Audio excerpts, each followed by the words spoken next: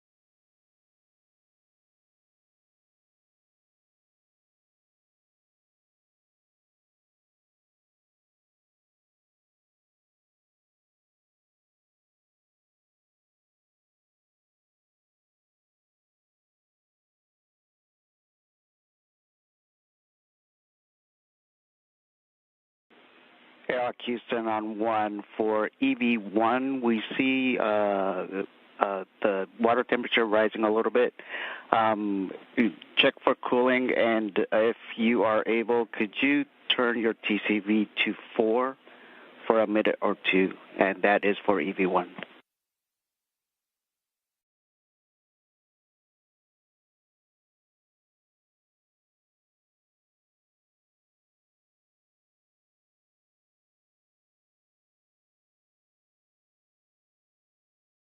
And there you just heard communication from Mission Control in the ISS International Space Station Flight Control Room, relaying up to the team aboard the International Space Station in preparation for today's EVA. They referenced EV1, that is Nick Hague. EV2 is Suni Williams, who is closest in the crew lock, that is in her suit and her helmet facing towards us. You can see the feet of Nick Hague up above, as those two have just recently been unhooked from their brackets inside the equipment lock portion of the Quest airlock and journeyed their way into the crew lock. We're about 6 minutes away for go for depressurization of the crew lock. They'll close the hatches. Butch Wilmore and Don Pettit assisting the two astronauts going out for the extravehicular activity today. Thanks, Butch.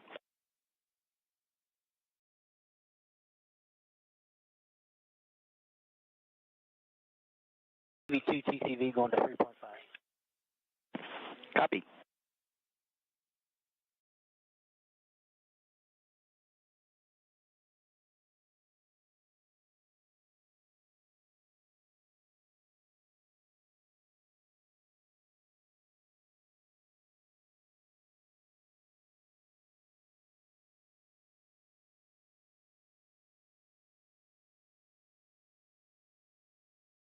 Houston, we've verified that the HAPs are dry, visually checked dry. The sublimators have been visually checked dry on both EMUs. Door handles are down on the safers.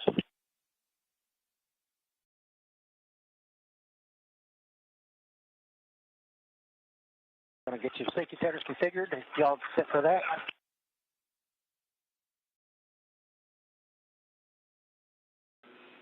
And Butch, we copy all. Thank you very much.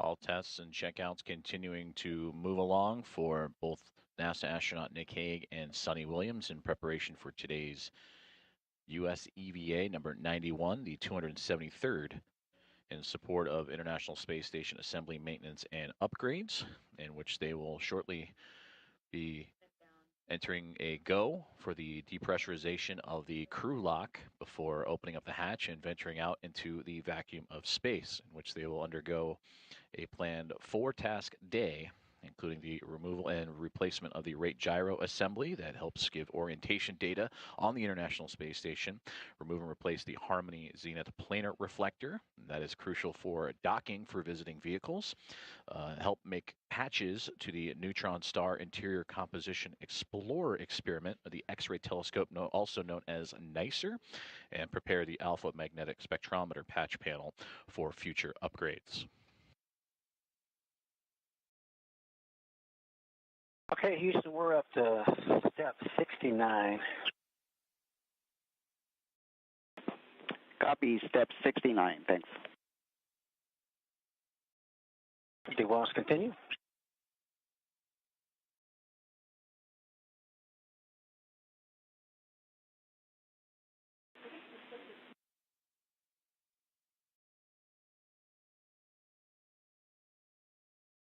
Houston, EV1 says he can go 1 notch colder on his TCV if you're not happy with his water temp. Standby checking.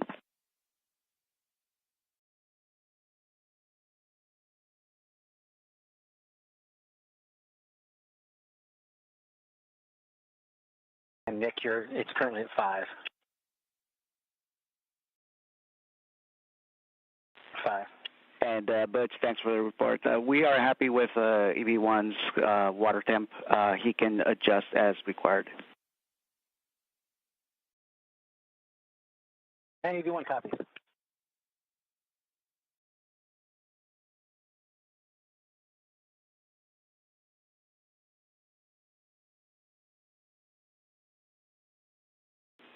And Butch, you're go to close the hatch. Be advised, go for depress in less than 2 minutes. We're going to close the hatch. Here we go.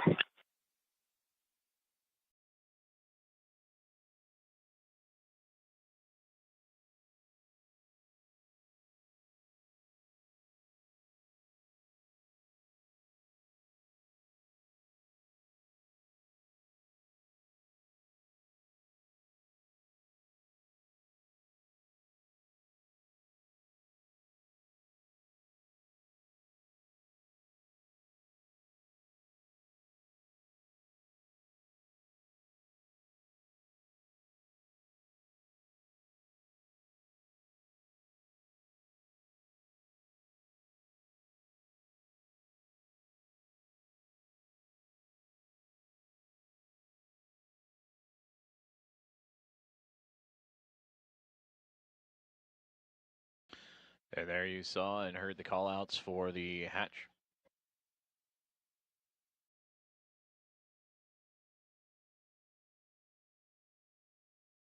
Relaxing the hatch now. Copy.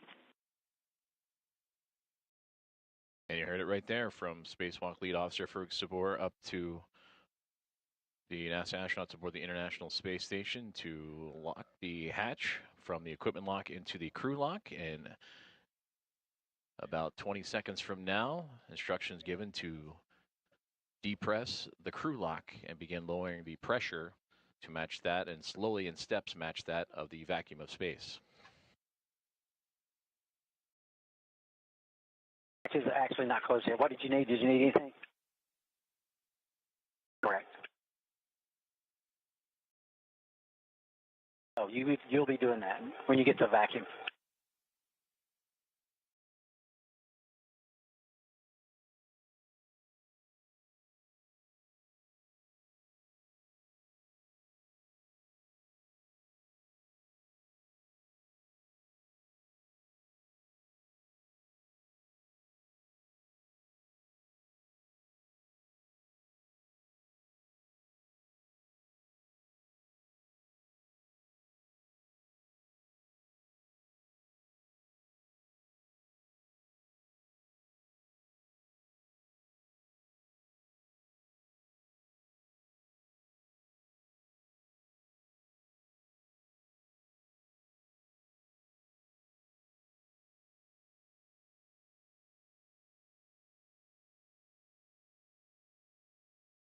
Put my bag on the other side. Okay. Drives me a little crazy over here. Yeah. Comfortable to do what you need to do, yeah. And then when we have to open the hatch, we'll shift around a little bit. Yep. I just want to get it out of my way over here. Got it. Thought I could just push it, but it's coming back as usual. Yeah. And airlock Houston on 1, be advised, EV crew are both hot mic'd at this point. Okay, copy that. Got your hot mic. All right, we're hot mic. Copy that. Morning, Houston. Good morning, Houston. Good morning, Nick and Sunny. We'll be happy to.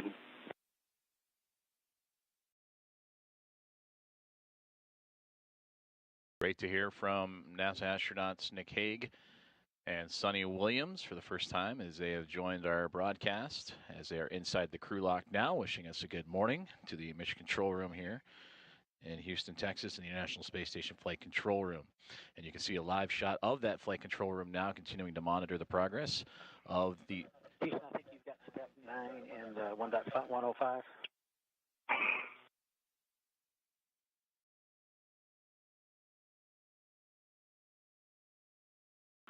And Butch, confirm step 77 is complete?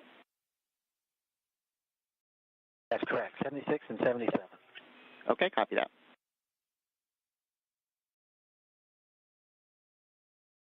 Those relays coming down from these.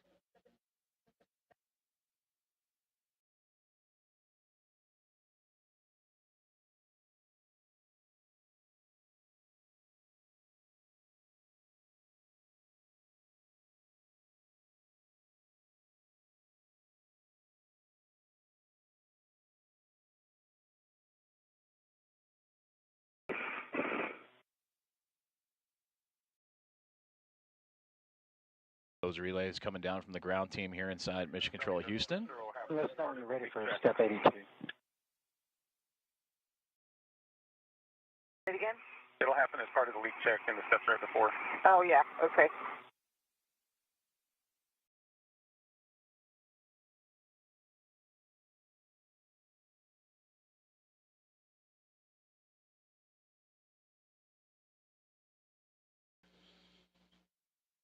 Checkouts continue to move along for today's EVA procedures as NASA astronauts Sunny Williams and Nick Hague are inside the crew lock, which is just on the other side of that hatch that you see from your field of view.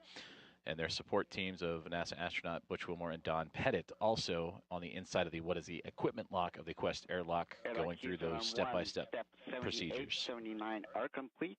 You are go with steps 81 and subs. Okay, here we go. All right, EV2, check. Press pump power is off on the UIA. Press pump power is off on the UIA. The depress pump enabled LED is on. Enabled light is on.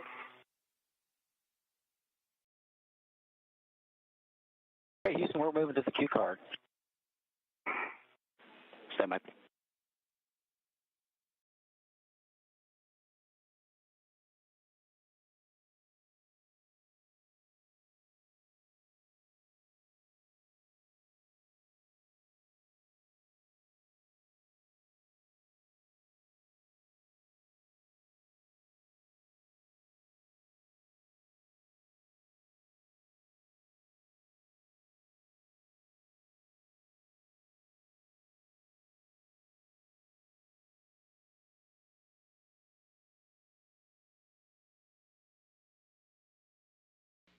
We are now waiting the go, no go from the ground as teams here in Houston as well as up. Houston, you said standby for the depress, repress Q card, correct? Yeah, standby 1. We are checking on the ground that everyone is ready. So standby just 1 second. Outstanding. We're standing by. And there you heard it right there. Teams up on the International Space Station as well as teams on the ground going through those final checks before giving the go, no go for today's EVA procedures. Regarding the handover in the crew lock depress, repress Q card, the handover from you to Jesse here, we were thinking that we can hand over after or at the initial tether config for egress. That is step 11 in the Q card. That's what we have marked. We'll be ready to hand over at step 11. Thanks. Okay, copy that. Thank you.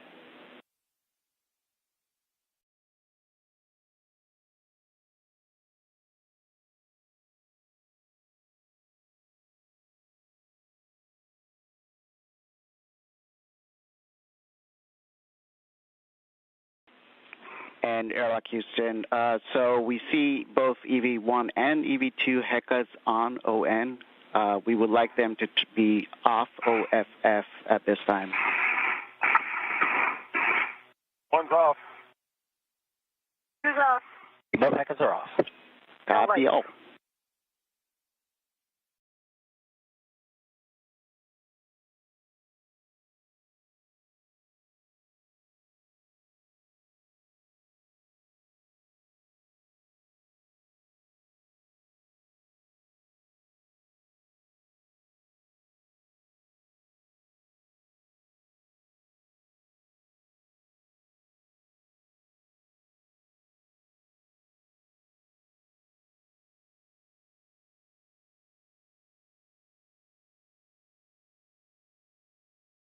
This is Mission Control Houston, where you see NASA Flight Director Nicole McElroy on the near side of your screen, alongside with Flight Director Elias Miramo for support, going through those final checks for today's EVA procedures. Capcom Aki Hoshide, JAXA astronaut, alongside with NASA astronaut Jessica Whitner, taking over the communications roles for both Capcom and Spacewalk communicator. Whitner will be the one communicating with Suni Williams and Nick Hague through today's procedures. And right now, waiting those final couple of checklists to come in. Oh, yeah, plenty of room. How about you? Yep, doing good. Can even move over a little bit forward. No, you're going to be throwing switches, so I'm just back here. So I've got plenty of room to grab my workstation and do what I need to do. Yep. And that was Nick Hague and Suni Williams talking together. They're right now inside the crew lock, awaiting for the official go to start depressurization of the crew lock to match the pressure that is inside to that of the vacuum of space. And we'll be hearing a lot from them as they work through today's planned spacewalk procedures. Just looking out the window, trying to look out the window.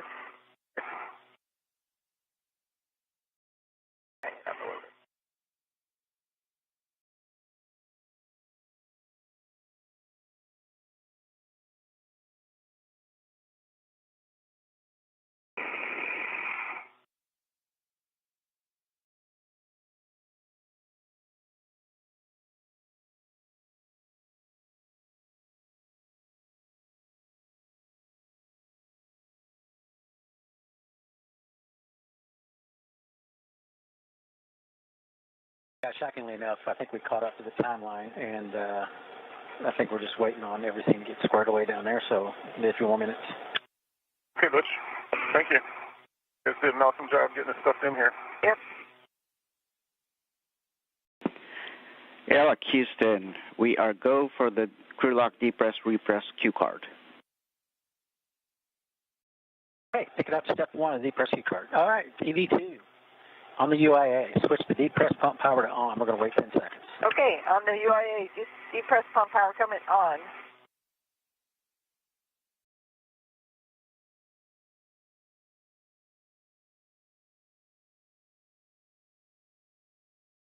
Okay, there's 10 seconds. Depress pump manual ISO valve to open.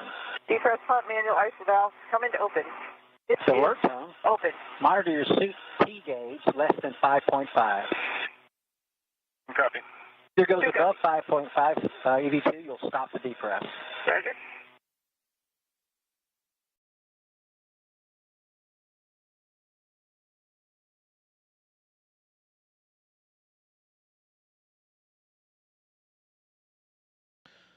So there you heard the go and command given to begin the depress of the crew lock, and we will monitor that as the air pressure inside the crew lock will then be lowered to match that of what will be the vacuum of space for NASA astronauts Nick Hague and Suni Williams. I'm sorry, 6.0, my bad. Okay.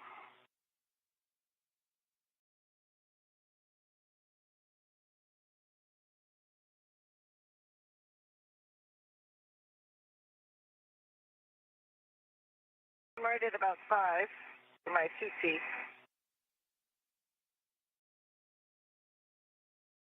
What are you at? 4.5.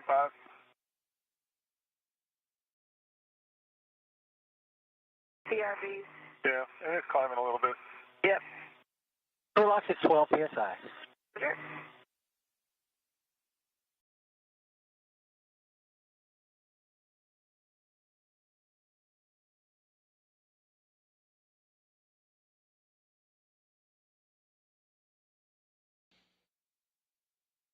And I've got my PPRV. Yeah, mine's honking at me. Yep.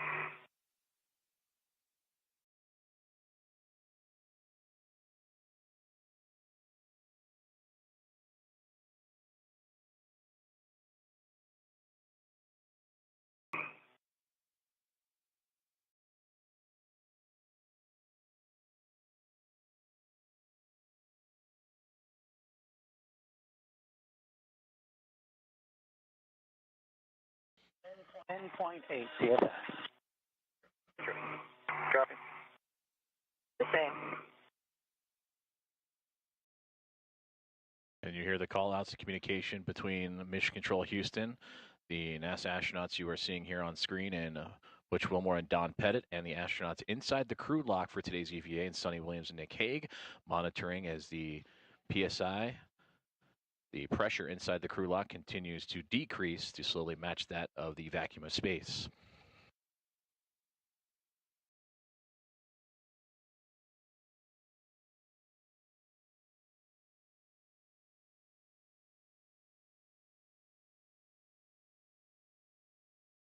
Ten PSI. Sure. Sure.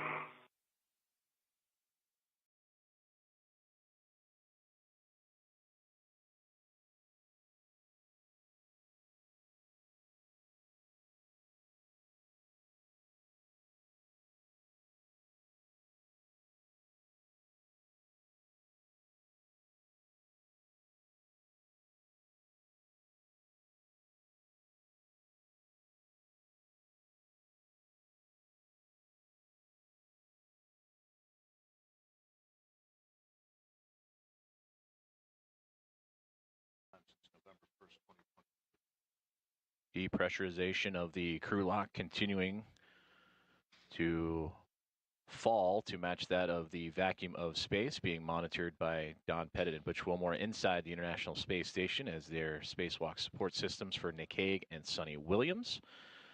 As we continue to monitor as it slowly sinks down to match that, and hearing the call outs and different milestones of that PSI falling. Passing 9 PSI. Copy. Copy. And that call out was to confirm 9 PSI inside the crew lock.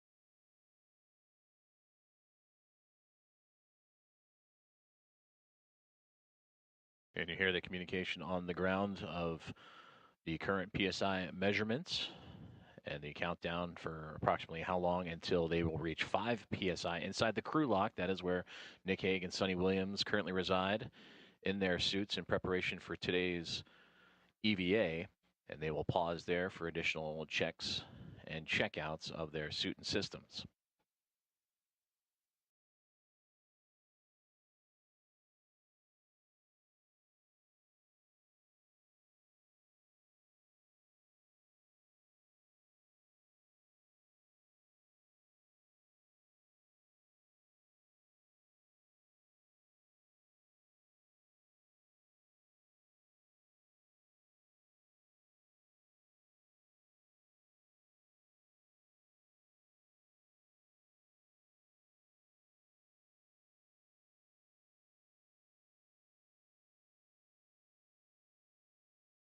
All right, 7 PSI. 2 reminders, again, expect an alert tone at 6. And for EV2, when we get to 5, we're going to take the depress pump mine ISO to closed. I'll call you. Okay, EV2 copies. And 1 copy.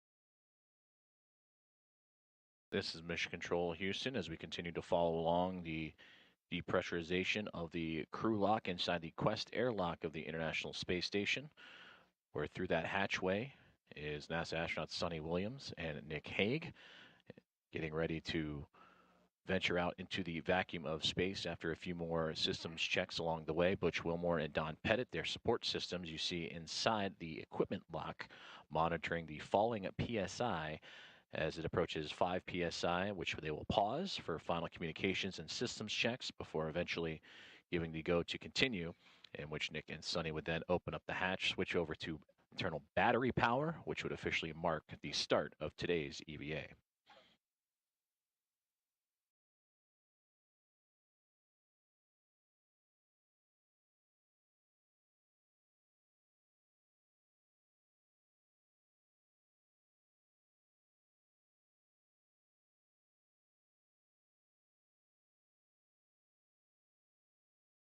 Six for EV2.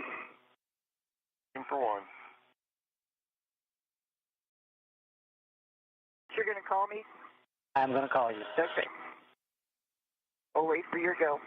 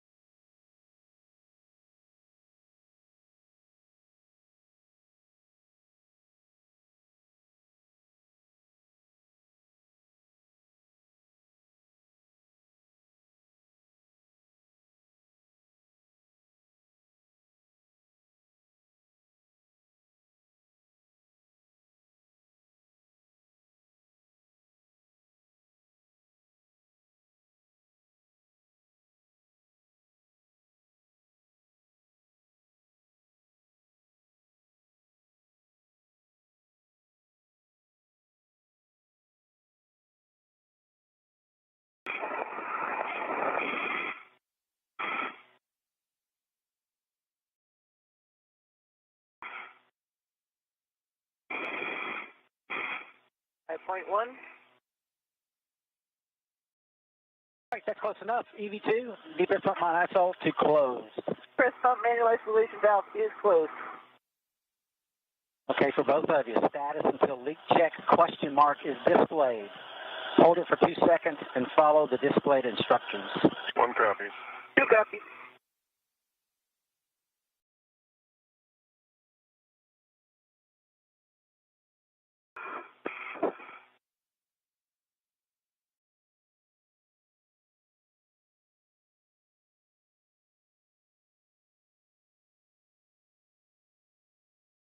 There you heard confirmation, a good hold at 5 psi, and that's where astronauts Nick Hague and Suni Williams will undergo those final checks of communications and systems, relay that with their support team, which you see in Butch Wilmore and Don Pettit inside the equipment lock.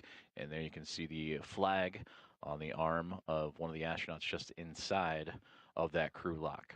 Once that is completed, the PSI will continue to climb downwards and match that of the vacuum of space, in which the astronauts inside in Hague and Williams will be given the green light to switch to internal battery power, thus officially starting today's EVA.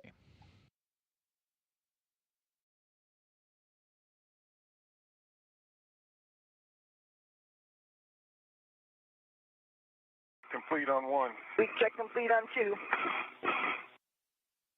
Outstanding. So check your O2 actuators in EVA. Okay.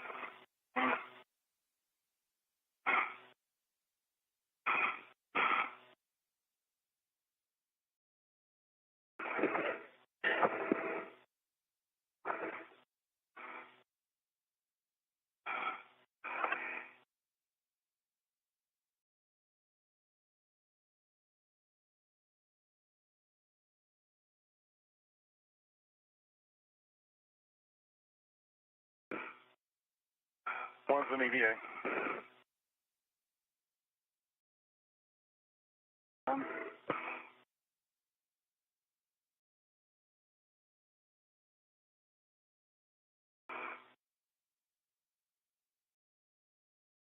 EVA, let me just double check.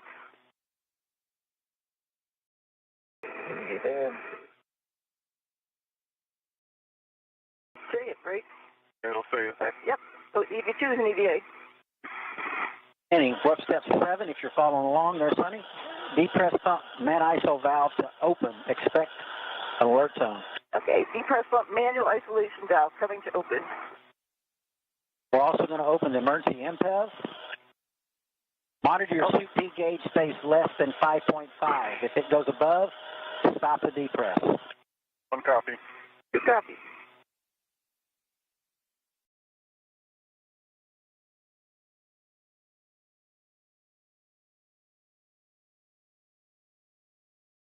All right, Sonny, heads up. Not now, but when we get to 2 PSI, you will close the depress pump man ISO valve. Okay. And I'll give you a call.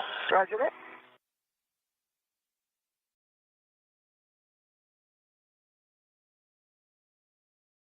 There you hear the confirmation, and the depressurization of the crew lock continues as NASA astronauts Suni Williams and Nick Hague continue to make their checks and systems checkouts before switching to internal battery power and eventually opening up the hatch to begin their EVA in today's planned tasks for Spacewalk number 91.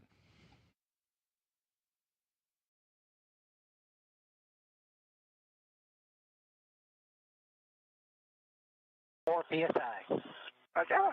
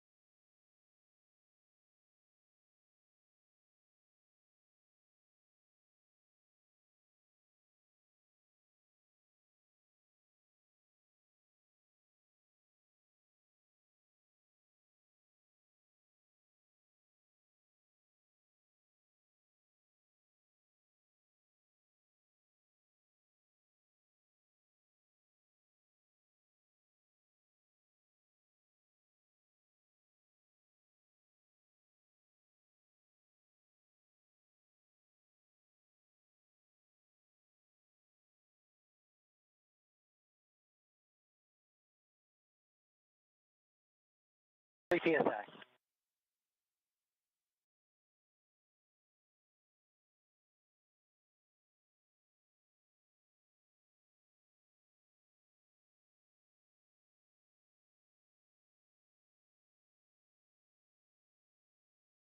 NASA astronauts Butch Wilmore and Don Pettit in your field of view, continuing to monitor the falling PSI inside the crew lock, which is just behind them, which currently holds NASA astronauts Sonny Williams and Nick Hague in preparation for today's EVA.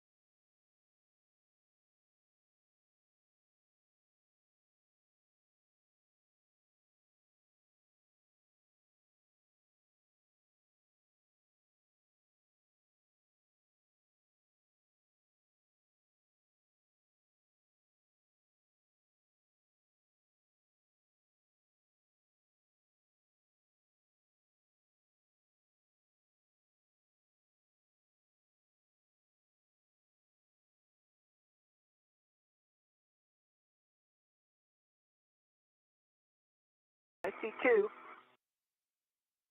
Okay, we're close enough. DV2, depress pump mine ISO to closed. Press pump manual ISO valve is closed. You can also switch the depress pump power to off. Depress pump power is coming off. Nice work. I'm going to hand it over to ground IV. You got it, ground. Thank you, guys. Thanks, Butch. Thanks, Don. Good morning, Nick and Sunny. Happy to be working with you guys today. When you are ready, we can report your initial tether config. Okay, Sunny, I can see. You got it? Yeah. So let me, move your leg just a touch. Yep. Okay. So you can see Sunny's. It'll be her right D-ring extender. She's got a waist tether, gate closed, slider lock, black on black. And then the large hook is to the airlock, D-ring extender, gate closed, slider lock, black on black.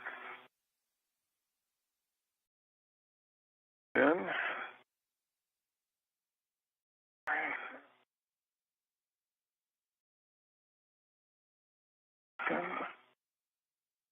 What are you looking for?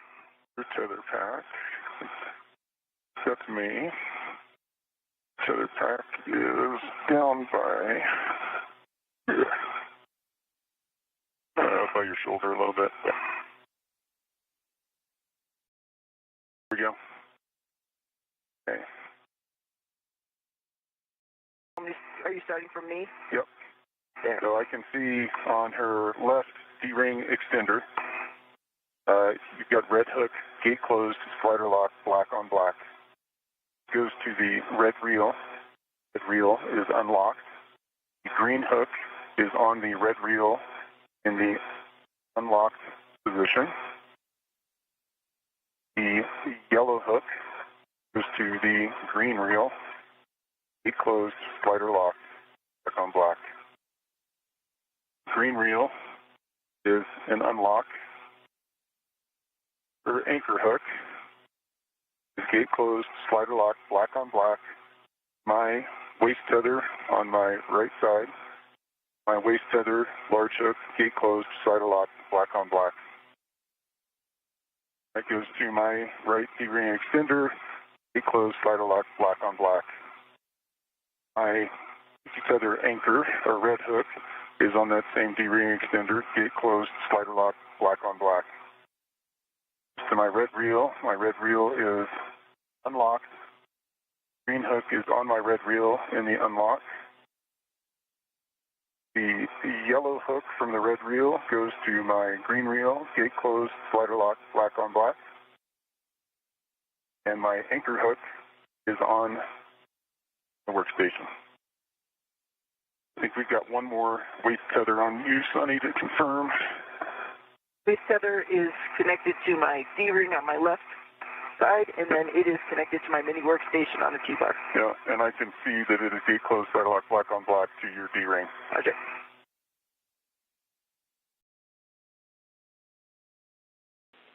Any go backs, Jeff? All right, Nick, Sunny, nope, that's a good config for both crew. When the crew lock DPDT is about 0, you can expect an alert tone, and we're going to hold here until we see less than 0.5 PSI. Okay, copy that. Okay. And a wonderful rundown there from NASA astronauts Nick Hague and Suni Williams as they went through their initial tether configurations to connect themselves to the International Space Station for safety to make sure that they remain attached to the orbiting laboratory. And they will continue to await the final calls before switching to battery power and then eventually making that progress to open up the hatch and begin today's EVA activities. And when they switch to battery power, that'll officially mark the start of today's EVA.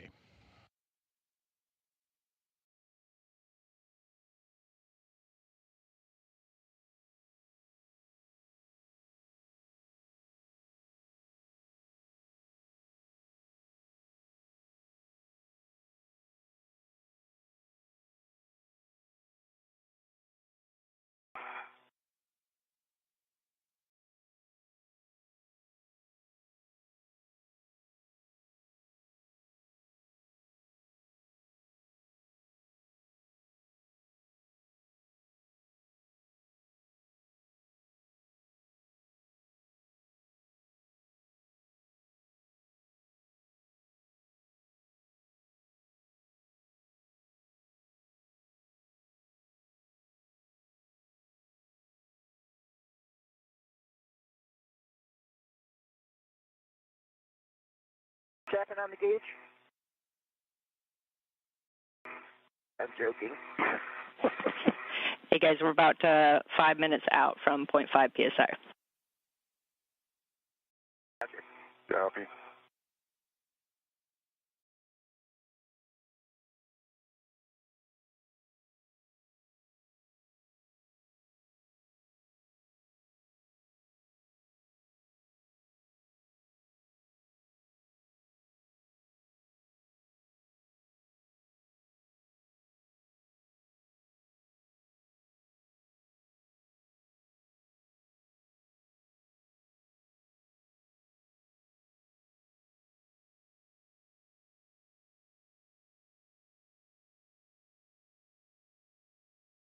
This is Mission Control Houston as we continue to monitor the decompression of the crew lock inside the Quest airlock of the International Space Station, in which NASA astronauts Nick Hague and Suni Williams, EV-1 and EV-2 respectively, titled for today's U.S. Spacewalk. They're continuing to monitor the progress and that depressurization, pardon me, of the crew lock, which is just beyond that hatch in which you are seeing the support crew inside the space station, NASA astronauts Butch Wilmore and Don Pettit, in the equipment lock continuing to clean up as they await the final instructions from the team here in Mission Control Houston.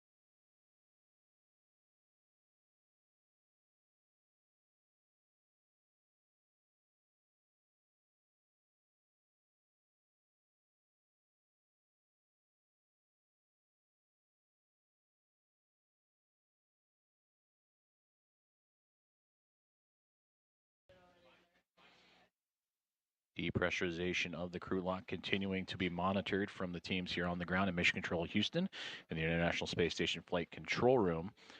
and they officially handed over communications of today's U.S. EVA spacewalkers Nick Hague and Suni Williams to Jessica Whitner, and we will be hearing call-outs and instructions from her and her team on the ground here in Houston as they prepare for today's EVA activities.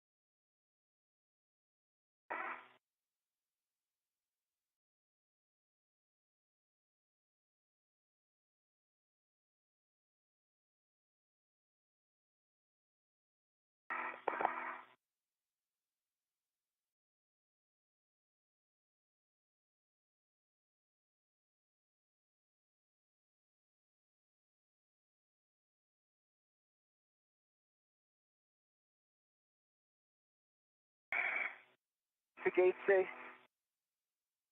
I switched over. B. Yeah, it's 0.7. Pass. Whole exponential decay thing. Yep. Quickly.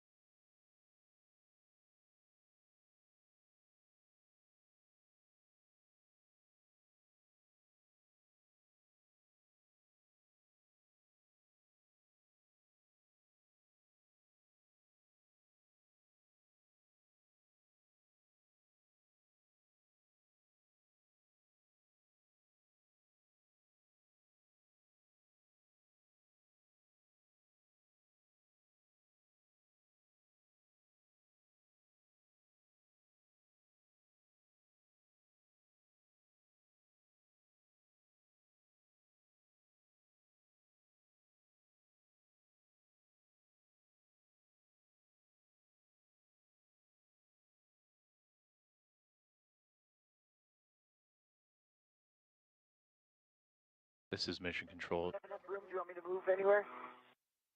We're good for now. Okay. We'll need to jostle around to get the SCUs off. Yep. Then once we're in a good position, I'll get stuff new so I can stop the hatch.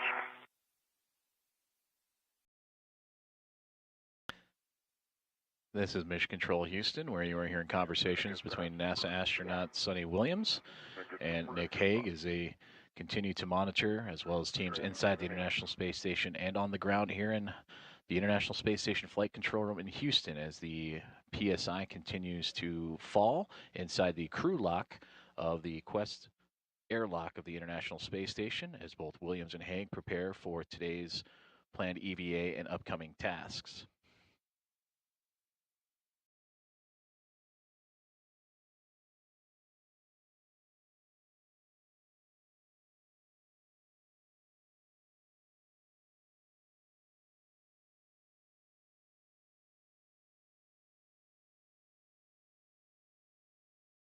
Right at 0.5 on the gauge. I go. For Houston, go.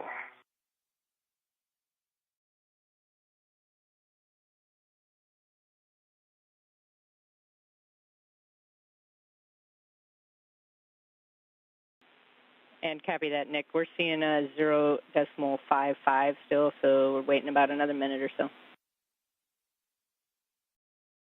Got it, Jeff. Thanks. All right, you have that man. Is it daylight or nighttime out there? I go with daylight.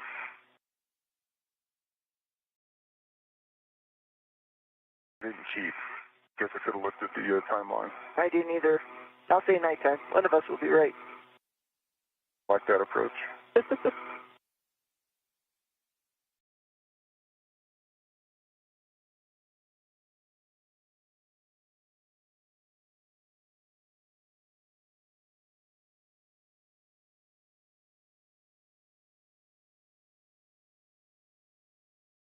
And there you heard the call out that the teams on the ground are go for hatch open. All right, Nick, Sunny. Nick, if you can verify again, the EV hatch gauge is less than 0.6 psi. You have a go to open and stow the hatch. Okay, copy that. I see 5. Opening the hatch. I got it.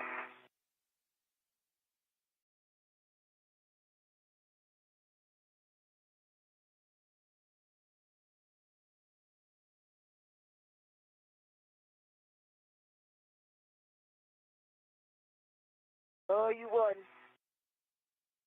Daylight. Daylight. Nice. Back up a little bit. Yeah.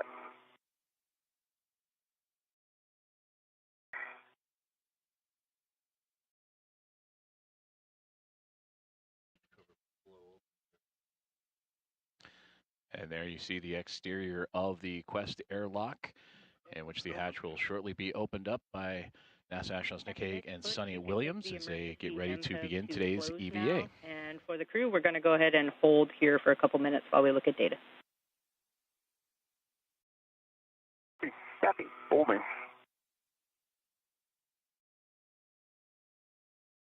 CFM is closed.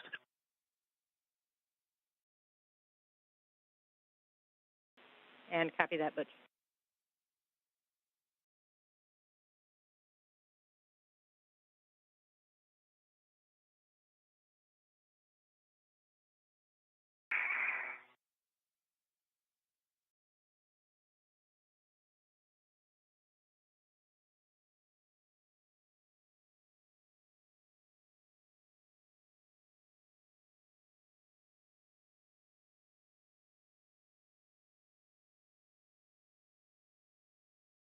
This is Mission Control Houston as we continue to follow along the progress of what will soon be the hatch opening of the crew lock, a part of the Quest airlock on the International Space Station, in which inside that crew lock, Nick Hague and Suni Williams prepare for U.S.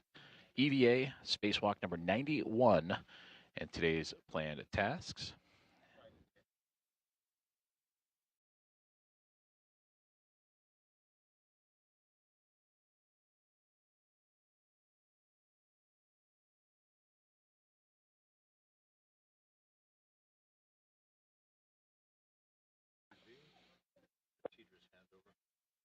We're currently experiencing a temporary loss of video feeds from the International Space Station, but as expected, and we will have those views from just outside the Quest airlock shortly.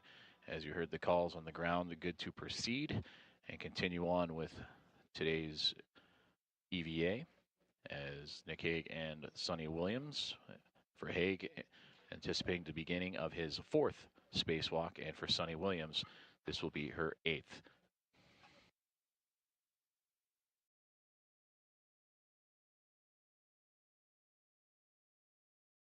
For Suni Williams and her experience out in the vacuum of space in her 7 previous, that's 50 hours and 40 minutes of time. And for Nick Hague, we mentioned it'll be his 4th coming up here and momentarily to add to his total of 19 hours and 56 minutes. So we are go for the EVA. When you are ready, both of you can take your switch power to bat, and you will stagger switch throws. Expect a warning tone.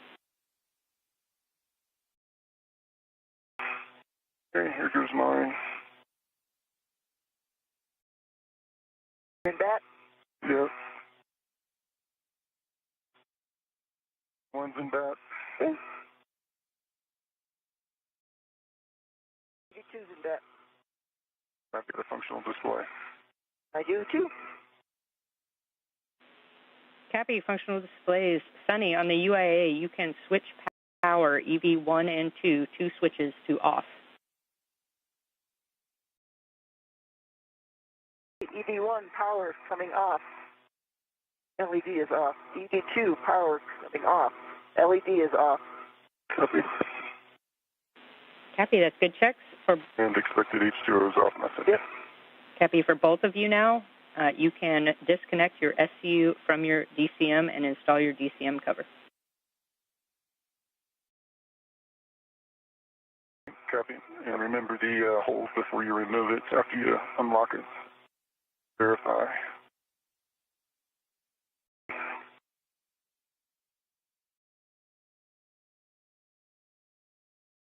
Little pieces of ice coming out. Yeah, just a little, but we are good.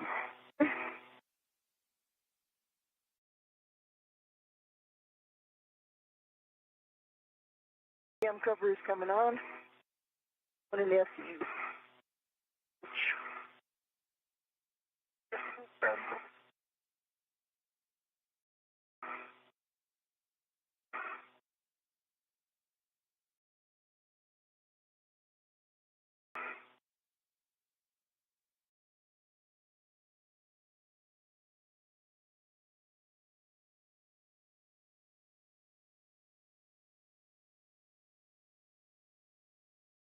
Okay.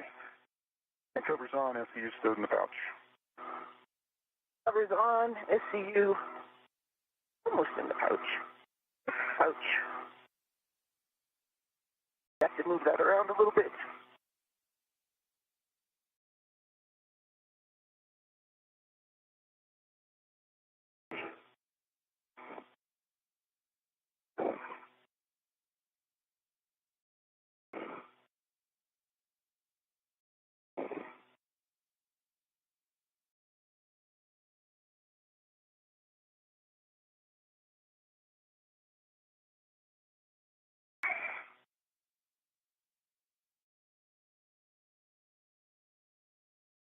If you can, once you get yours down, just as you back out, my SCU pouch kind of comes back towards your direction. Yep. Yeah, so just as you back up, just mindful. Yep. Do.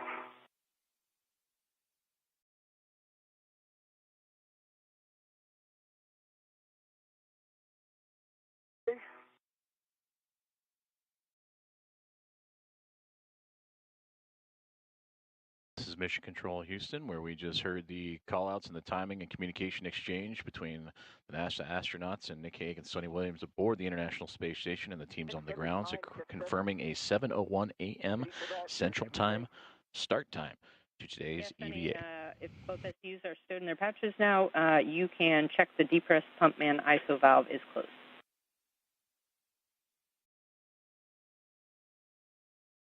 Pump manual isolation valve is closed. Happy for both of you. And again, to confirm that the official start time for today's EVA after that communications exchange we just heard, 7:01 a.m. Central Time, 8:01 a.m. Eastern, to begin U.S. Spacewalk number 91.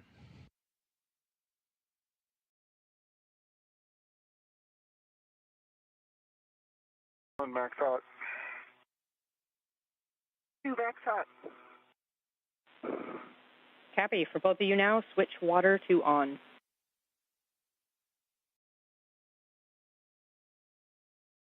One, water on.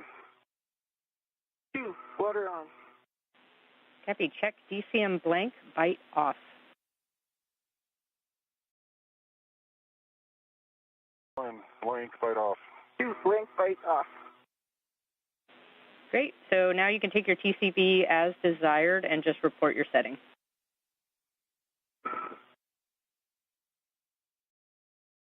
Didn't work. Right.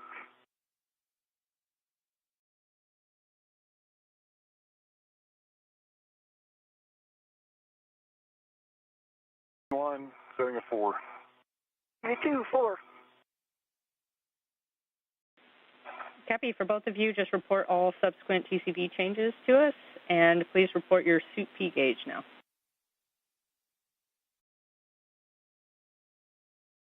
copies, and I have 4.3.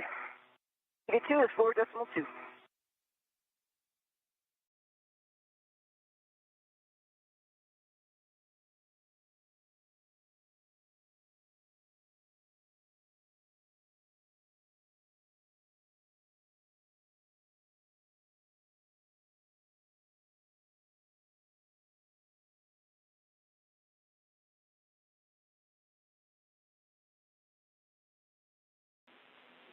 All right, we are good to go down here. So we'll set your visors as required. You guys are going to be exiting into the day. It's about 7 minutes until sunset.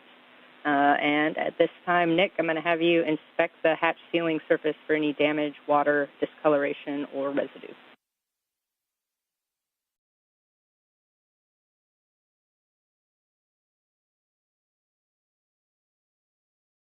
There is nothing apparent on the hatch sealing surface. Looks normal.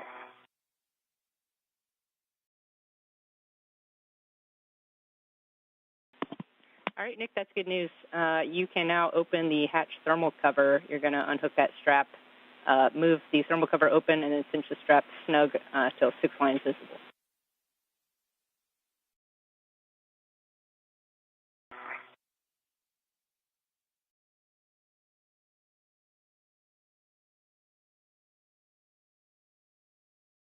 You are looking live just outside of the Quest airlock on board the International Space Station as you're starting to...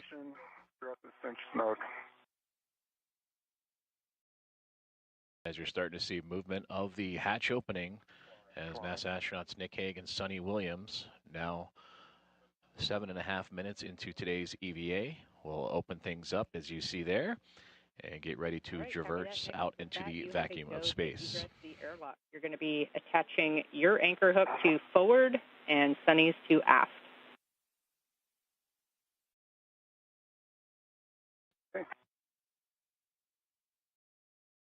And that is EV1 Nick Hague, the first one to pop out of the hatchway of the crew lock of the International Space Station.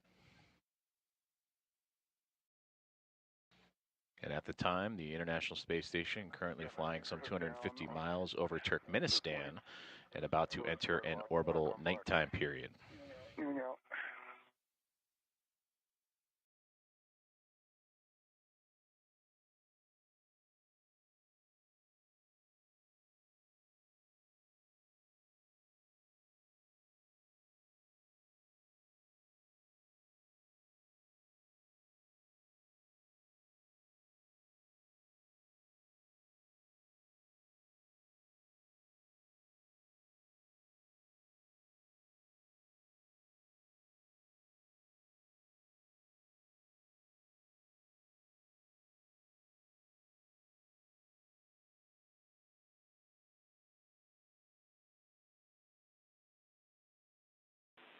And Suni, while Nick is working anchor hooks, you can work to retrieve the large ORU bag for handoff. Roger.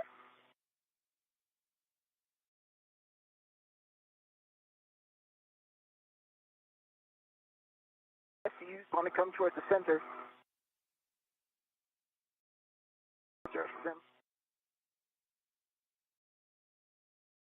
That is NASA astronaut Nick Hague just outside the hatchway area of the Nick, when you're ready.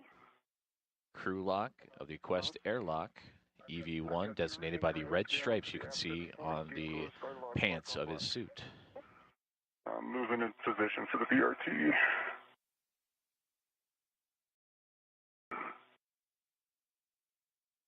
That's good. If you just hold it right there. Yep.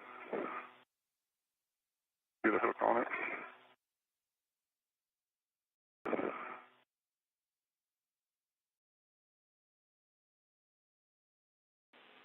See a good hook. And Nick, Releasing the airlock hook. Yep. Nick, just jumping in. We want to make sure that the come back in. reels are unlocked. You back.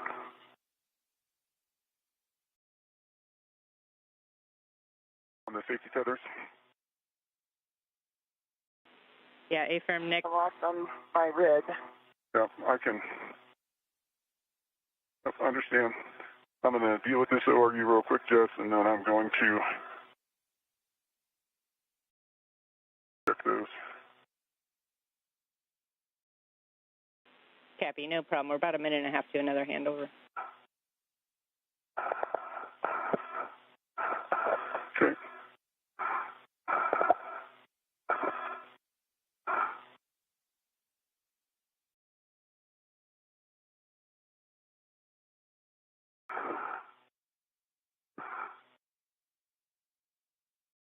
Okay. It's in a decent spot. Reels. Got mine floating right in front of me. I see 2 reels unlocked. And yours, I see a green reel unlocked and a red reel unlocked. All 4 reels are unlocked. I'm going to get out of your way. Cappy, good check. My legs are going to... I'm coming out. Okay. Tether is right in front of you. Okay, and I have my ERT tether on the lock bag. Okay. Coming out. Tether's attended nice right directly in front of you, so clear your legs. What is there? You're good. Safety tethers are just strung out in front of you towards your tether point. You're good.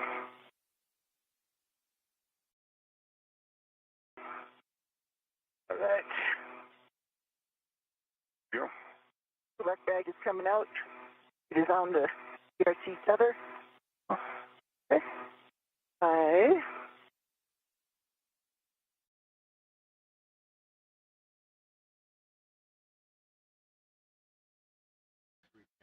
And that is an expected loss of signal temporarily, and as communications switch over between satellites. But just before, you saw NASA astronaut Nick Hague wearing the suit with red stripes, EV-1, exit the Quest airlock, and Suni Williams was just making her way out of the hatch herself. I'm going to get both my legs. And this is a live look inside of Mission Control Center in Houston, the ISS Flight Control Room, as they continue to monitor the egress or exit of the Quest airlock and crew lock of the International Space Station for these 2 astronauts. Nick, Sunny, we're back with you after the handover. I think Nick's working large ORU bag on his BRT, and Sunny, you're going to get crew lock bag number 1 for yourself. Yeah, just to bring you up to speed, I've got the large ORU bag on my BRT. Sunny has the crew lock bag red on her BRT red, and she just put on a BRT, so yep, kind of outside and cleaned up.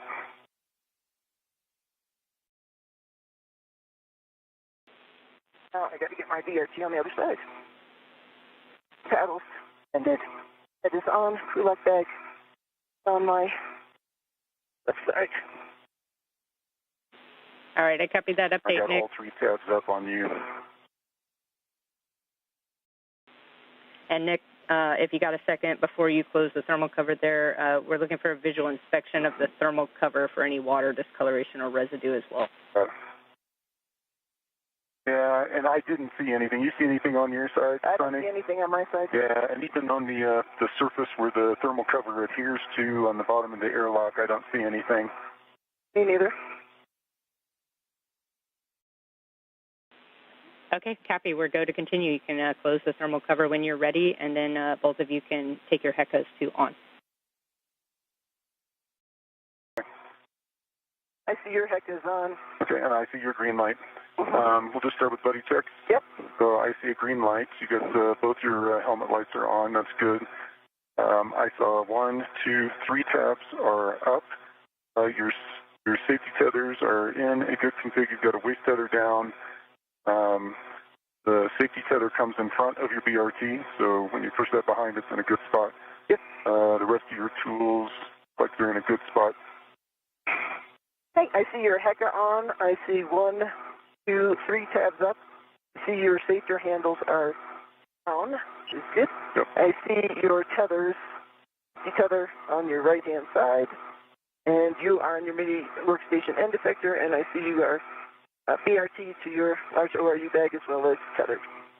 And can you rotate a little bit? And ISO valve is down, so both your safer handles are down as well. Yep. My half is no change. It is dry. My half is no change and dry. All right, that's good checks, both crew. We can start our translation now. So, Nick, you're going to lead and head out to the S0 port wedge face. Let me know if you want some mile markers along the way. And then, Sunny, you're going to follow to the starboard Sunita cart. And I'm going to give Nick a little bit of chance to get over to the port side before we start up.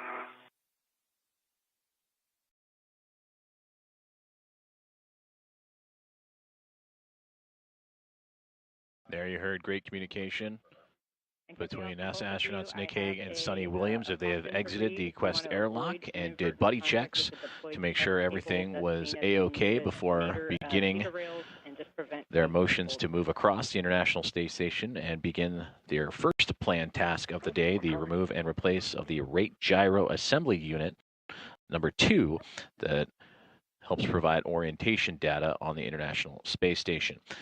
From this field of view, Nick Hague, you can see lightly those red stripes on the top of his backpack. He will be in the now top left part of the screen, and Sunny Williams right behind him.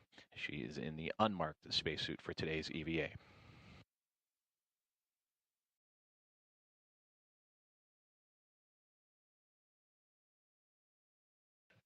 And while they make their way across, flight controllers have given the command to power down the rate gyro assembly at number 2, as both Nick Hague and Sunny Williams make their way over to that portion of the International Space Station truss system. And again, that rate gyro to remove and replace provides orientation data on all 3 axes of the International Space Station. That is today's priority task of U.S. Spacewalk number 91. 6, went up to phase 1. Copy, Nick. As you go over the top, I have a couple cautions specific to you. Remember, you want to avoid contact with the GPS antennas and then avoid loading the NZGL cable and connectors on that hab tray on the back side of the truck. Okay. Understand all.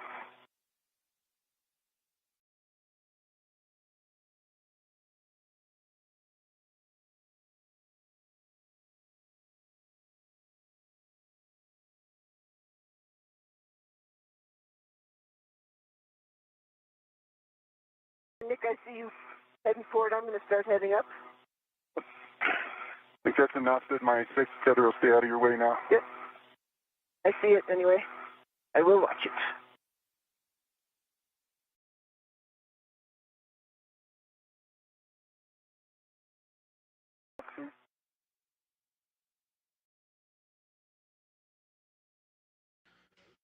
We are approaching 19 minutes into today's EVA activities as NASA astronauts Nick Hague and Sunny Williams continue to communicate as they make their way over to the first task of the EVA, which is to remove and replace the rate gyro assembly unit number 2 that has been given the command to be powered down in anticipation of this remove and replace.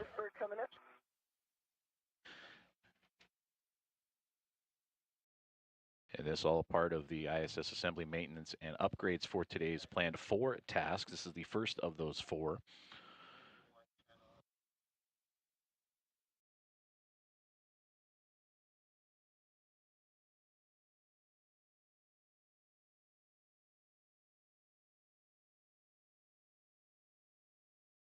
That is astronaut Nick Hague in the red stripes moving into position with Sunny Williams closely following behind as the International Space Station currently in an orbital nighttime.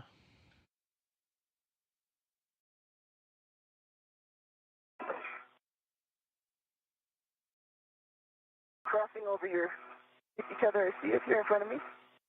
Okay.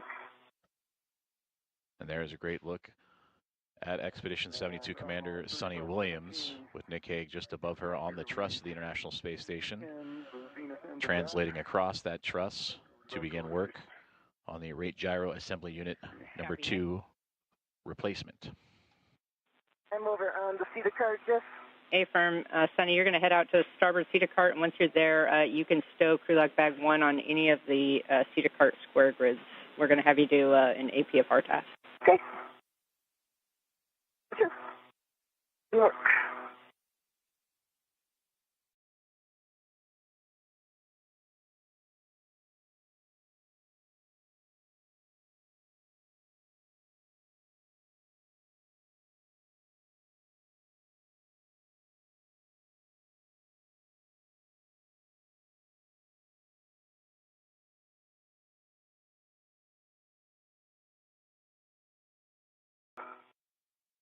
Hey, Jeff, I'm at 3519 for the location.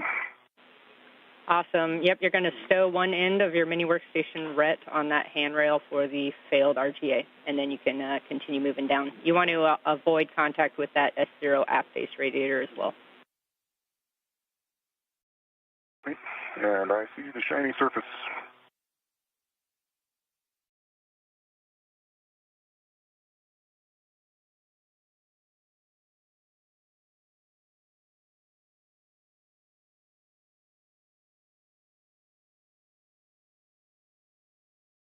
Got a good hook down on 3519 with one end of the RET.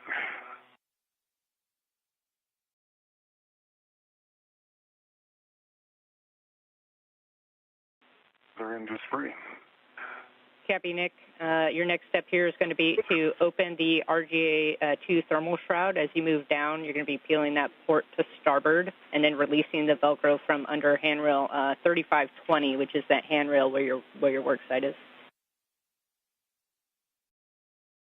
Yeah, good work.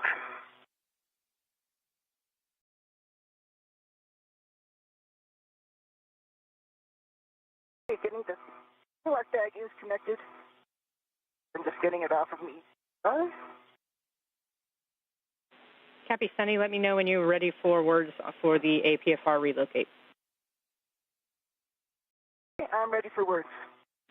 Okay, you're going to relocate the APFR from the WIFX that's currently in WIF 1, and you're just moving the APFR only to WIF 4. Okay. Got a tether on it. Copy. So just the APFR WIF 4, which is the one on the top. Wait.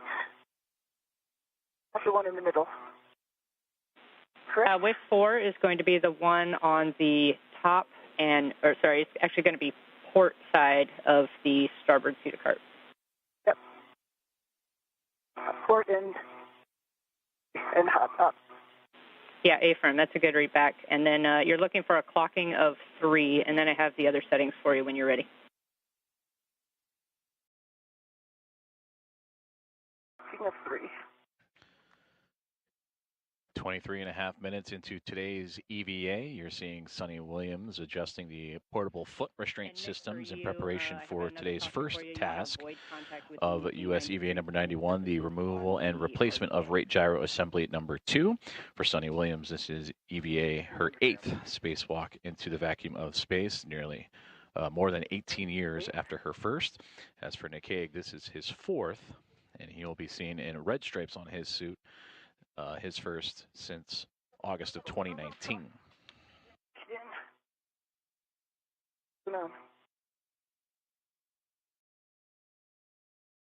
Okay. At handrail 3520.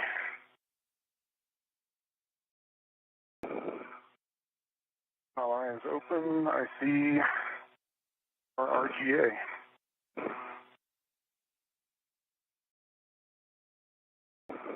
Going to work on temp stowing our U bag.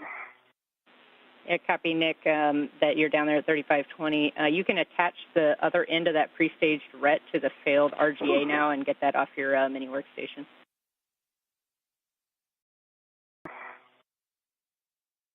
All right, I got the collar to move, Jeff. Maybe I'm not getting it far enough.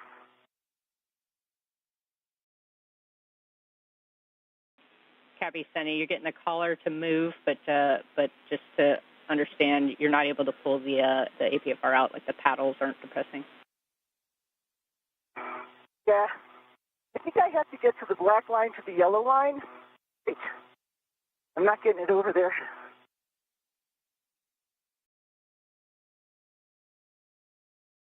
It's not allowing the paddles to be depressed.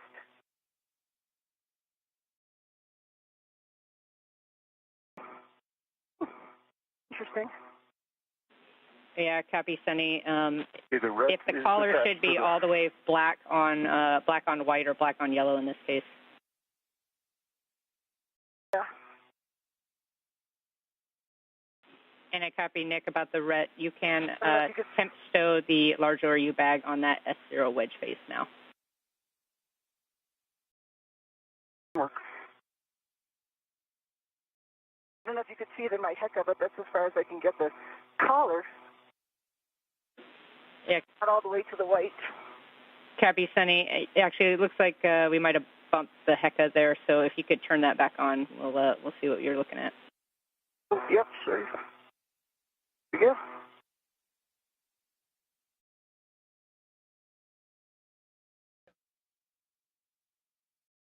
You back with me? You there? We're back with you. Sunny? Okay. This is NASA astronaut Suni Williams configuring a portable foot restraint outside of the International Space Station in preparation for today's first task of U.S. Spacewalk number 91. We heard earlier on the comms that her partner in this EVA, Nick Hague, has reached the rate gyro assembly, which will be removed and replaced, and that provides orientation data on all three axes of the International Space Station.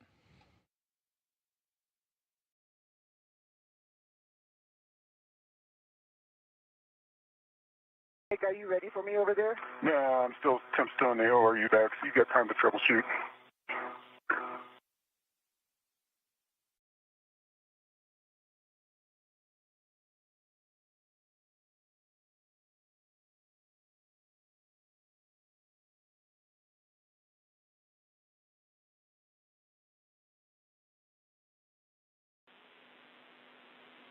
Yeah, Sunny, we don't have a whole lot of good workarounds here, but the feedback that I'm getting is just trying to get that collar rotated all the way, and like I see you going back and forth on the collar as well, trying to get it loosened up, and then just making sure with the WIFX also kind of moving with you a little bit, that we're staying as perpendicular to it as we can as we're pulling out.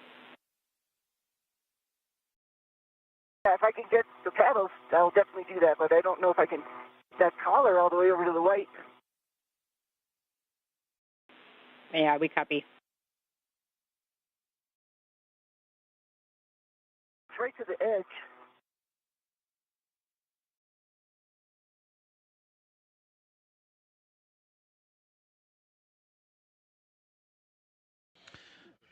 This is a live view from astronaut Nick Hague's helmet camera as he looks onto the rate gyro assembly as he prepares for the removal and replacement of this unit. The priority task of today's EVA is his partner for today, and Suni Williams continues to configure that portable foot restraint, and there you can see Williams just outside the truss system of the International Space Station continuing to work with that foot restraint. Sunny, one last recommendation here. If you can try to rotate the collar to as far as you can get it with one hand and then squeeze the paddles with the other and just see if you get any motion in the paddles at all. I don't get any motion at all.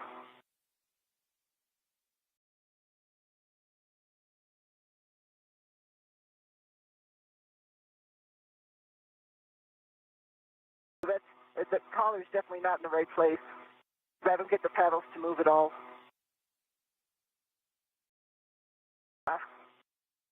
And just TCV of 5. Copy, Nick, TCV 5.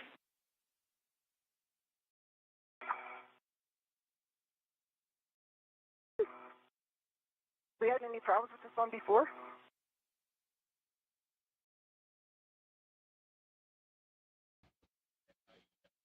So the locking collar won't even rotate on you? Now 30 minutes into today's EVA activities as you are seeing Expedition 72 Commander and NASA astronaut Suni Williams continuing to work on the portable foot restraint just outside the truss system of the International Space Station. Yes, Sunny, we're thinking through it down here as well. Williams in constant communication to troubleshoot with the team here on the ground with NASA astronaut and spaceflight communicator Jessica Whitner.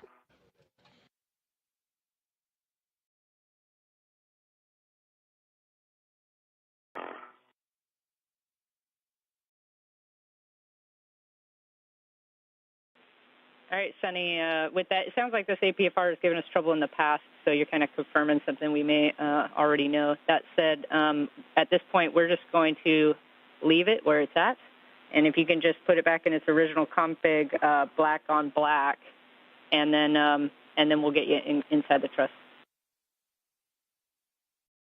Black on black. Copy.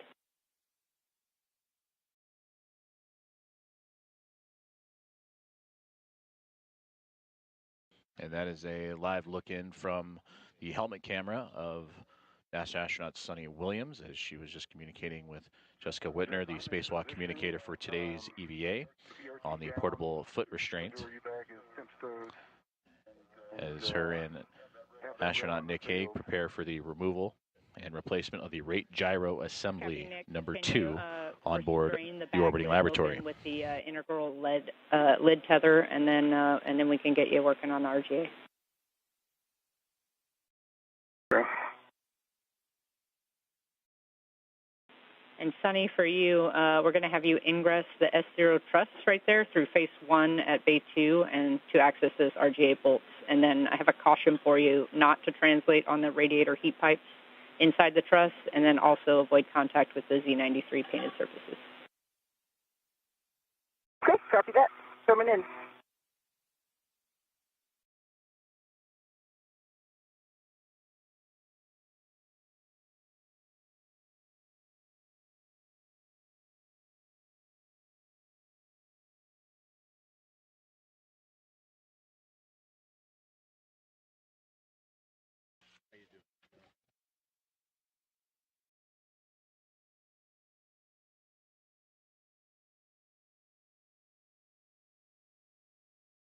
All right, Nick, I'm on the other side, as you can probably see.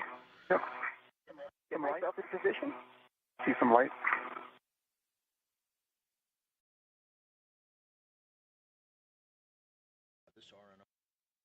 In Houston, you'll probably see little flakes of Z93 off this basement unit. It's like it's liberating from that same spot that was missing some before. Edges are crumbling off.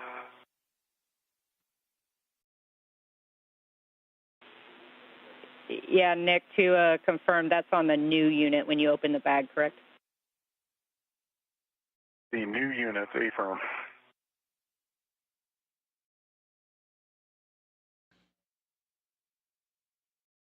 All right, Nick, I have my BRT down on 3507. My waist tether down on 3527. Great. Place here.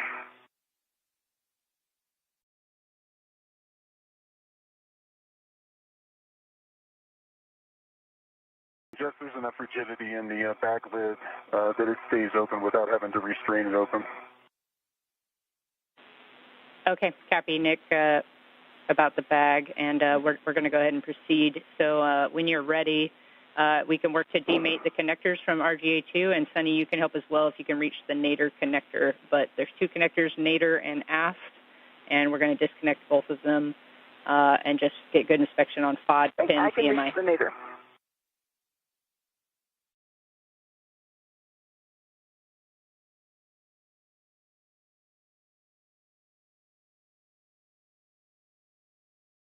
My hand right on the nadir one when you guys are ready. Go ahead. And we are ready for you to disconnect. Over center. Looks like good release. Over center. This one goes towards me. Towards you. Yep. A-firm. Oh, no, I'm sorry. Away from you. No, you were right. Towards you. I see it moving. It comes straight out. It looks like it's turning sideways a little. Try pulling back on the... No, you got it. Okay, I see no FOD. That's an EMI band. Good EMI band. Let me get down and take a look underneath.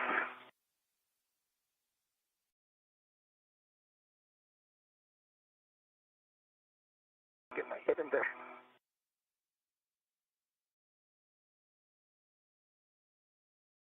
As far as I can tell, oh, that looks good. No FOD. My band.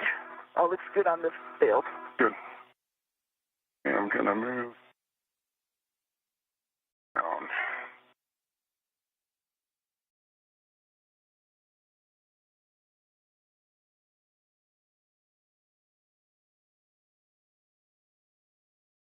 Okay.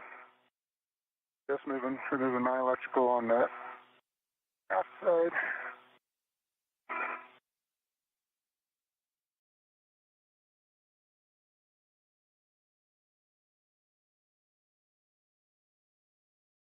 That's right in the way. And good pins. DMI band. No FOD. Good connector. Copy, those are good inspections. So, Nick, if you need to, you can release those TA clamps. If you don't, you just want to restrain the connectors clear of the work site. And that's enough to do. Perfect. That's good. All right. Okay, and once that's good, both of you can get out your PGTs and we'll work to release these bolts. Work. Right.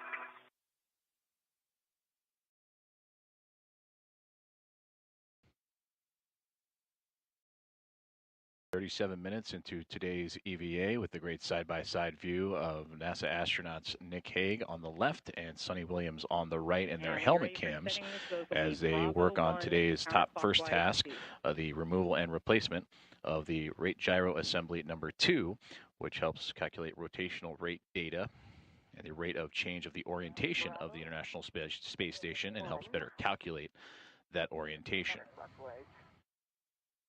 This rate gyro assembly number 2 originally installed back in September of 2009 as a part of STS-128 and Space Station Assembly Mission number 17. Copy. For both of you, the RGA bolts can be released and installed simultaneously and in any order. Just prior to that last bolt, just make sure you guys are ready because the RGA will be free after release. When you're ready, you can... Copy. Like we discussed, Sunny. Go ahead and let's do the first one, Simo. I'll make sure that get the bolt. I'm in a good spot. And for both of you, we're expecting 10 to 14 turns, and you can release bolts. Okay.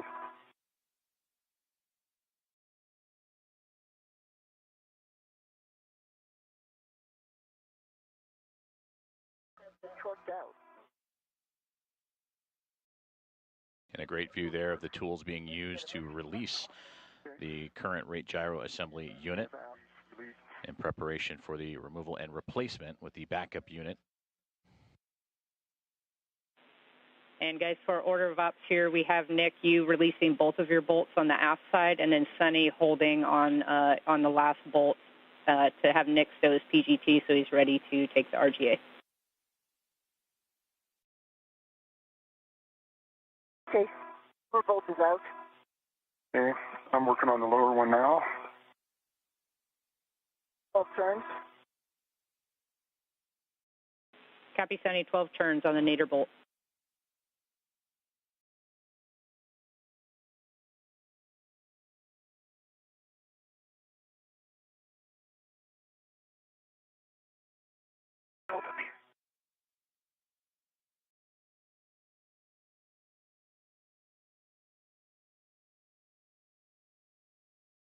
Okay, 12 turns on the Zenith, 11 turns on the nadir aft bolts. So release. Copy, 12 and 11.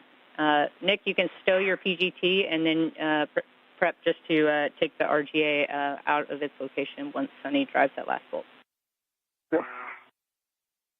Okay, Sunny. I'm on the last one. Yep, I gotta put this PGT away. Ready for me to continue? And bye. And then, Nick, for you, I have a warning. There is a pinch point. You want to keep your fingers clear of the gap between the RGA handle and the truss during RGA removal and install. I'm not done yet. Ready? Yep, I'm ready for you to release. Okay, 11 and 11. Sorry, 12 and...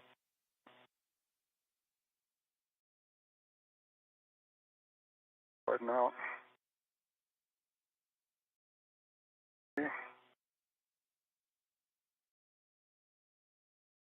And a great view there of the release of that All right, rate gyro assembly number 2 from the view of and perspective of NASA astronaut Suni Williams, who just released that last bolt, and it's currently in the hands of NASA astronaut Nick Hague just across her field of view. And the replacement unit, this RGA number 2, will help calculate the rotational rate data of the International Space Station. For Suni Williams, she is currently inside the S0 truss of the International Space Station, which is quite near the midway point of the backbone of the structure of the orbiting laboratory.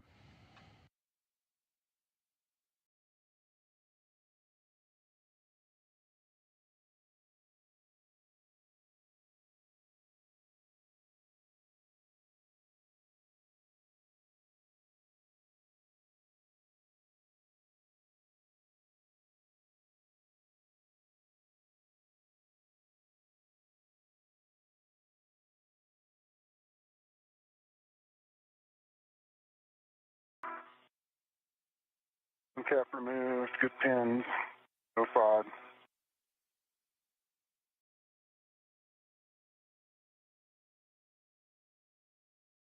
Copy the inspection.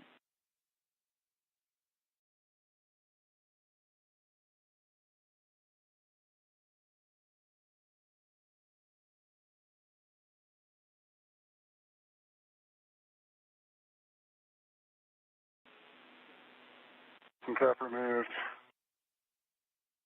no FOD. Copy, good inspection. And Sunny, if while you're waiting you want to set up your PGT for the install, the settings will be Alpha 6 clockwise 2. Alpha 6 clockwise 2.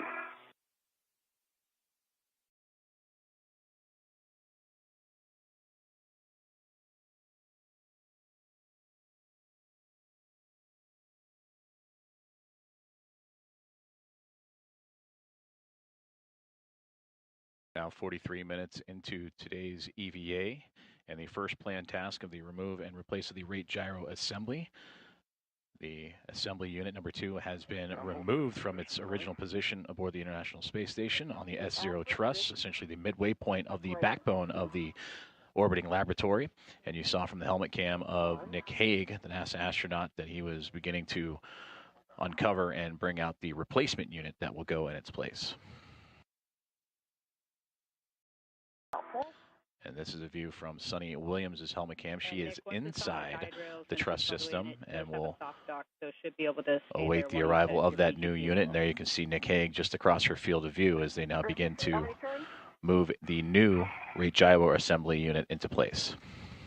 Sunny, we're going to drive the bolts to hard stop 9.5 to 13 turns.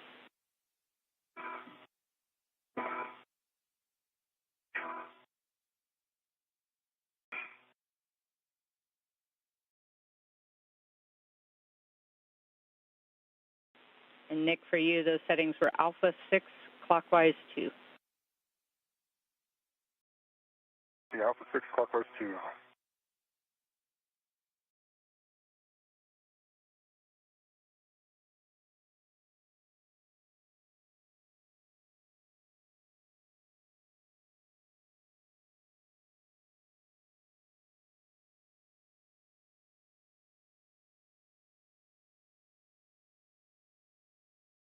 Okay, lower 16 turns.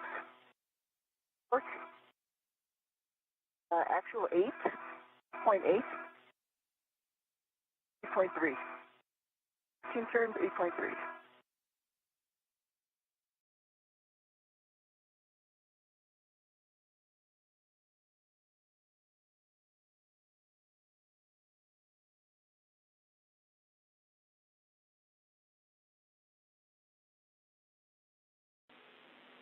Copy, Sunny. We heard 8.3 and 12 turns. Can you confirm green light on the nadir bolt?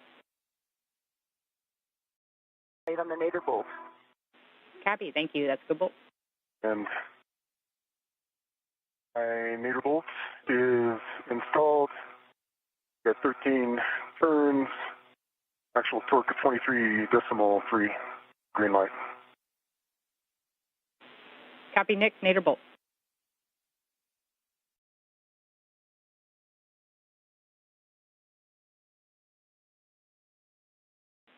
And Nick, if we can have you verify, 12.4. we want to verify that you're not in the Bravo setting still. It just seems like the torque is a little higher than we were expecting. Yep, I was in Bravo. The zenith boat is 12.4 turns, 8.5 on the torque. Green light.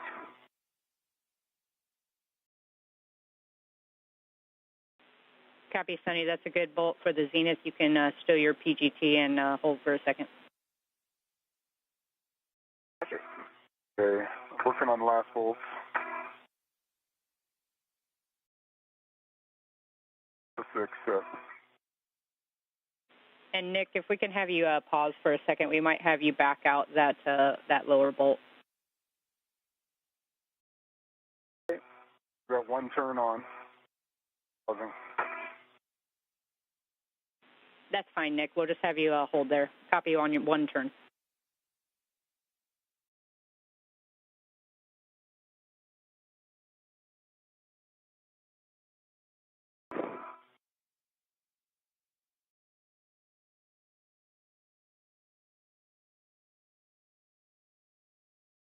In a position for the connector.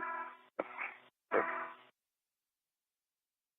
was wondering, because I was like, each empty girl.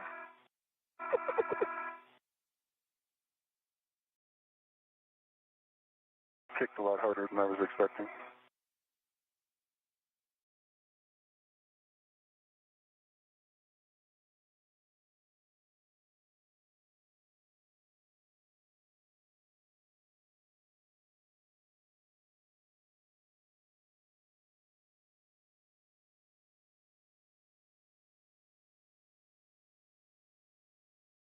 About that APFR. It starts easy and then just hangs up hard, or does it just kind of slowly build up? Stopped. Yeah.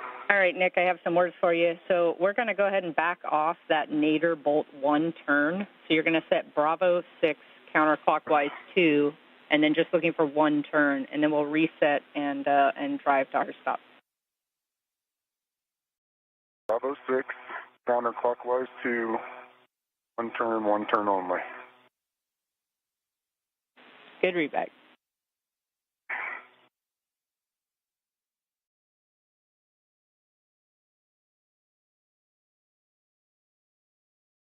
Right.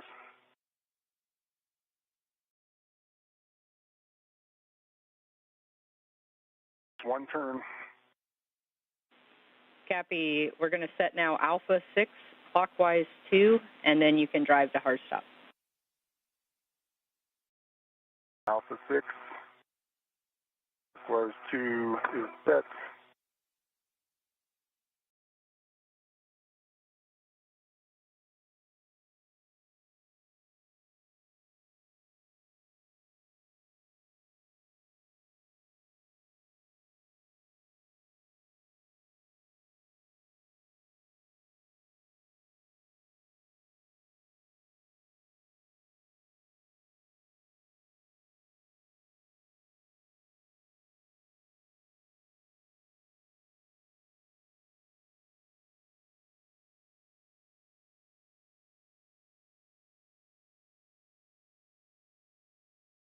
Can I start working on the nadir electrical?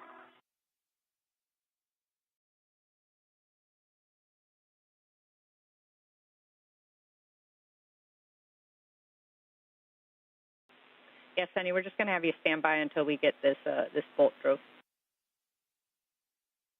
Okay, Jess, I got good green light, 6.2 actual torque, and 1.03 turns. That's the wrong setting. It was on Alpha 4.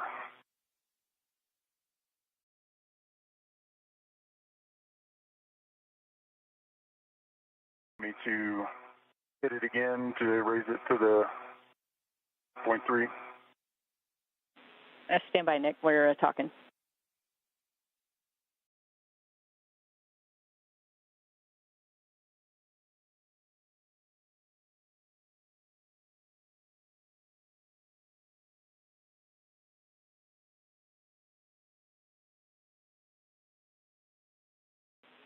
And Nick, you can just switch up to Alpha 6 and then do it one more time for us.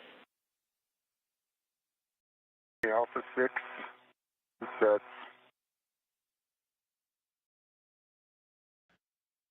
Just over 50 minutes in today's EVA task, as you hear and see the work being done by NASA astronauts Nick Hague and Suni Williams on attaching the replacement unit of the rate gyro assembly unit number 2 that measures the rate of angular motion of the International Space Station, making sure that the torque and all the proper settings are correct for this replacement unit.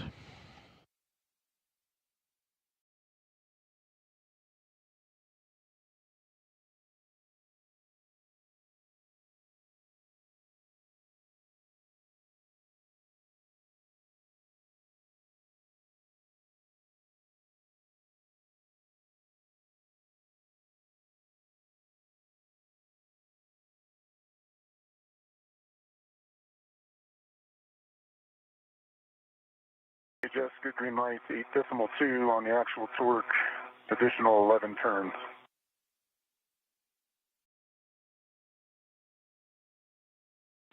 Copy, Nick, and can you confirm green light?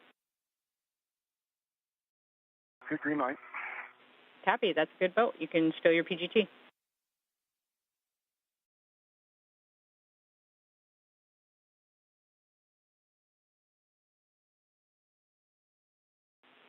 And Suni and Nick, we are go now for the NZGL connection. So again, just looking for a good inspection. And then Suni, if you want to work nadir, that's P678 to J671. Okay. Inspection before. Good inspection on my connector. Pins, no fog, good EMI band. Copy, Nick, and you can connect the aft as well. That's P680 to J673. Copy. Made it over center. Copy. Made it over center on the nadir one as well. Not quite over center. Copy, and to confirm, the TA clamps are still closed. The clamps are closed. We're still working on the nadir. Push that? You can push it from your side? Yeah, I'm going to reach in. Your confirmation of good bolts to connect the new rate gyro assembly unit to its new position in the S0 truss of the International Space Station, and now NASA astronauts Nick Hague, which that is his viewpoint that you are seeing on your screen now, alongside with his partner for today's US 91 EVA, are connecting or reconnecting the rate gyro assembly.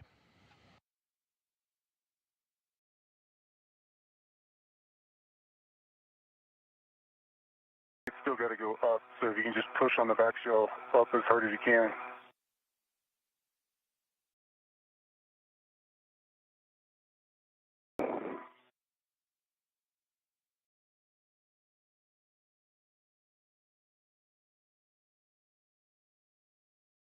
Almost there.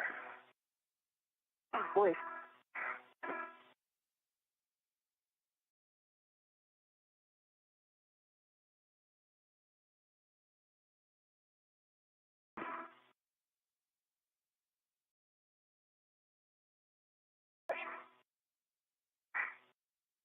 What are those two sides look on that? The sides? Yeah. Is there any gap in between them? There's no gap. It looks like the soft dock was aligned. We've got the back shell most of the way up. Just a smidge short of Over center. Yeah.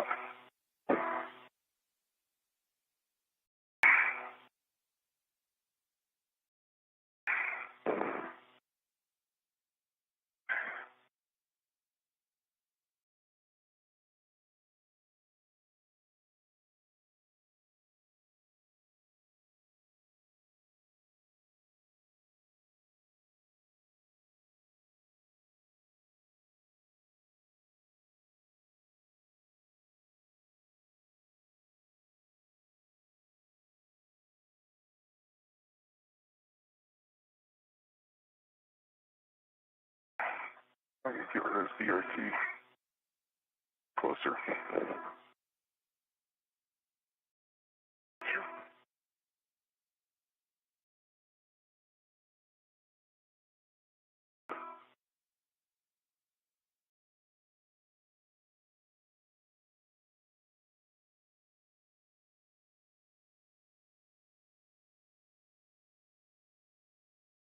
over center now.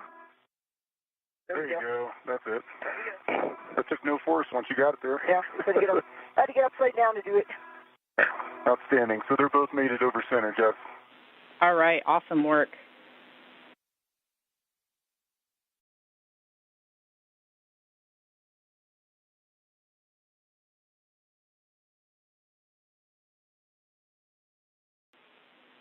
All right, with that, guys, the RGA install is complete, so we're moving over to cleanup now. Sunny, you can egress the truss and check your safer handles down, and then you're going to go retrieve your crew lock bag from the starboard feeder cart.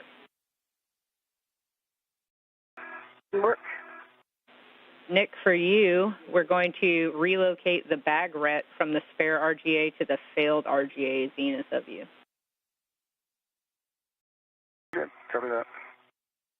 And Nick, once you do that, you can then disconnect the other ret that's on handrail 3519, holding the failed RGA, and then stow the failed RGA in the ORU bag.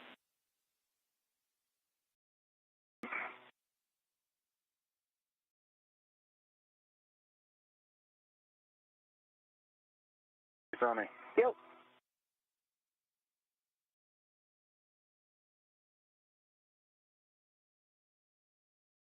All right, you got the moon behind you too. I'm gonna keep moving. Got it. This is Mission Control Houston.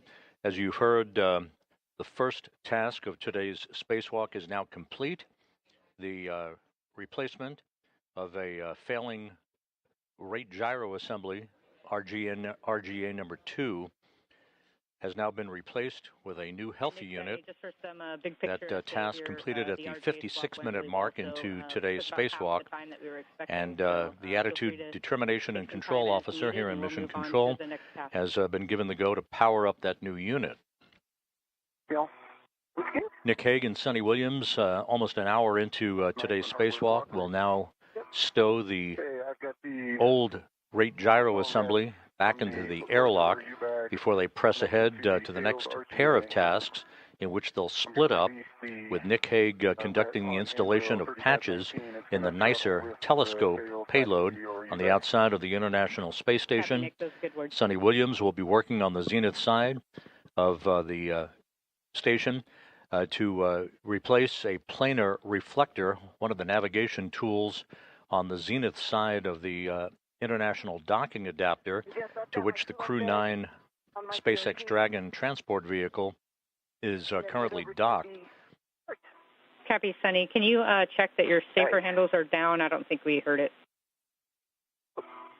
Yep, sorry about that. Okay.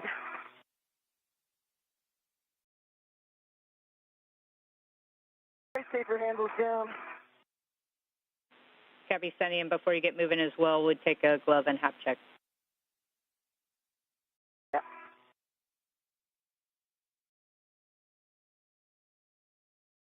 Left safer handles down.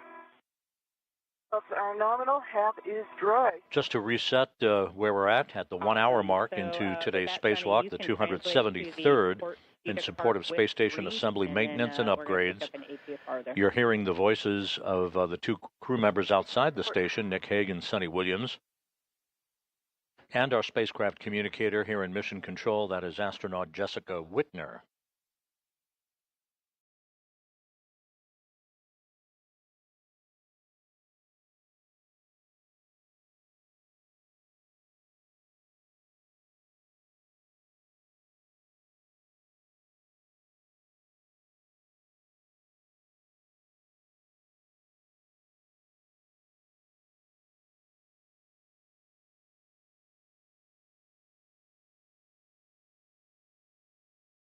Under the empty on the port card.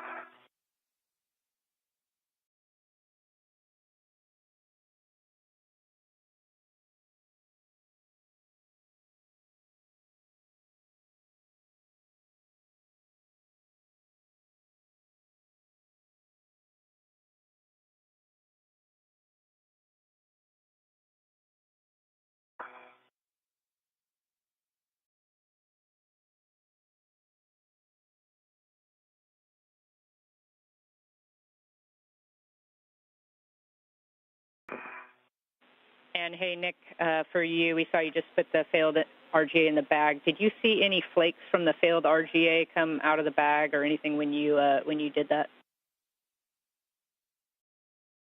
No, I haven't noticed anything coming off the failed. The only thing I've noticed is the stuff coming off what we put in. And since I pulled it out, I haven't seen anything hanging around in the bag. Okay, Nick, copy. And if we could just have you hold there for a second. We're talking about the RET configuration in the bag and potentially making a change to reduce the amount of flakes that may come off of the failed now. Okay. Hold here. And Sunny, for you, I do have APFR settings when you're ready. Okay, stand by.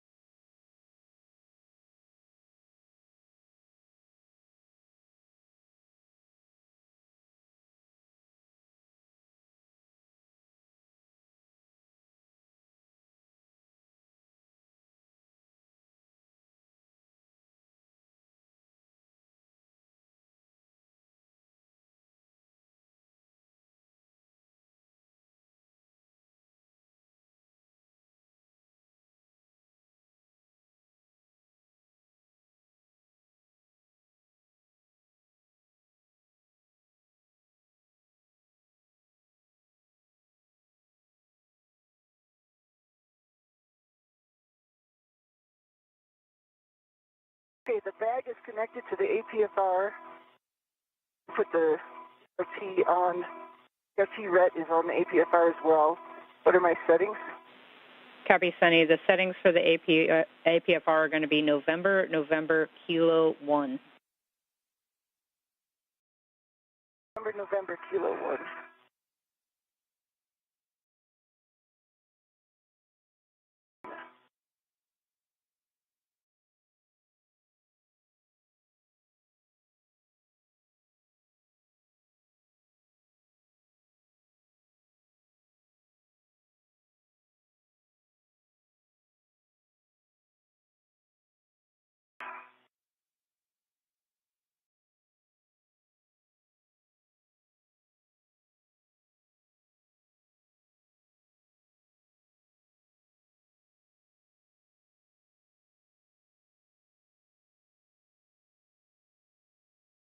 I think I'm going to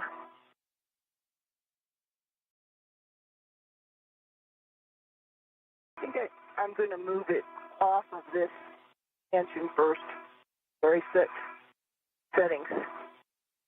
That's okay with you? Down here in the heads and the bunch of stuff. Copy, Sunny, if that works for you.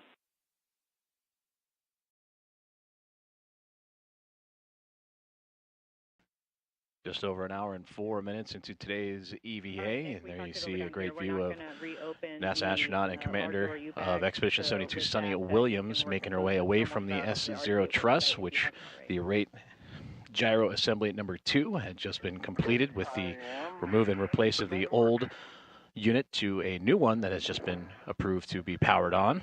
And then also in that field of view, you see the SpaceX Dragon for Crew 9 off into the distance, as both Sunny Williams and Nick Hague will stow the old rate gyro assembly unit here shortly before continuing on with today's planned tasks. And those tasks will include the removal and replacement of a Harmony Zenith planar reflector, which is actually close to that Dragon spacecraft, as well as the installation of a neutron star interior composition explorer patch, or the NICER X-ray telescope experiment, and prepare the alpha magnetic spectrometer patch panel for future upgrades. All right, remind me just this pitch setting here. November, push in, unlock, unlock. And from saying November is correct.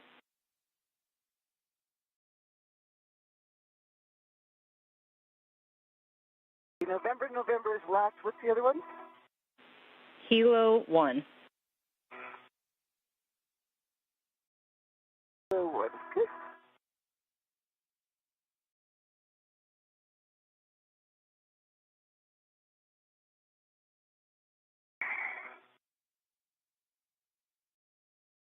I have a large ORU on my BRT. Copy, Nick. Large ORU on your BRT, and can you confirm the thermal shroud is closed? Working on it. Copy. Trying to get the BRT on ORU before I have to on my safety tether getting around the way. Copy, no problem.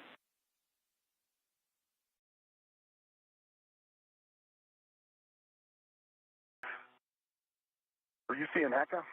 Out of curiosity? Yeah, affirm. I see your Hecka now. I've got the Velcro down on 3520, working my way up the I saw too.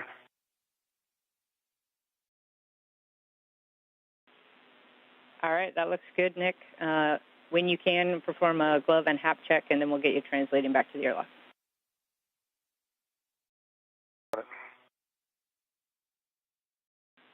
It's Sunny for you. Once you get the APFR set, just verify the pitch knob's locked and can be depressed. Pitch knob is locked and can be depressed. Yes. In its correct setting, I'm going to put it on my BRT. Copy.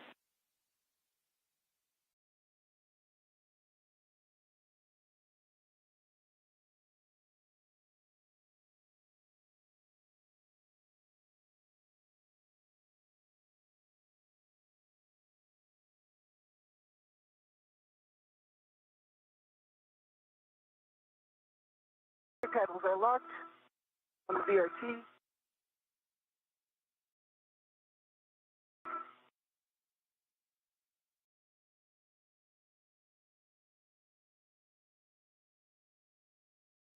You should be able to seat down.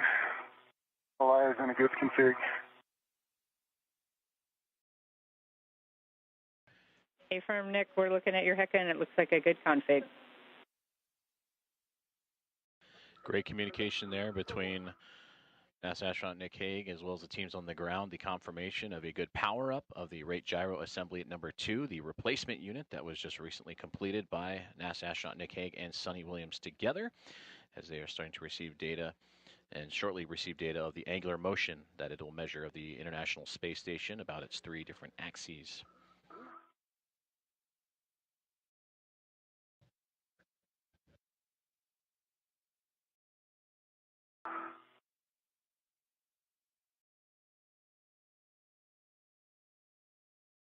Eyes on the GPS antenna after it leads off.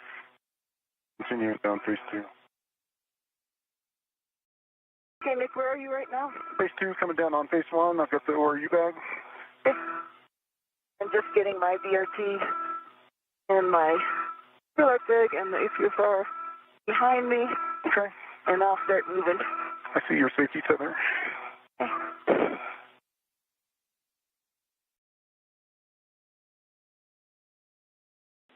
And Sunny, it looks like we lost your Hecka again. If you could see if that powered off.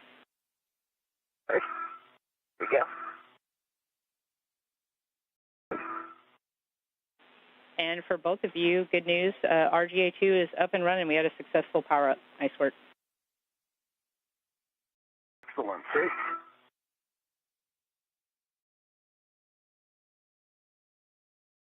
Under the MT? I'm just on the starboard side of the lab. And Sunny, I think I hear you're translating now. We just want to make sure we're pressing the seat to cart brakes. Right. With something else. That.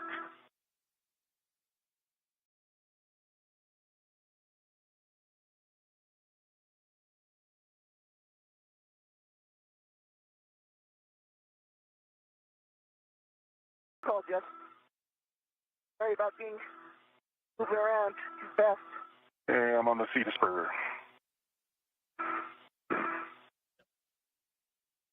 Wonderful views from the helmet cam of NASA astronaut Nick Hague as they are translating from the S0 truss on the International Space Station about the midway point, the backbone of the International Space Station, and you can see the curvature of the Earth below him. And there is the Quest airlock right in front of him as he moves to go and stow the replaced rate gyro assembly at number 2. As for NASA astronaut Suni Williams, she is making her way to the space-facing side of the Harmony module in preparations for the next task for today's EVA, the replacement of a planar reflector that is used for visiting vehicles in their approach to the International Space Station. Press 2 times. Deport 1. Sorry, starboard 1.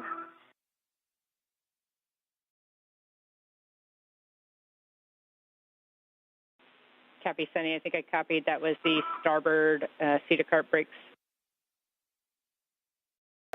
Support on first. On the starboard 1. I'm at the airlock. Thermal cover's open. Copy, both of you. I'm on the strip. And down to the left.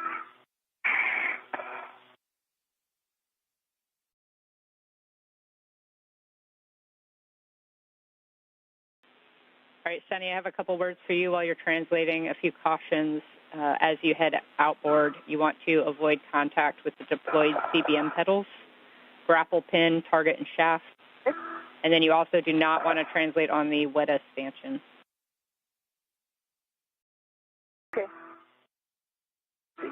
And then lastly, as you... Remind me the handrail, I'm putting my green hook on. Yeah, I'm about to give that to you. The lab handrail 0272, it's going to be the forward in cone of the lab just above the cable tray.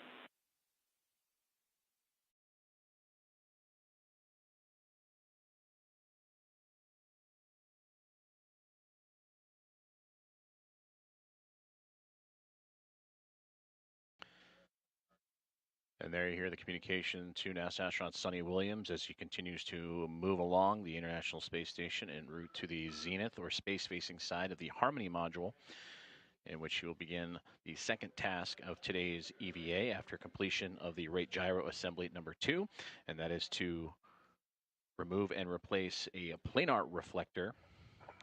And that planar reflector is used among a variety of communications devices for visiting vehicles to measure distance and rate of closure.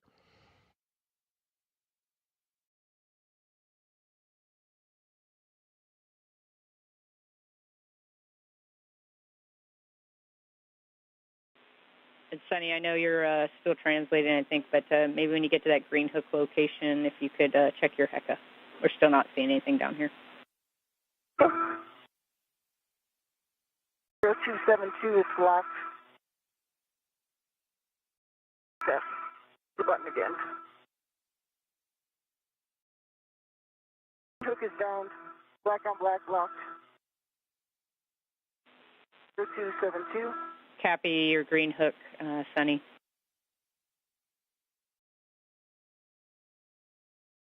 I'm on node 2. Affirm. See you moving on node 2 now, or hear you moving on node 2. We're still working to get your camera view up.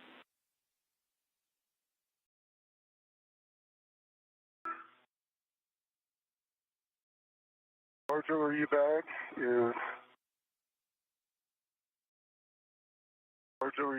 is on the airlock, large, small, that we moved by BRT red, having the airlock bag bundle. Copy.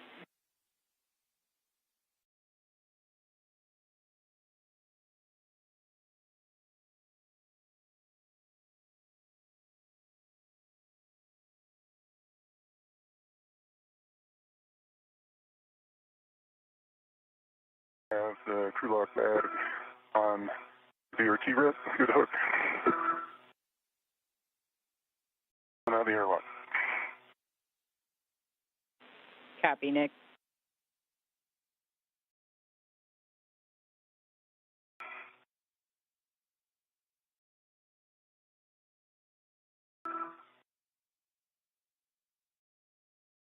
Do you have my HECA yet? Unfortunately not, Sunny. We're still working it down here if you are making your way over there on the zenith side of PMA. I have some handrail numbers for you if you need them. Otherwise, we're looking for PMA 3 with 5 for the APFR install.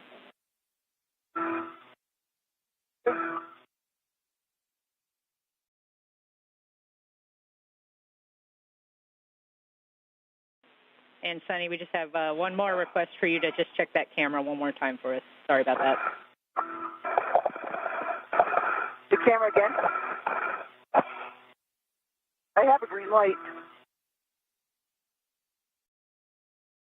All right, we copy, Sunny. You're seeing a green light.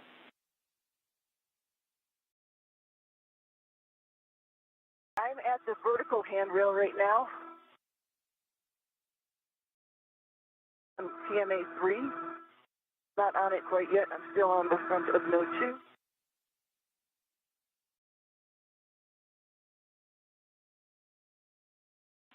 Copy, Sunny. Thanks for the updates.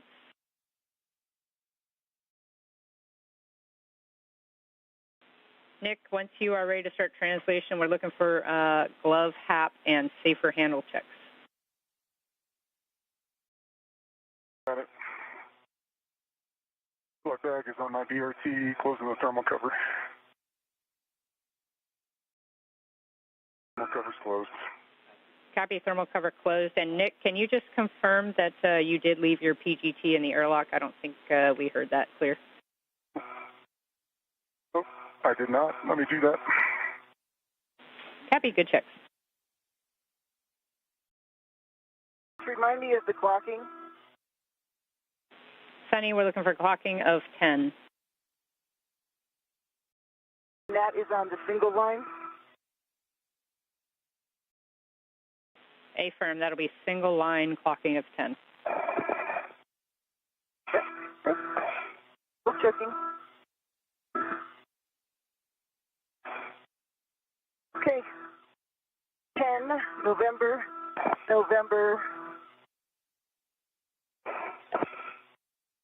One. Let's get the other. Close.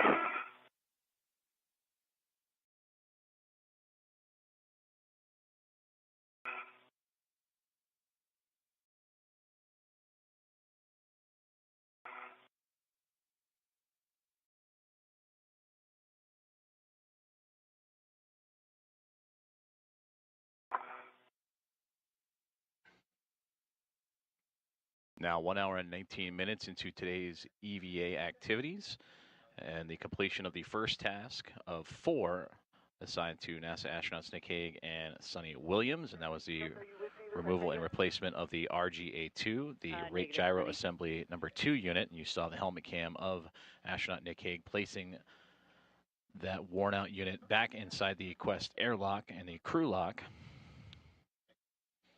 as NASA astronaut Sunny Williams continues to prepare for what would be the second task for her today, which would be the removal and replacement of the Planar reflector, and that'll be just outside the zenith or space-facing port of the Harmony module that's currently occupied by the SpaceX Dragon spacecraft that brought Crew 9 to the International Space Station.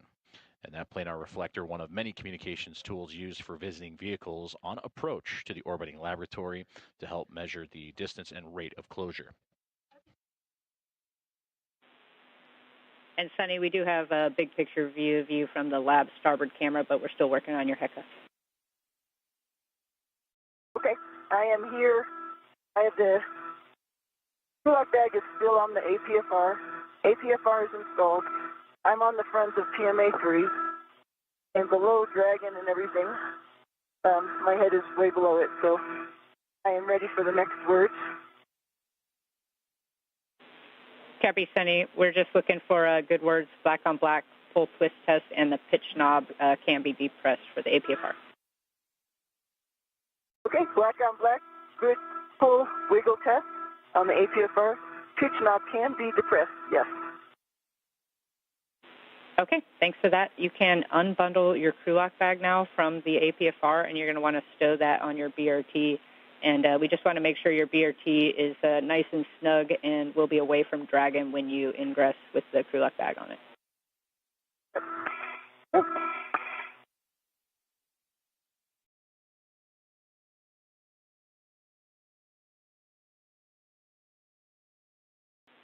And Sunny, we also have a request for you to power cycle your HECA when able.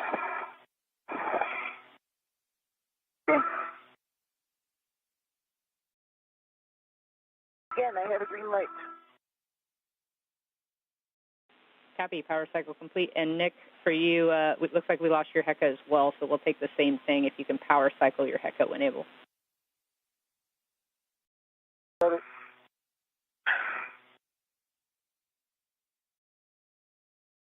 Is off right now.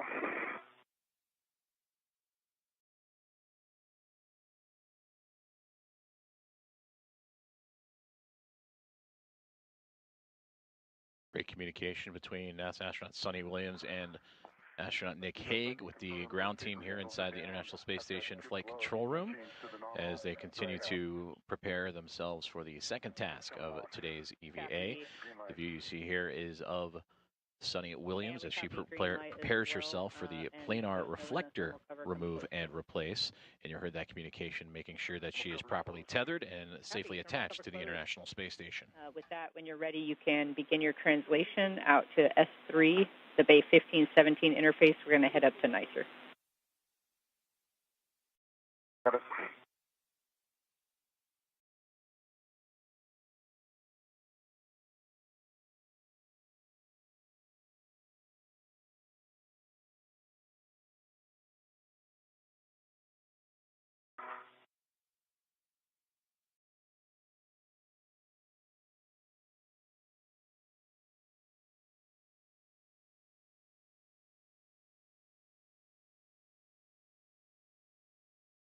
I'm leaving the airlock. Copy, Nick.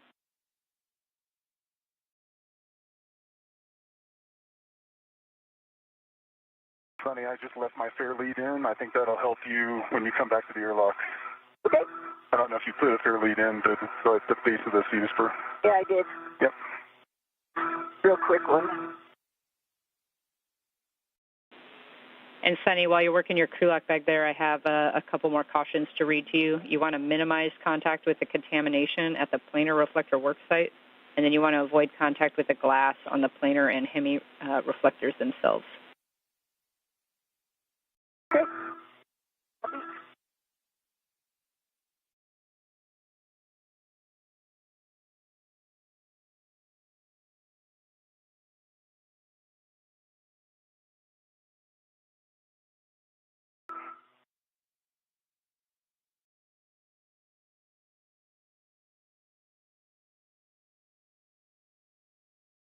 One. Hey, Jeff, I have the crew lock bag on me. I actually have both of the adjustables on my mini workstation to sort of keep it away from everything floating around as well. So, should stay away. Next to my left side.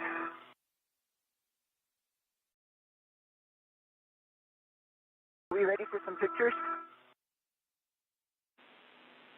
Okay, Sunny, that's a good config with your bag, and we are go for photos. Okay. Remind me exactly what you want.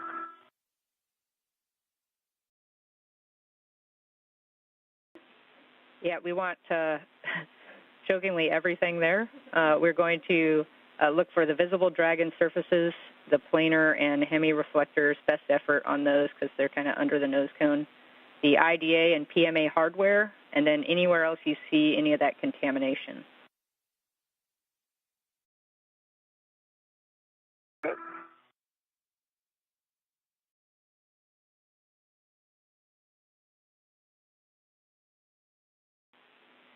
And Nick, we're still not seeing your HECA as well for your assay. We don't have a great camera view. I do have a green hook location. We saw the power cycle. We're troubleshooting on deck, but I do have a green hook location at mile marker 5460. 5460. Good readback.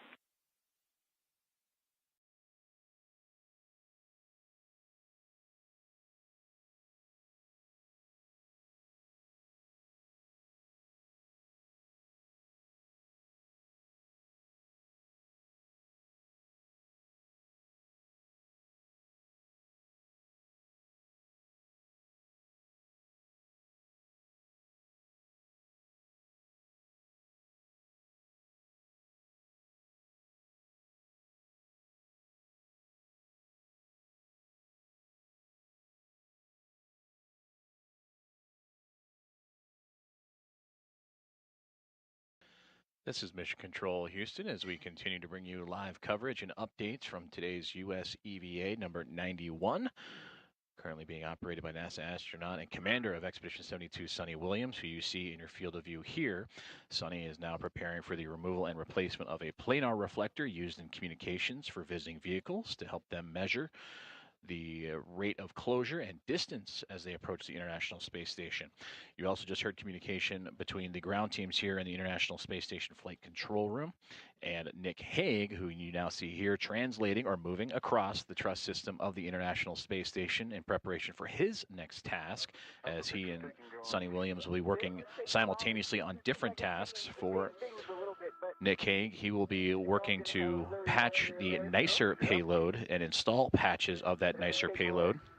And that is an X-ray telescope experiment that studies neutron stars, black holes, and other phenomena. Unfortunately, due to just time and degradation, that has allowed sunlight to interfere with the X-ray measurements during the daylight time as the International Space Station orbits around the Earth. So these patches that Nick Hague will be providing will help reduce that light pollution coming from the sun, and that it can return back to near full strength during daylight hours. Stay on TMA, you can move around and take photos.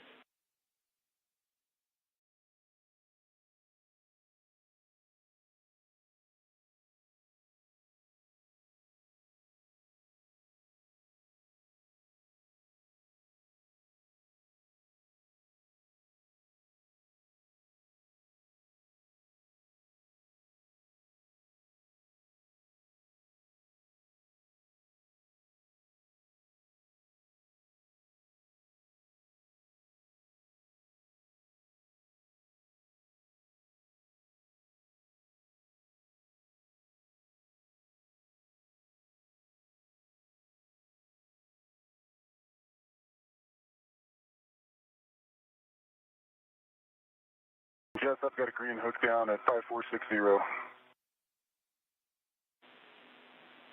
Copy, Nick. Okay. Green hook down on 5460. You're going to stow that crew lock bag number 2 now on S3 handrail 3021. It's going to be the short handrail on the zenith edge of face 1 just above you.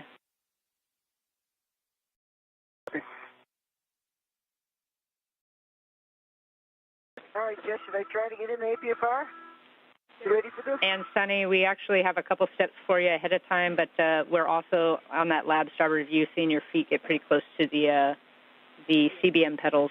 So if you can watch that a little bit. Sorry. And so we want you to actually configure the PGT rad and just have it on your swing arm, so we don't have to get you back out of the APFR to do that.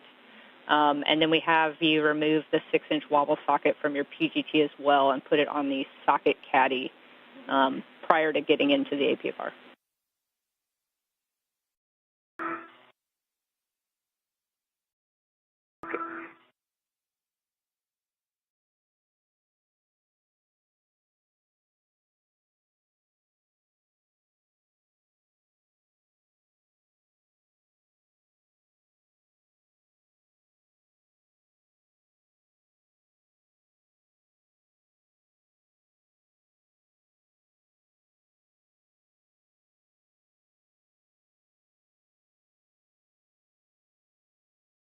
I have that way at the bottom of my bag because I wasn't anticipating we were going to do that. All of that's at the bottom. I'm going to have to yard sale it all out to...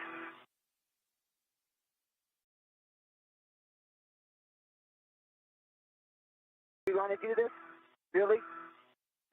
Questioning. Yeah, Suni, we're talking it down here. Just stand by 1 second.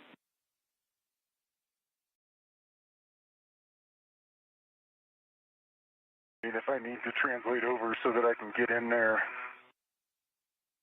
hand it to you, I can. I'm trying to minimize in and out of APFR.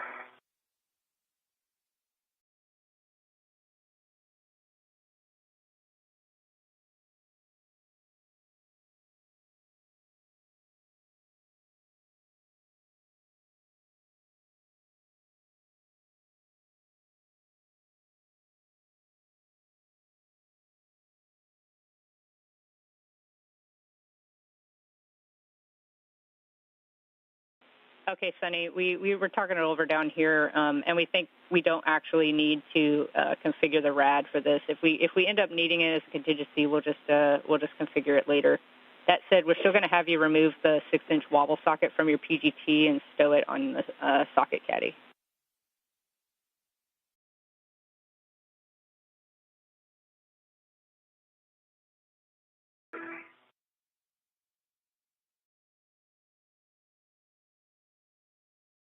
And a great view from the helmet camera of NASA astronaut Nick Hague as he continues to prepare for his second task of today's EVA. And you can see floating off just past that left hand of his, those are the wedge-shaped NICER patches that he'll be inserting into the NICER experiment, the X-ray telescope that helps study neutron stars, black holes, and other phenomena. And he will take those wedges and place them strategically in certain spots on the NICER to help reduce unwanted sunlight from penetrating the X-ray telescope. No, totally understand. No big deal. And once you get that socket off and in your trash bag, we have a request to have you just turn off your HECA, and we're just going to leave it off for a little bit and then try again later. We still don't have good view. I just turned off the HECA. Let's see. No light. My light.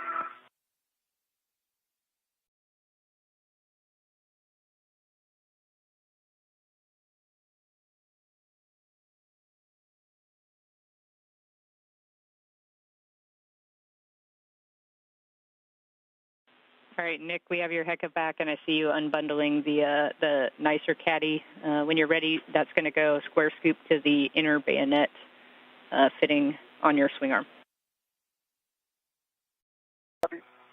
I'm about halfway through. Not. We did that intentionally. 6-inch wobble socket is off of the PGT. PGT is swung back in. Socket is going into my trash bag.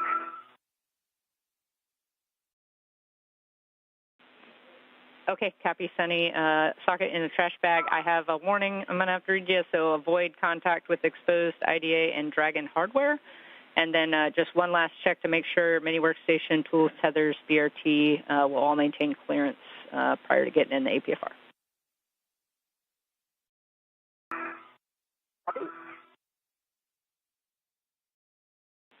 And then while you check that, Sunny, we're just going to hold here for a second while we talk it over prior to giving you the go.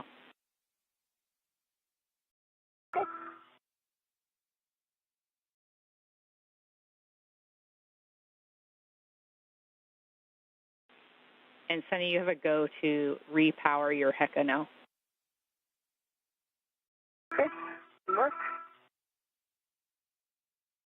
Okay, green light. Copy, green light.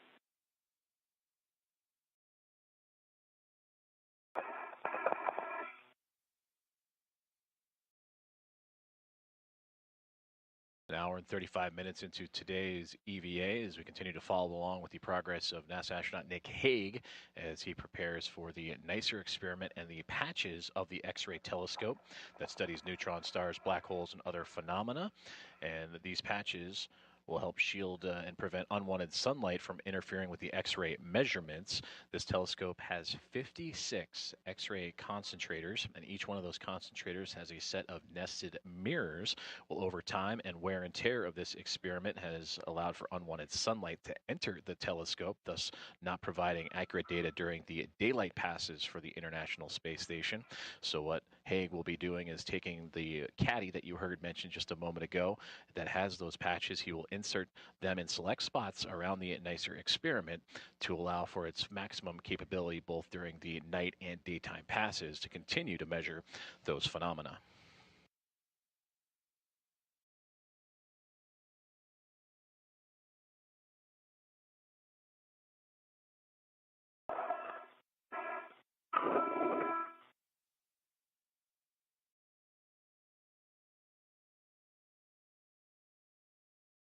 Inactive caddies on my swing arm. Thread hook. All right, copy, Nick. You can continue translation to NICER on ELC2. And I have a warning, avoid contact with the sharp edges on NICER star tracker hood and FRAM clevises. Yeah.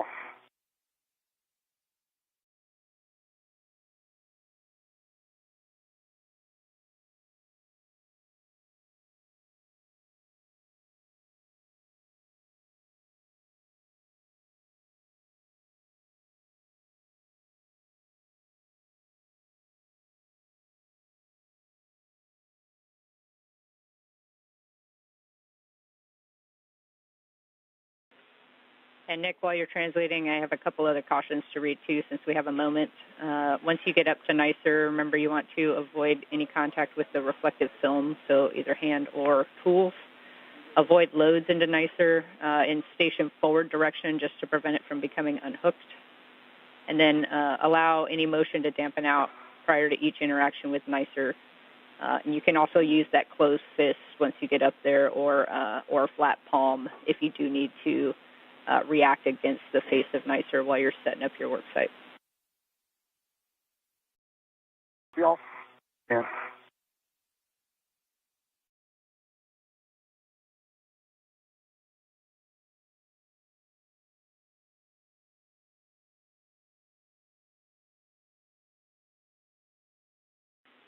And Sunny, we're troubleshooting HECA still down here. It looks like we were getting some good data, but give us a couple more minutes while we troubleshoot and take some photos.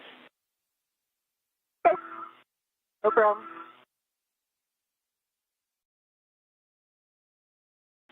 And 1 minute to hand over.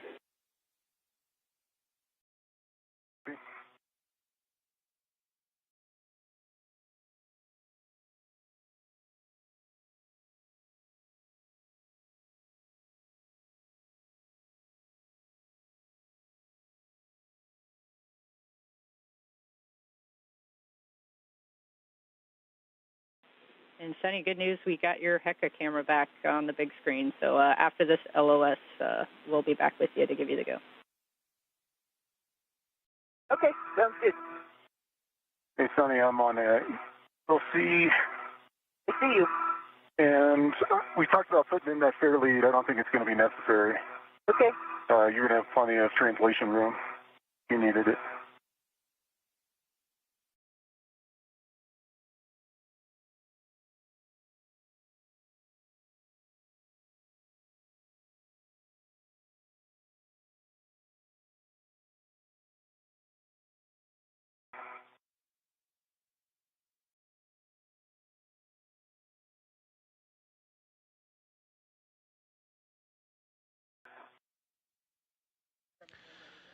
An hour and 40 minutes into today's EVA with NASA astronauts Nick Hague and Sunny Williams as they continue to move along with their scheduled tasks for this extravehicular activity, number 91, and the 273rd for International Space Station assembly, maintenance, and upgrades. They have completed their first task, the priority task for today, and that was the removal and replacement, the R&R, if you will, of the rate gyro assembly number 2. And now the two astronauts are preparing for the second task of the day, in which Sunny Williams, she will make her way over to the zenith port of the Harmony module, and near that she'll be removing and replacing a planar reflector. And those planar reflectors, as you can see here and illustrated by NASA Flight Director Nicole McElroy during the briefing last week, and who is on console today leading the EVA, she'll be replacing that black portion along with the 3 bolts to loosen and replace it as it has become contaminated due to visiting vehicle traffic. So they will remove those 3 bolts around that black portion that has a reflective material in the middle there, that silvery middle portion. So she'll reflect that as it is a part of one of many communications tools used by visiting vehicles to remove or to measure their rate of closure and distance as they are on approach to the International Space Station. And for Nick Hague, he is translating his way over to the NICER patch experiment, or the NICER X-ray telescope experiment that has 56 aluminum X-ray concentrators that capture X-ray light that help measure neutron stars, black holes, and other phenomena that has been since worn and contaminated by sunlight and allowing unwanted light to enter the experiment. And he will translate over and install patches for that NICER experiment.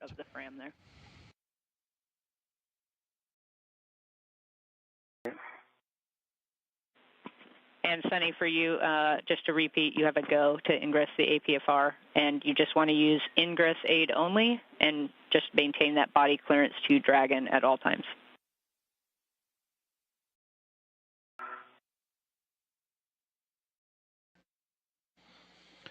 And there you see a great view of the nicer X-ray telescope in front of NASA astronaut Nick Hague, who will install patches and those circles that have each compartment with wedges on the inside for those patches. There's 56 of those select ones identified by the nicer experiment, and the team on the ground here, both in Houston and across the country, have identified areas where unwanted light is entering, and that is what Hague will be identifying and patching up so it can return to its full capacity.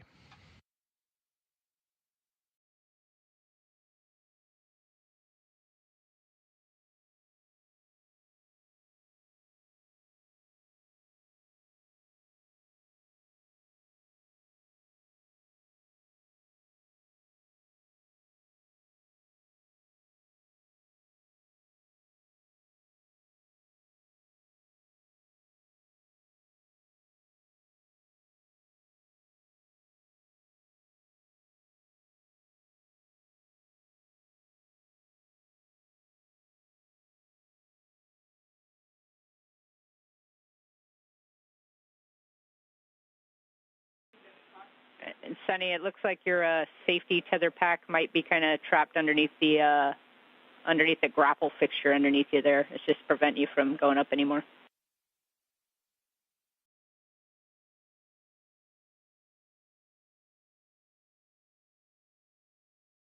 Thank you.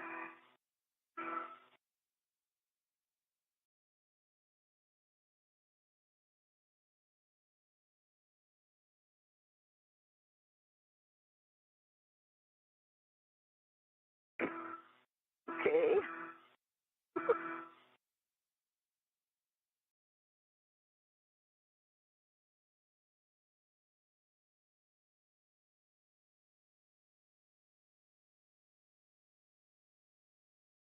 Recommended I go this way, right?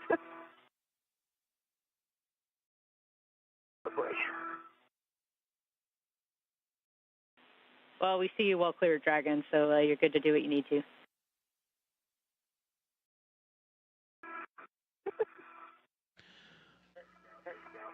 A great view of astronaut Sunny Williams as she continues to prepare for the removal and replacement of the Planar reflector just outside of the zenith port of the Harmony module. That is the space-facing port that is currently occupied by a SpaceX Dragon spacecraft that brought Crew 9 aboard the International Space Station. That occurred back in late September, but the Planar reflector is right there, just a few bits of distance away from that spacecraft, in which Sunny Williams will release 3 different bolts and actually replace the actual reflective portion of it all that both the Dragon and other visiting vehicles use on approach and docking to the International Space Station.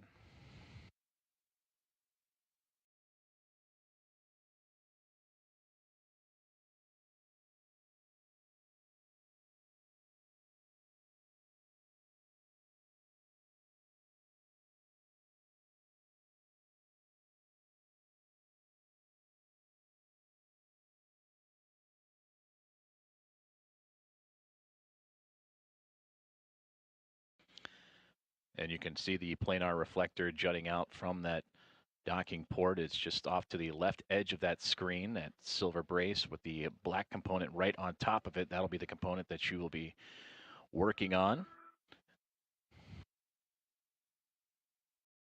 And again, that is to help with a multitude of communications devices for visiting vehicles to use as a reflector to gain insight on the rate of closure and distance as they approach the International Space Station.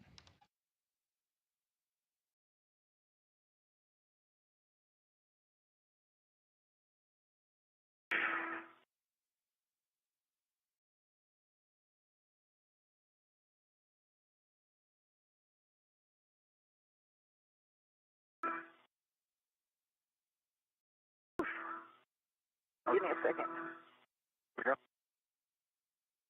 Try not to touch anything. I hear you. Yeah, Sunny, no rush on anything. Again, we're still looking great on time, so feel free to take a break as needed.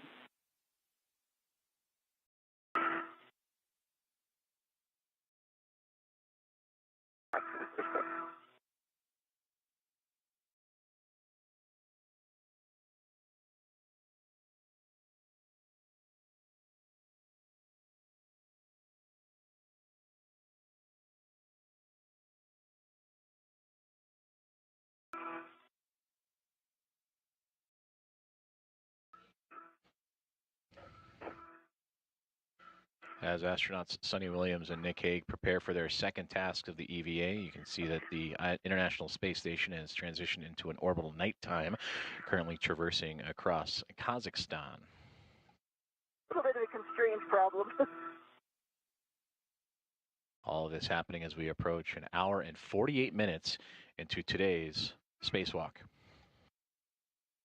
And then for the nicer team, I think I've covered the middle third.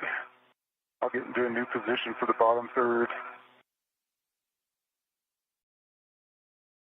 Copy, Nick. We're ready to copy that position.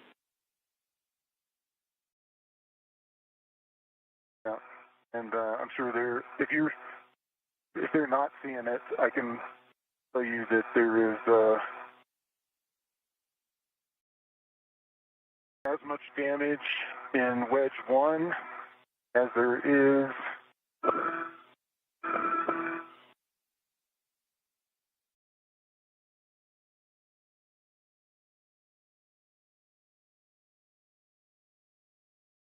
the F5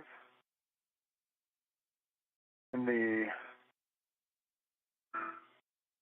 3 o'clock position. Almost all of the grids are exposed.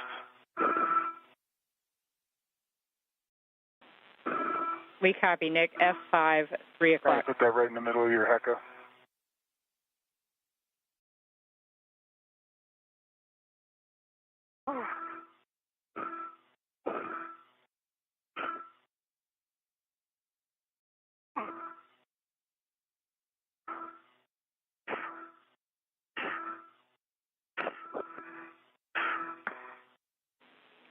All right, Nick, once you're ready to start installing patches, we're going to add an additional patch to that location you called out. Okay. Right. My right leg in. On my left.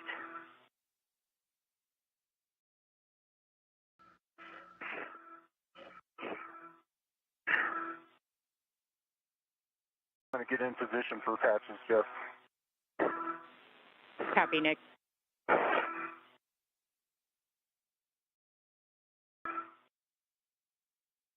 Yes, you have my HECA, right? Yeah, Sunny, your HECA is good.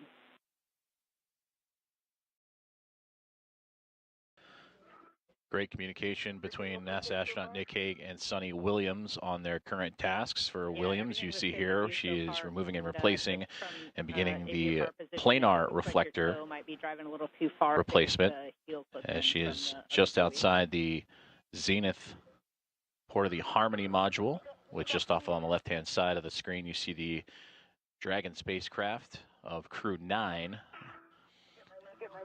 And just before that, you saw NASA astronaut Nick Hague doing a visual inspection of the NICER experiment, the X-ray telescope that has received damage over wear and tear and time, and additional patches, and upon review and visual inspection of the NICER, where additional patches and adjustments and improvements overall could be made. All right, Sunny, just to confirm for us, just wiggle around the APFR, make sure we're good and locked in place. I'm locked in place, yep. Yeah, nice work. That was a hard work site to ingress, so nice job. With that, we'll position your BRT now and that crew lock bag access while maintaining clearance to Dragon, and then we'll start getting the EVA wipe with the RET out of the crew lock bag.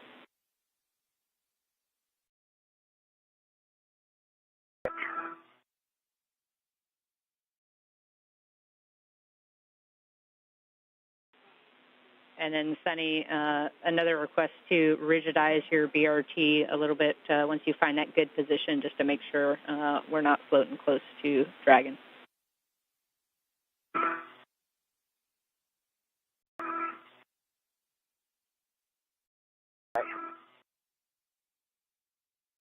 And Nick, we see your heck of you and installing patches.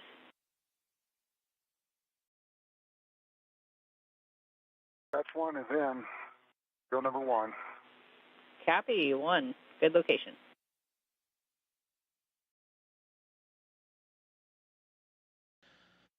And again, another great view from the camera on the helmet of NASA astronaut Nick Hague as he begins the patching of certain pie-shaped wedges on the NICER experiment, the X-ray telescope that helps measure neutron stars, black holes, and other phenomena that have been damaged over time and allowing unwanted sunlight to enter and throw off the X-ray measurements. And you see those pie-shaped wedges throughout the experiment from his view, and those are where he will insert those patches from a caddy that he has attached to his spacesuit. And a good view of the tool he is using and inserting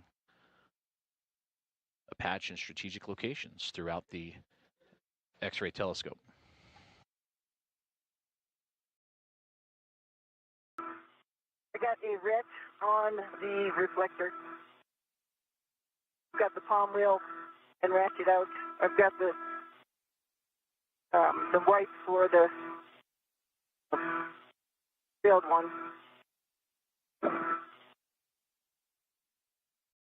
Ready to try to undo the bolts? And Sunny, before that, we'd like you to just we'd like to get some words for visual inspect of the planar reflector. Just any words on the contamination there. And if you can get it in your HECA, we'd like that, but we can't quite see it. I don't want to lean over too much, but it has it looks like it has white powder all over it, particularly on top of it, and as I'm looking at it, right-hand side, the forward side, the left-hand side, the aft side towards station, is not as dirty, but the whole reflector top has this white film on it, looks like. I don't know if it's dust or it's film, I'm not touching it.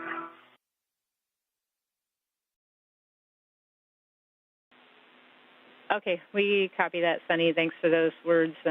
We just can't quite see it as good in a heck of view.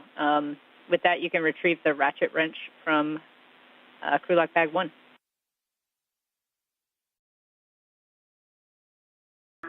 Try and take a picture. Yeah, and some pictures would be great as well. I have a warning and a few cautions to read to you when you're ready.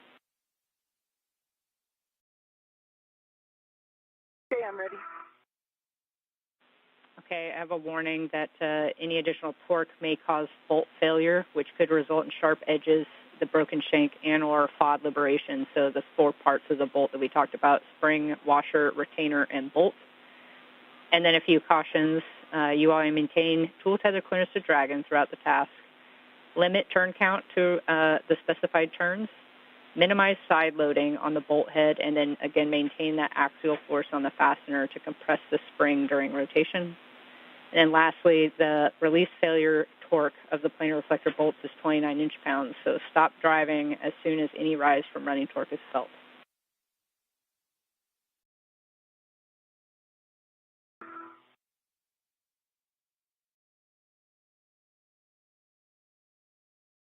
Are we ready to try one?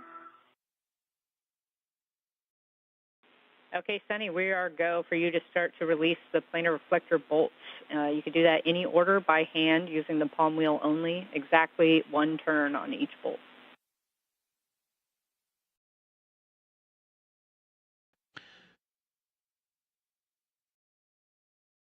Great communication there between NASA astronaut Sunny Williams and the team here inside the International Space Station Flight Control Room and Mission Control Center, Houston, Texas, as she gave the explanation and the reasoning for the removal and replacement of the planar reflector, as it is currently contaminated and reduced in reflectivity that allows for visiting vehicles to communicate with the International Space Station and to measure its rate of closure and distance. I got a little bit of a turn on it.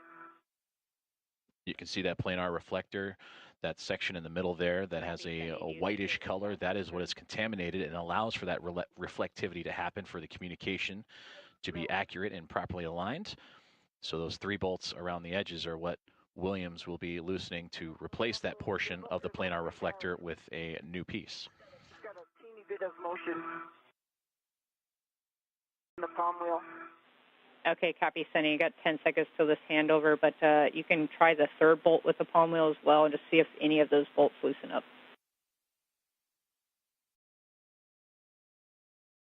Which of the palm wheel?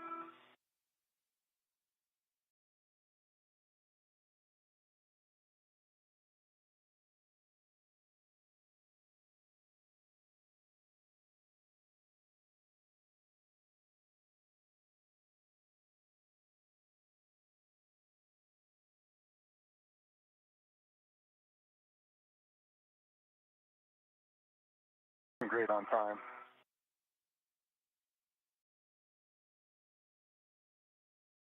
See, there's a space between it and the.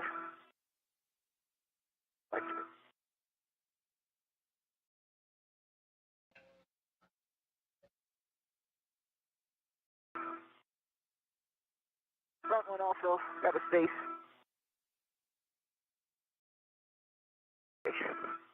Taking a chill pill. Good idea.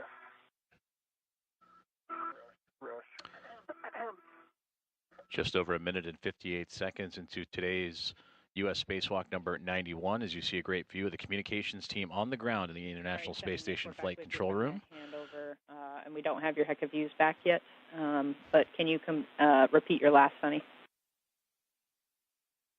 Yeah, I think I got a turn on the forward one and the aft one. Pretty positive. And then the one that's in the center, I got like a half a turn. I feel like it's getting looser.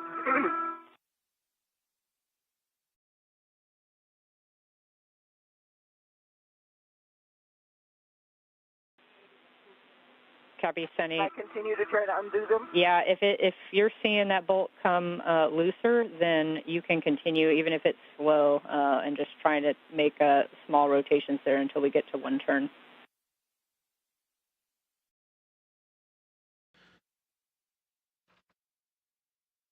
Great communication there between the teams as they continue to work. Sunny Williams, NASA astronaut, commander of Expedition 72 on the removal and replacement of the planar reflector.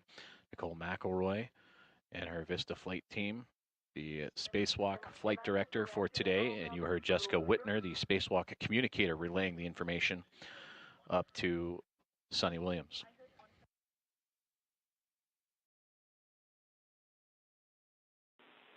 And Sunny, we just want to confirm, do you have 1 turn now on all 3 bolts, or is there 1 bolt that's still causing issues? It's just far away, so I haven't been putting my hand on it too far, but I got it to get looser. The one that's closest to dragging, and I'm just worried about, leaning in too far. I got it to move. To stay away, can I just use the ratchet?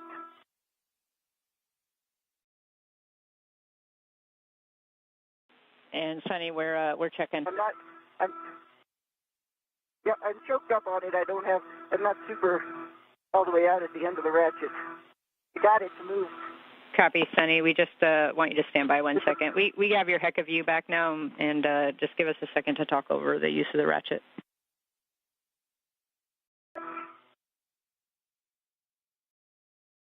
Just while I've got a little break in the comms, I'm flying my HECA at location 5 in the 5 o'clock position. There's about 16 grids missing. It goes out radially, starting about from 1/3 of the way, up from the center all the way to the edge. This is something that would have been obscured by my photos from the MRM2. I don't know if you guys can see it.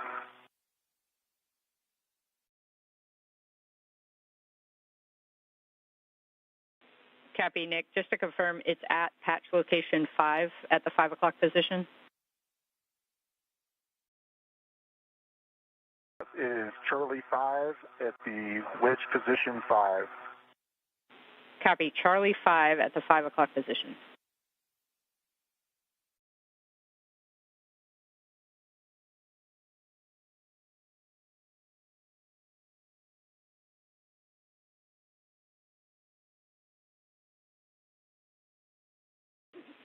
All right, Nick, you have a go to install an extra patch there. It'll be patch number 9 to that Charlie 5 position.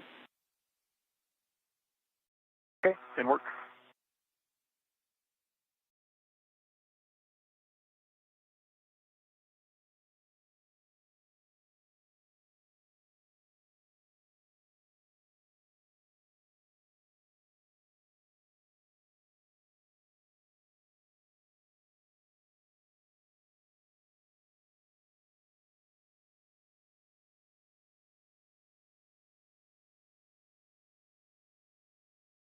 Resting up those arms, Suni?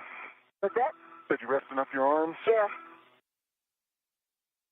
I mean, they all turned, so I'm not super worried about it. It would just be a little bit easier just because of the reach to use the ratchet. Yeah. Just slowly.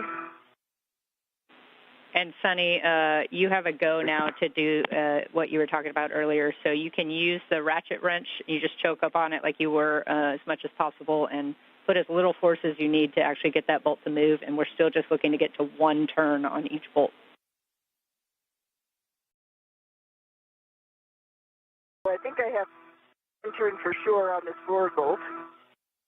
No, I do. The aft bolt, let me just like a half a turn more. There we go. And the inner bolt, get like a 3/4 there. I just got it to get loose. Okay, I got like turn on each. See space. The aft one, I'm not leaning in there, or the one farthest away from me, I'm not leaning in there, but it definitely turned. Copy, Sunny. That is good words. With that, we are go to continue to release these bolts. So you can release by hand the bolts until they pop out. We expect them to pop out after 8 turns. So if you want to get all to 8 and then turn each one 1 turn until they pop out, you can do that, or you can do each one individually.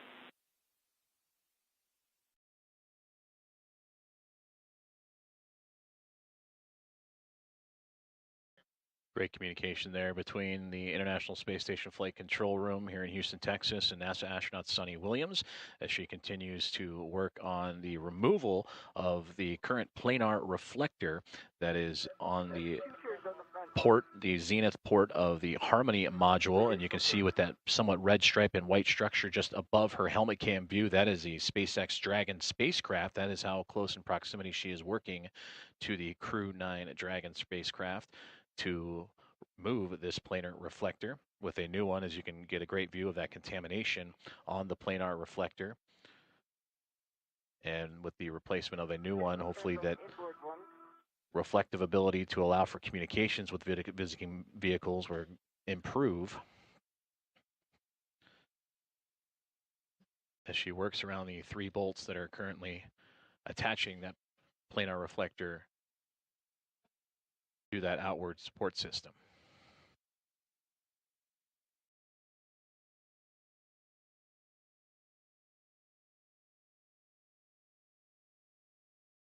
Additional turns on the aft one. I'm not able to do this just with my fingers. Copy, Sunny, that's okay, and we're tracking your turns down here as well. Working on the aft one again.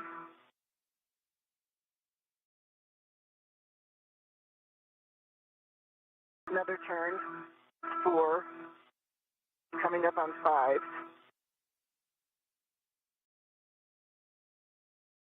5 turns on the aft.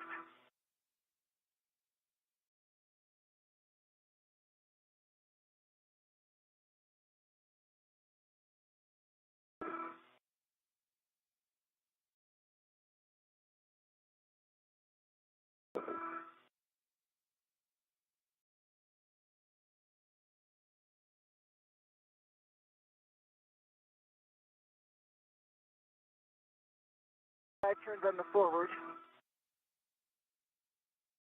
See the springs, but they're not popping yet.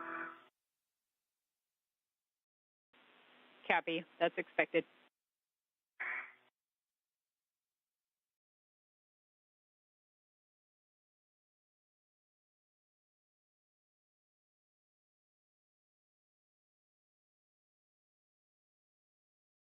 Turns on the inboard.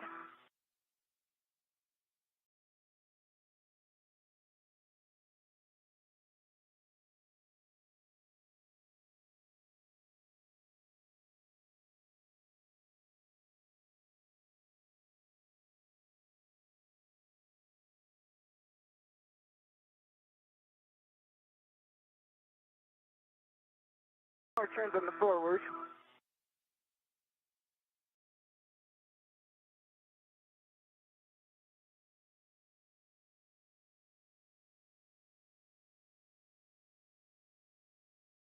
Great views of NASA astronaut and commander of Expedition 72, Suni Williams, working on the removal and replacement of the planar reflector, issuing equal torque to those 3 bolts to have that current planar reflector be removed and replaced with a new one to allow for greater communications ability for visiting vehicles. Yes, Sunny, it looks like we're tracking about 7 total turns now on those 2 bolts, and once you get that off one done, 7 as well. So you got 1 more turn before the potential for it to pop out. I see it's moving now. Obviously, there's space. They all have 7 turns on them. 1 more turn on the forward. Copy. And then once all these bolts pop out, I know you know this, but the reflector will be free to float. There's no soft off. Yep. It's tethered, just FYI. Forward. 1 turn more on the forward. I did 8, but it's not topped yet.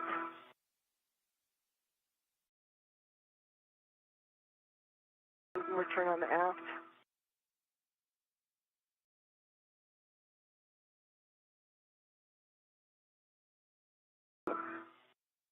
Turn on the inboard. Still stiff. I can't turn them with my hand. For the forward one.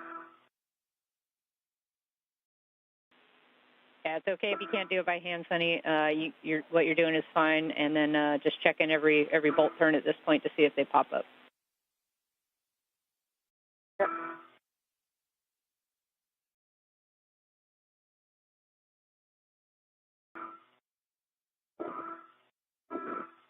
One more on the front. It looks like it's popped up.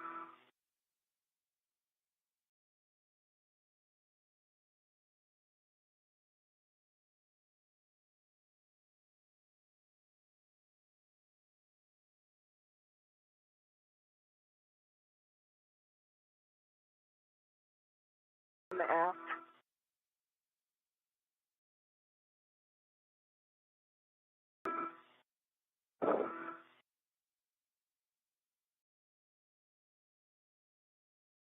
On the inboard. Popping yet. I think I have 9 turns on each so far. Correct?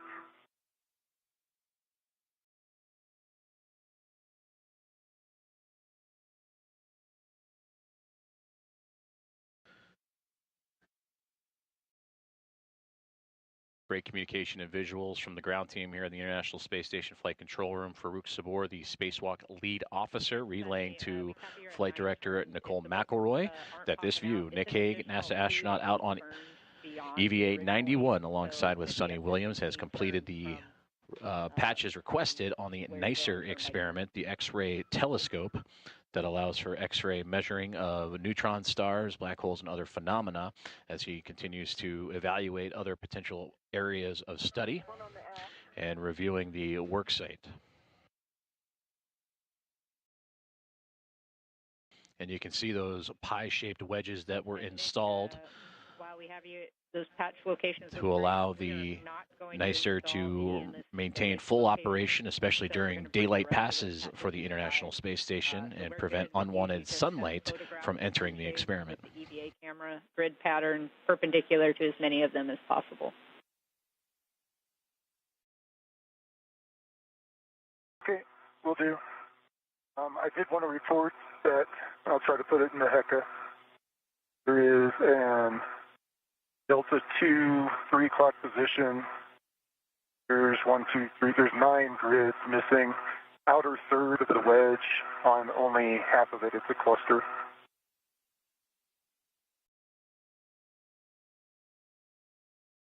The forward one. Okay, Nick, team's talking.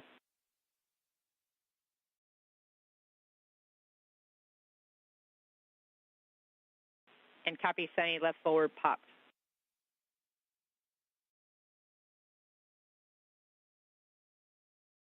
Meaning it's released. I like that word better. Yeah. Sorry. It's all good. Last one's almost there. I can tell it's at 11.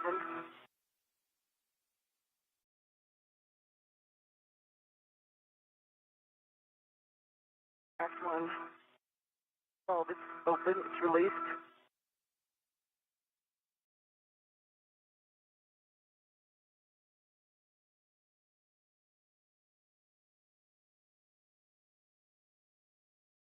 No, it's all released. Awesome. I see it released. 12 all around. Nice job. Copy, nice work. We're going to stow that in the EVA wipe and then pin that back to the crew lock bag.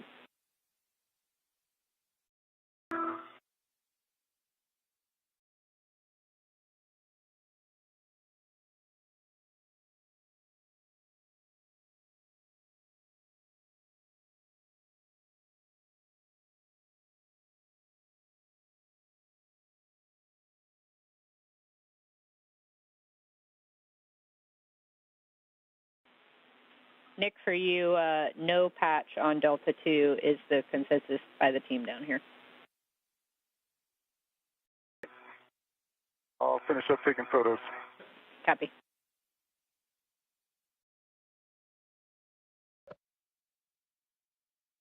Communication in relation to the NICER experiment that you are seeing in Nick Hague's helmet camera, EV1, on the left-hand side of your screen, as he has completed the patching of the damaged areas of the NICER experiment, the X-ray telescope, and a part of those 56 entries for light to enter, or I should say X-rays to enter, X-ray waves to enter and measure phenomena such as black holes and neutron stars. Those patches have been complete, and for Hague, he continues to take photos to evaluate potential future opportunities as well as just the overall state of the work site.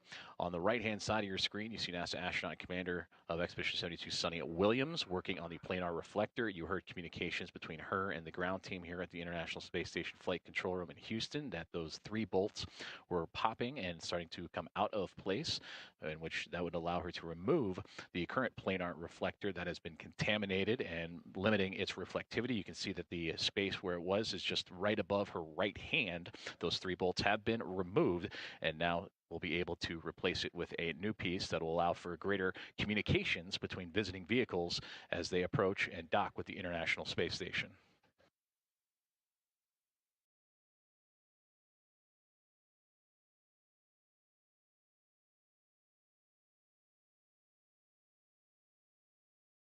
The plan for the install. Did you?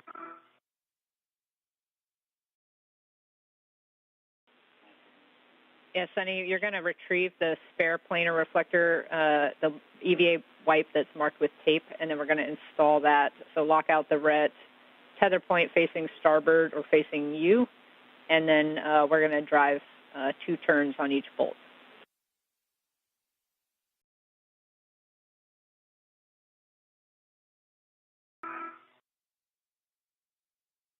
There.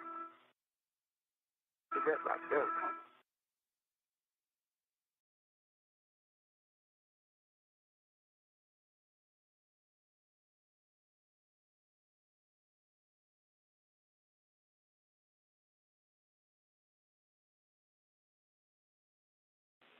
Sunny, I know you're working crew lock bag ops right now still, but when you have a natural break, we will get a glove and hap check from you.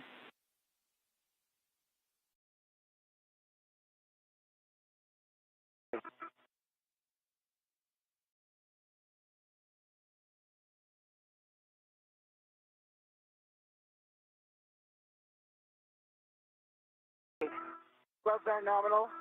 Hap is dry. Copy, glove and hap. Hap is there. Out of the right.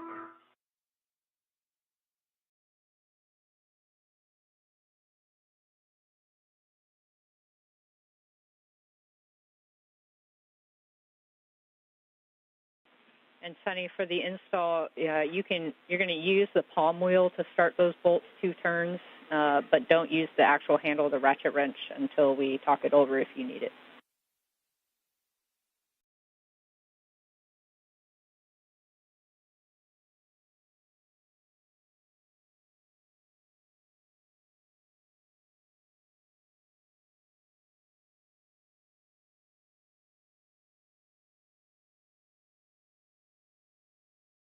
I'm going to see if I can start it by hand.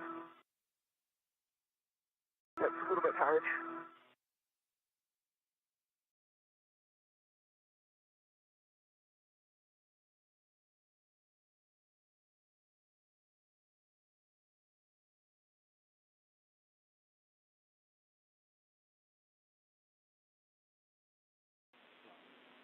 All right, we copy, Sunny. We're 3 minutes to sunrise and still looking great on time, so take as much time as needed.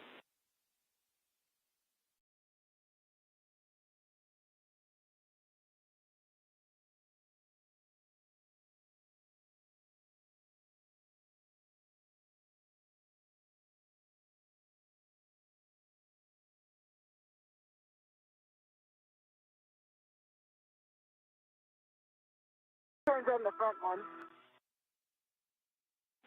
Copy, 2 turns on the front one.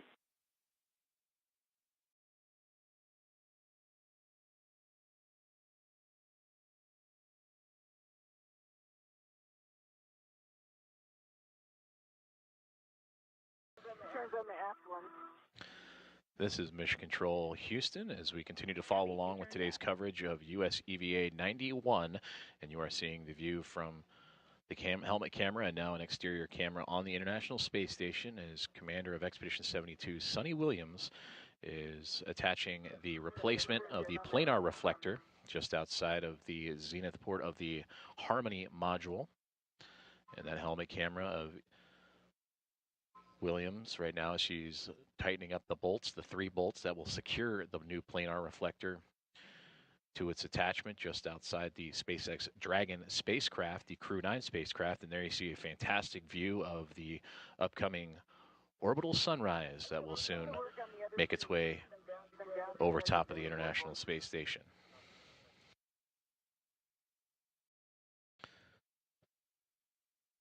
We are just over 2 hours and 20 minutes into today's EVA as we are continuing to track the progress of both Sunny Williams and Nick Hague as the International Space Station currently making its way into a orbital sunrise as mentioned. And again, another great view of that horizon just off on the right-hand side as the International Space Station currently passing over the Pacific Ocean.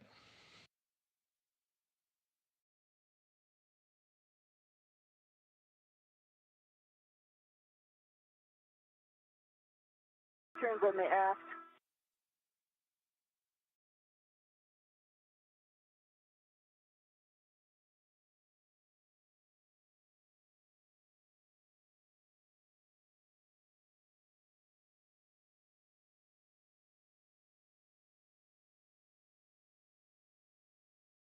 Turns on the forward. 3.5 turns on the forward. But the one that's inboard most, can I try to use the ratchet just because it's far for me, and I feel like I'm putting a side load by putting my hand over there? I have the other 2 down at least 3 turns. 3 on the front, 4 on the aft.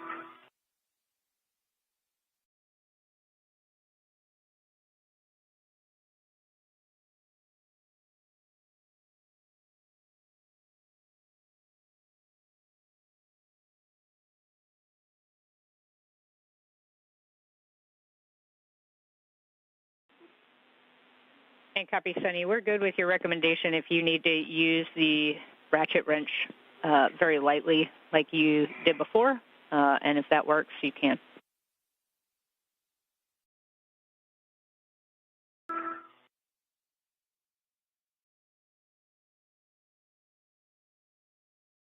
Yeah, I got that one started now.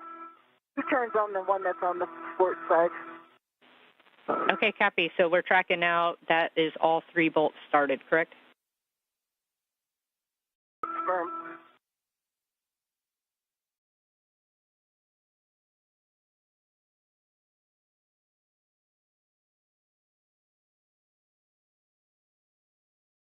Because I'm on that one, I'm doing 2 more turns, so it's going to be 4 on that inboard one.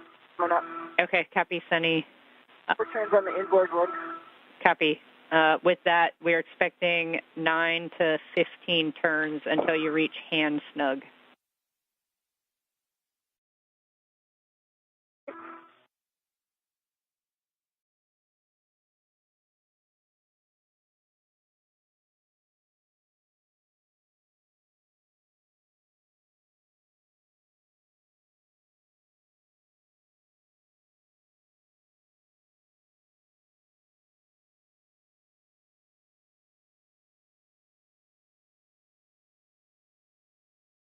On the forward. I'm doing some more on the forward. Copy, Sunny.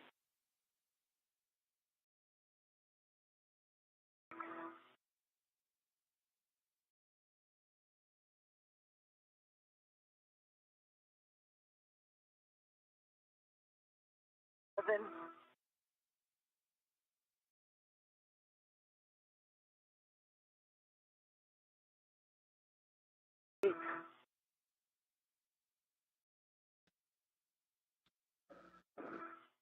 For those just tuning in, you're watching live coverage on NASA Plus of US EVA 91 and a view of NASA astronaut Suni Williams as she continues to work on removing and replacing a planar reflector used in communications for visiting vehicles. With the visiting vehicle just within arm's reach, the NASA SpaceX Dragon, the Crew 9 vehicle that arrived on station a couple of months ago, back in September, actually. Approaching 2 hours and 25 minutes into today's spacewalk. Joining Suni Williams is NASA astronaut Nick Hague. So as Williams is working on the planar reflector remove and replacement, astronaut Nick Hague is completing his patchwork of the NICER experiment. The NICER is an X-ray telescope that studies neutron stars, black holes, and other phenomena. That had thermal shields over the detectors, preventing sunlight from interfering with X-ray measurements, but those have since been damaged and deteriorated over time. So Hague has installed patches to help reduce that unwanted sunlight on the NICER experiment, also known as the Neutron Star Interior Composition Explorer.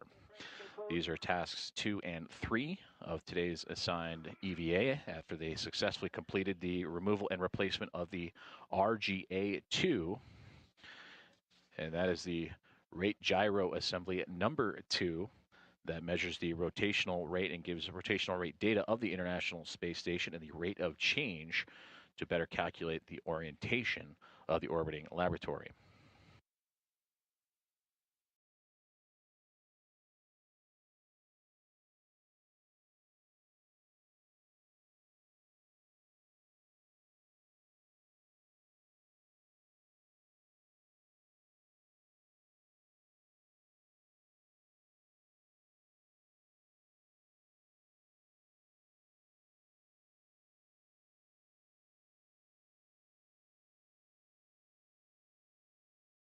Good gloves, dry out. turn on the inboard.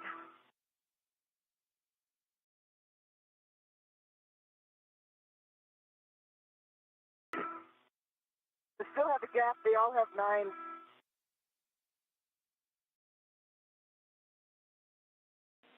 Copy, 9 on all, and at this point, this is where any little turn might reach that ham snug position, so just be careful as soon as you feel that stop. 10 on the forward. increase in running torque, 10.5, just a teeny bit. Copy. Little increase in running torque at 10.5.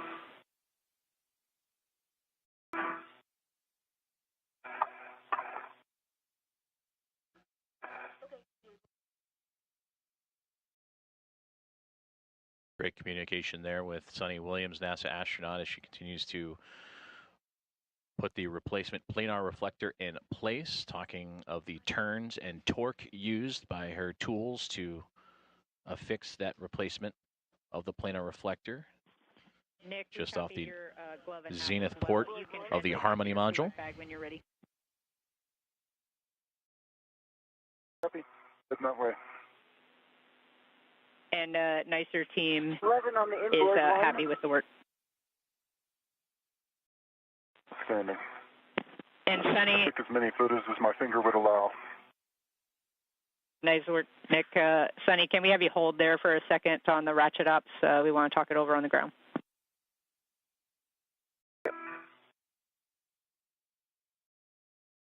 And this view from the helmet camera of astronaut Suni Williams. How close do you think those bolts are to being flush and completely installed? I haven't done the aft one yet, but the forward one is about 1 millimeter. Inboard one, I can't look over there without getting too close, so I'm not looking, but it looks like the same height as the forward one. The aft one, I still have a couple more turns to do. I think I stopped at 9 there. Okay, copy. Just stand by there for us and let us talk it over. Thanks.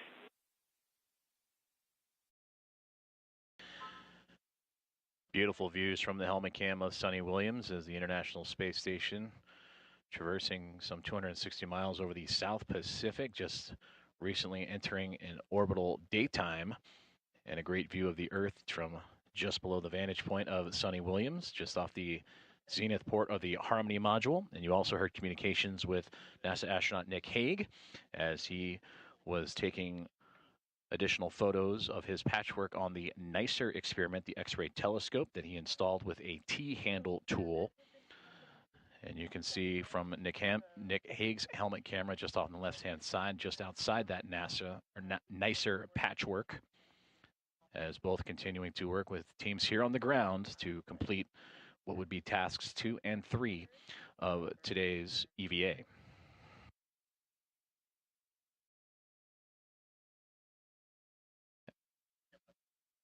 And as these astronauts continue to monitor the progress and work with the ground teams in communication, we have now approached 2 hours and 30 minutes into US EVA number 91.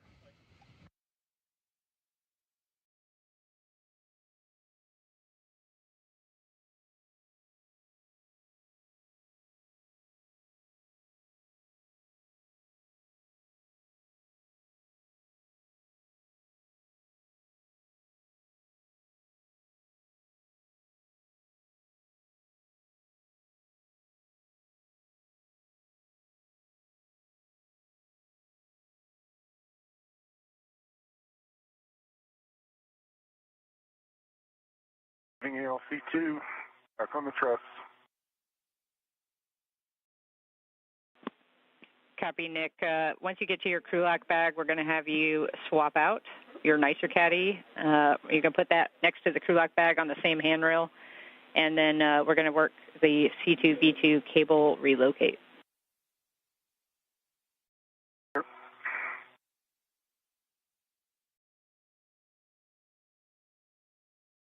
Good job, Nick. Crushing it. On steady. On steady. Exactly. Okay, Suni, I have some words. Where are we over the Earth?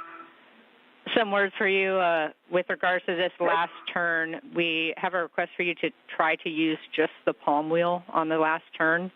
And then if that is not possible, let us know, and we'll talk options. But we just want you to try to use, for these 3 bolts, the palm wheel only.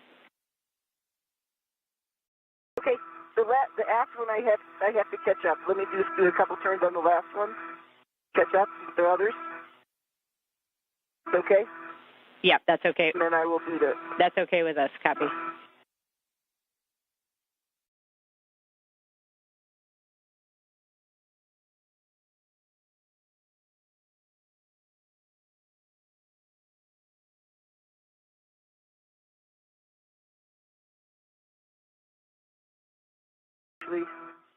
2 turns, and there's no running torque on this one. We're doing a little bit more. There we go, right there. 2.5 turns on the aft. Pretty close, actually. The aft one looks good.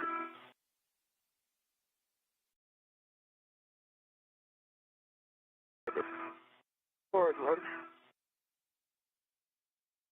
Put it hard with the palm wheel. Forward one is a little difficult with the palm wheel, Jeff. Okay, copy, Suni. Stand by. Try the inboard one. Inboard one I could turn about a half a turn, then it gets sort of stiff.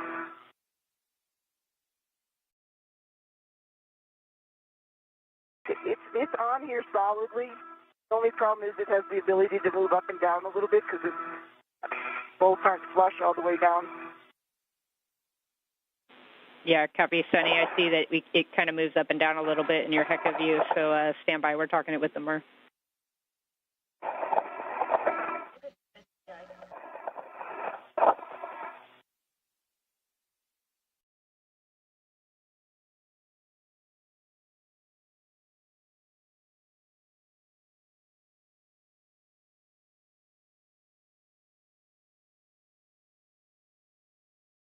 Caddy's on the same handrail as the crew lock bag. Copy, Nick. With that, we'll have you identify that C2V2 cable. It's going to be your cuff checklist page 6.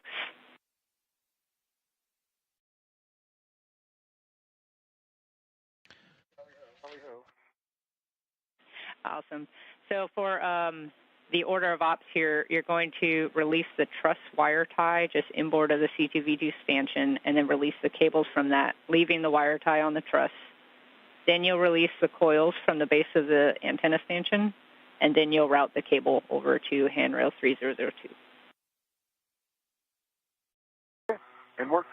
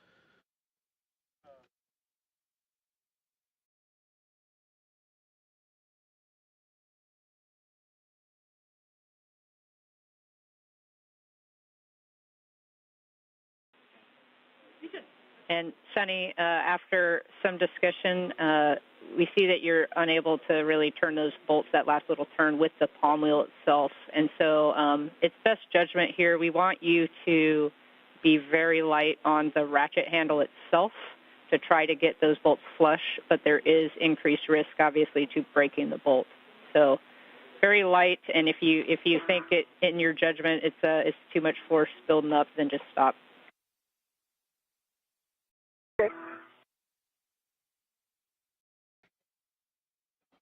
And there you heard great communication between the ground teams here in the International Space Station Flight Control Room and NASA astronaut Suni Williams as she continues to tighten down the replacement unit of the Planar reflector that allows for greater communications capabilities for visiting vehicles.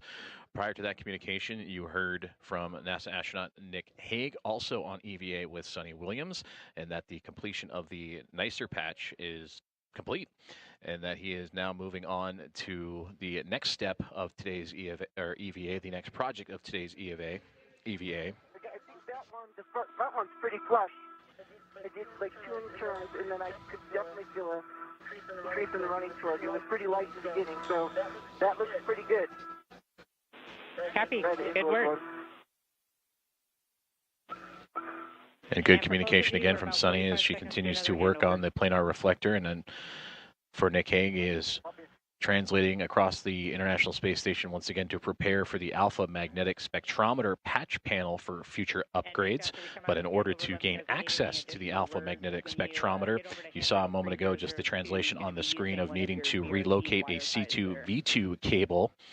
And that common communications for visiting vehicles, or C2V2 communications, is another communications component for visiting vehicles on approach and arriving to the International Space Station.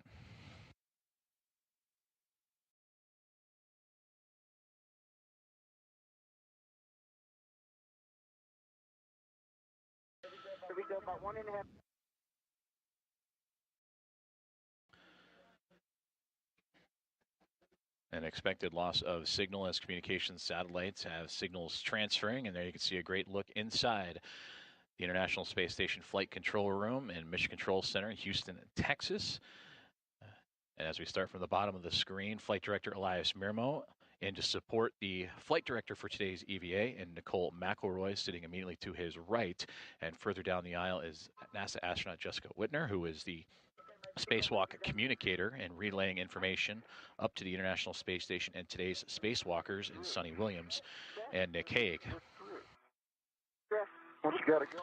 Just behind them in the row, behind the flight director, is Farouk Sabur, who just stood up there for a brief moment. He is the Spacewalk lead officer in relaying information to both the flight director and the Spacewalk communicator in McElroy and Whitner of all the procedures and updates as the EVA progresses along. The same amount of running torque at the end that was hard, and I didn't want to do it any further. And as I move the tether point, it doesn't go up and down anymore. So it's pretty much flush and tight.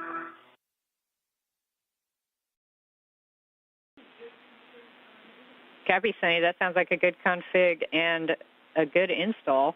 And we're still out your Hecka cam right now. We have a couple more seconds till KU comes back. But looks like a good install, or sounds like a good install, so we can tend the ratchet wrench and wipe back to the crew lock bag.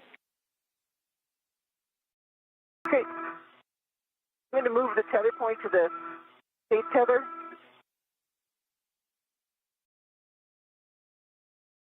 Doing stuff.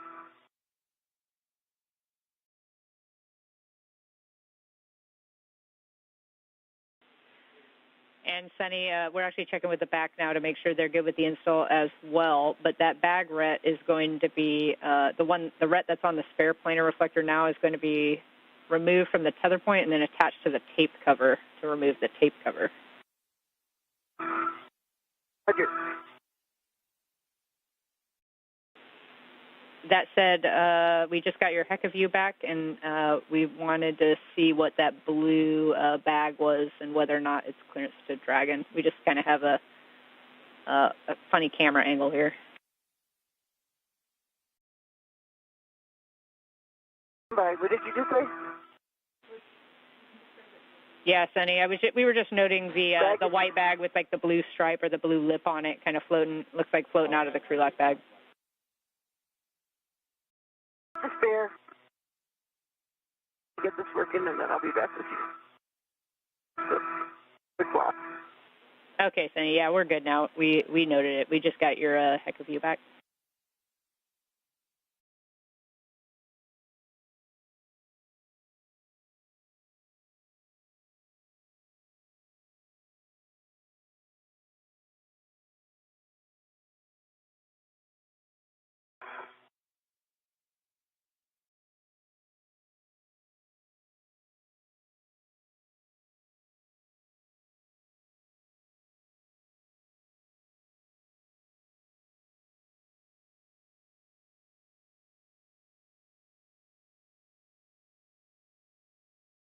So as you can see it in my Hecka, now this doesn't move. Yeah, that's good words, and we see it, and it is a good install. Backroom's happy as well, so we are good to clean up. So we will, when you're ready, release that ret and attach it to the tape cover, and then you can remove the tape cover from the spare reflector. Okay, it is being removed right now. It's off. Awesome. You can tend all that back to the crew lock bag, and then we'll get your camera out to take some photos.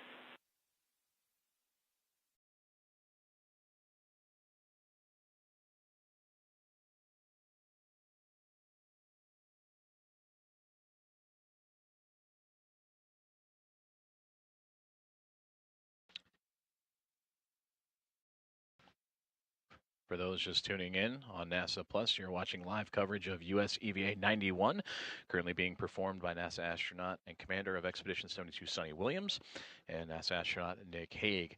Just moments ago, you heard great words from both the ground teams here in Mission Control Houston at the International Space Station Flight Control Room and astronaut Suni Williams on the successful installation of the replacement of the planar reflector. The original was contaminated, and it has since been unbolted and replaced with a new unit, in which you see from the viewpoint of an external camera aboard the International Space Station of Suni Williams now taking pictures of the work site and that completed process. Coming up on 2 hours and 43 minutes of today's US EVA. For NASA astronaut Nick Hague, he is currently working on a relocation of a C2V2 cable after completing his most recent work, which was placing patches for portions of the damaged NICER experiment, the X-ray telescope aboard the International Space Station, and now has translated or moved to a position on the truss of the orbiting laboratory to relocate the common communications for visiting vehicles cable, C2V2, to allow for greater access to what will be the alpha magnetic spectrometer, in which both he and Suni Williams are scheduled to come back together and work on for today's EVA tasks. So to recap, the first task for today was completed, the replace of the rate gyro assembly number 2. And Suni Williams completing right now and wrapping up task number 2, which is the removal and replacement of the planar reflector on an International Space Station docking adapter, the Zenith port of the Harmony module, and for Nick Hague, completing the patches for the damaged NICER experiment. People I'm rerouting, and they run, not run on top of each other, the two cables across 3002. Okay, we copy, Nick. At the base of the C2V2 stanchion on the 2 new wire ties that I released, the cable that was on top, once I released the cable underneath, I put 3 twists to restrain the cable that was on top, so it will now be on the bottom. Okay.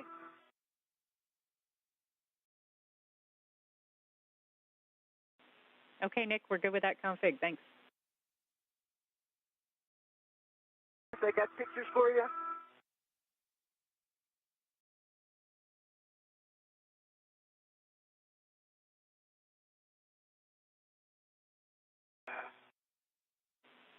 Copy, Sunny. We're good with those photos. We can get a glove and hap check one more time from you, just looking for any contamination or discoloration on your gloves. Gloves look phenomenal. I have. Okay, with that, you have a go to egress the APFR and reposition below it recommended handrail 1616, just forward of the APFR.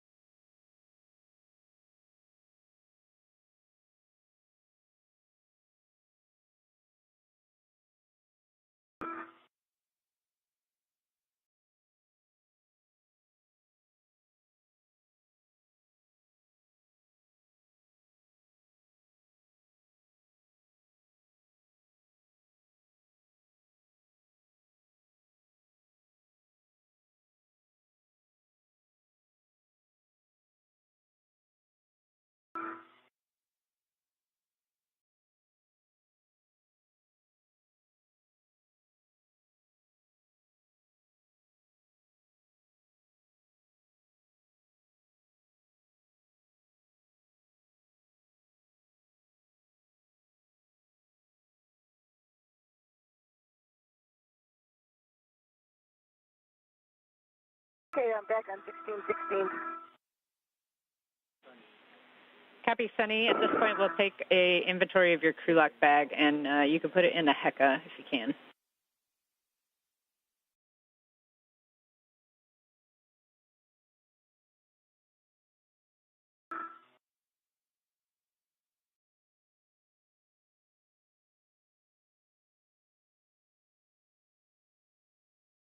on the outside of the crew lock bag, I have integrated sets as well as a large, small adjustable. I open everything up so you can see it. You want to just look through the heck up. Checking, Sunny.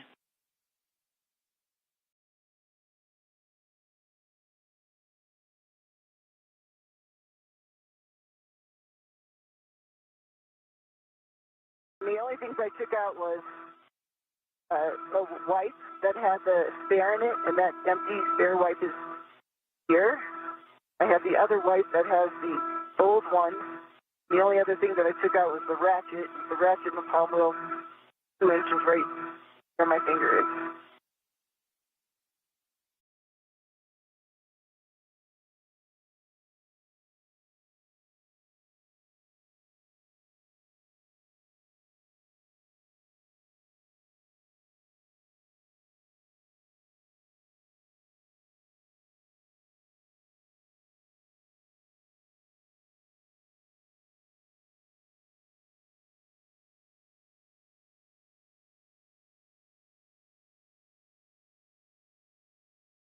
The thing I brought in, of course, though, is the little piece of tape cover, which is on that,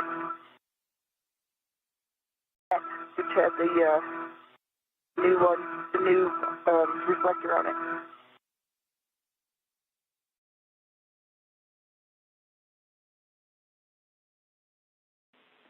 Okay, Sunny, sorry, I was just talking with the team here. So we just want to verify that none of the contingency tools that were underneath those wipes ever came out of the bag. They never came out of the bag, and I closed the bag as soon as I took the tool out. The bag was not open at all during the event. Okay, copy. We also want you to free up your trash bag for the upcoming AMS steps. So we'll have you take that that socket that you temp stowed in there and put it back on your PGT. Okay.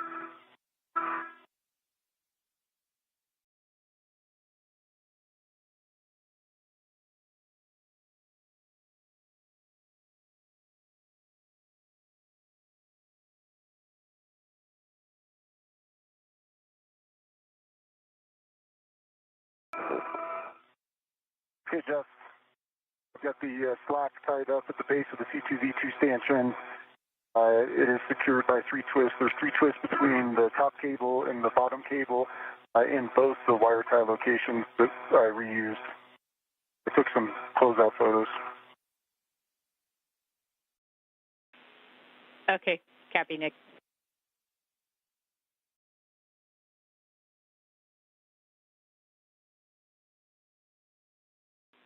We were just taking a look at your HECA view.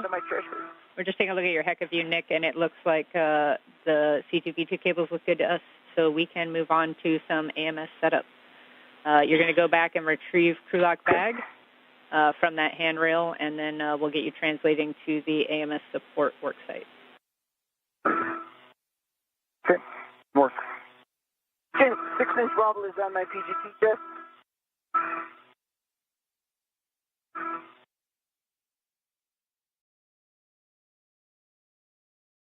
Trash bag is clean.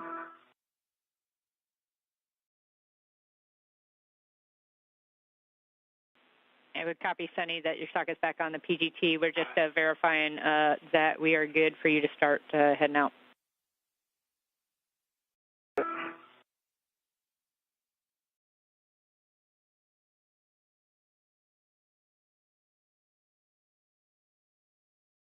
Lock bag is on my BRT. All right, copy, Nick. We're going to have you translate to S1 Phase 2 Zenith via that long handrail you were next to earlier. It's handrail 3210. And I have a warning. There's a potential MMOD strike on the Zenith end of that handrail. We'd like you to just stop there on the nadir side of the handrail and take a look and give us an inspection if you can. Got it. And work. Sunny, for you, with that, we're good. You can bundle your crew lock bag to the APFR and then work to remove the APFR and stow that whole thing on your BRT. It was a good install of the planar reflector. your work. Excellent work, Sunny. Thank you.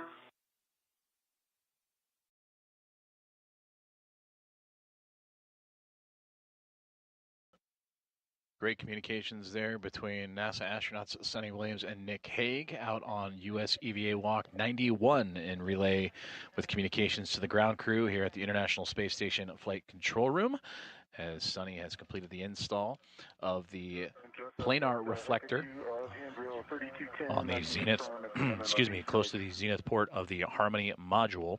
Okay, And copy. We can actually see now that as wrapping well up in her your Hague view. workspace, whereas Can for you give us NASA a astronaut ballpark Nick size Hague, and, recently just completed slowly the kind of see the location? readjustment of a C2 V2 cable that will allow for the alpha magnetic spectrometer to have easier access for both he and Sunny Williams here in just a few moments as a part of their planned EVA tasks for the day.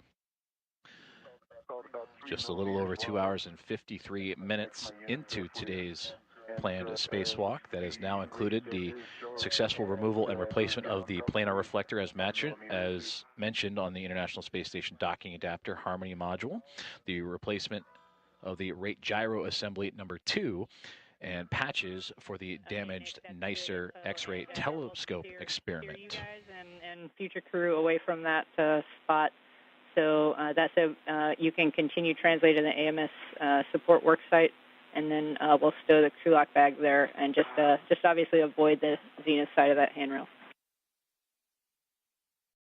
Got it. This BRT crew lock bag bundled out of the lift on my BRT.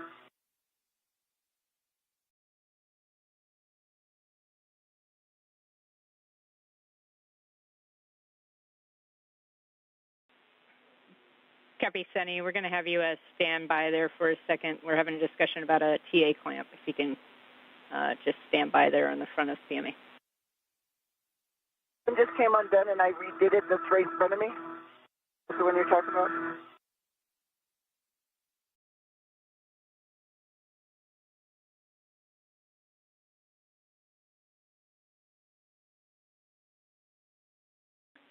And Sunny, there was another TA clamp up and to the right of that right handrail that was kind of in your HECA view earlier. That looked like it was loose or disconnected.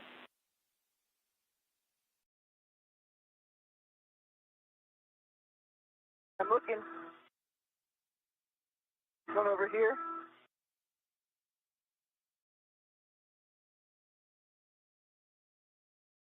Yeah, Sunny, that looks like the one.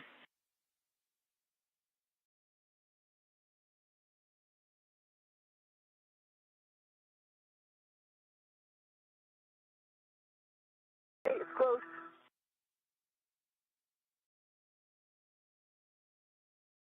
Anything else? I'm looking too. And Nick, we want to go ahead and power off your HECA for a little bit just for thermal constraints. Hey, HECA's coming off. Green light is out.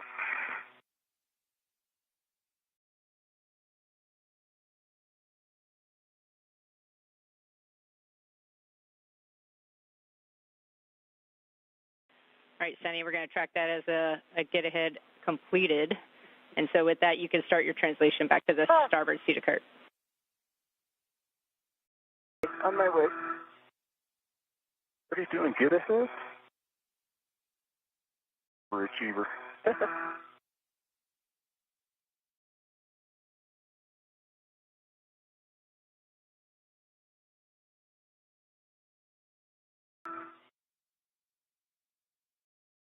And Sunny, I have a verify step while you're moving. Just verify that your tethers clear the CBM pedals and other PMA hardware as you're transitioning back inboard. And then you also have that green hook location on the lab that you want to pick up.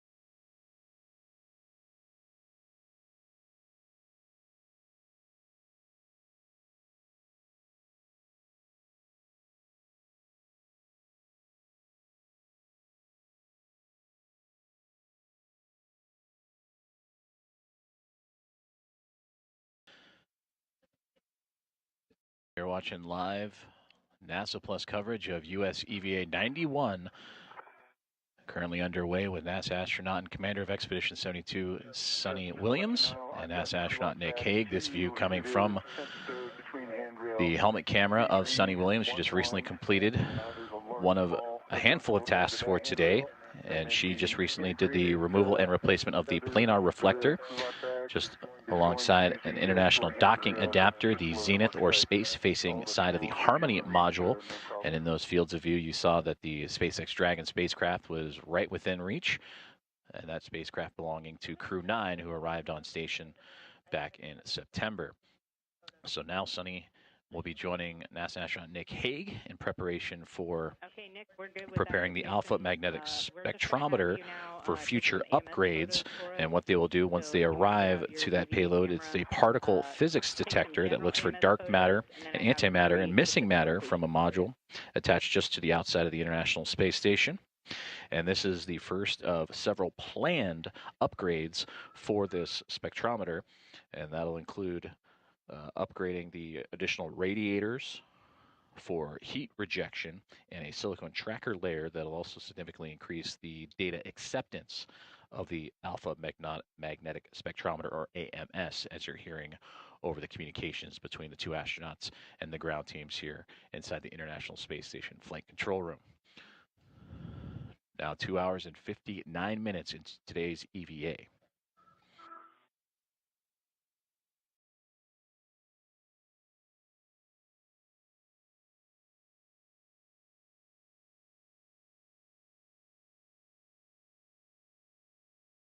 Because I have no pride, the green hook goes at the end of the red reel, correct? Green hook goes yes to your red reel. Making sure. Yeah. And that's A-firm, Sunny. Good check. Okay, green hook is on the red reel. Copy, green hook.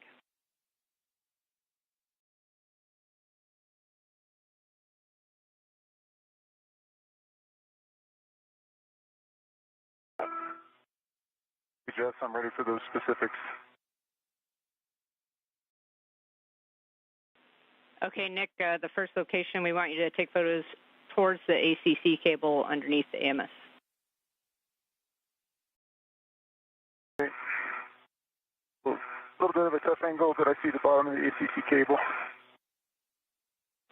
Copy. After that, we'll have you take pictures of the current patch panel config, the lacing config, and then views along the future power cable routing location. So it's basically lower AMS handrail aft towards the UMA connector panel, towards the other connector panel. Mark.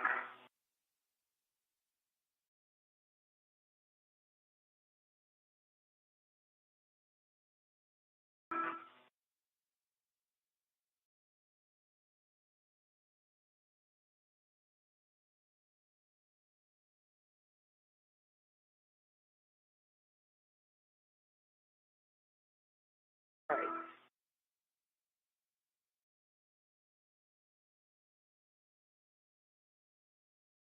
Yes, I'm at the CETA cart.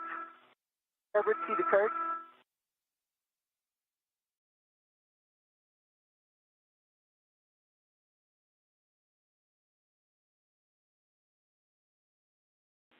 All right, copy, Sunny.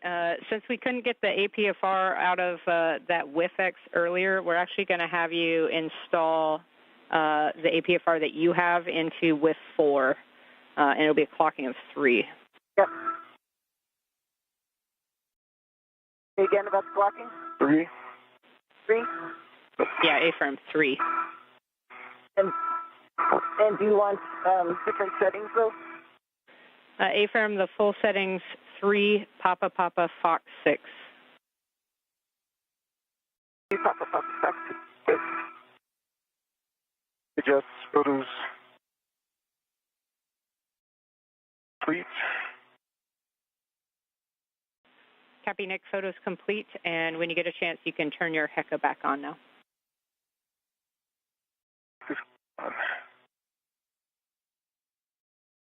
Green light.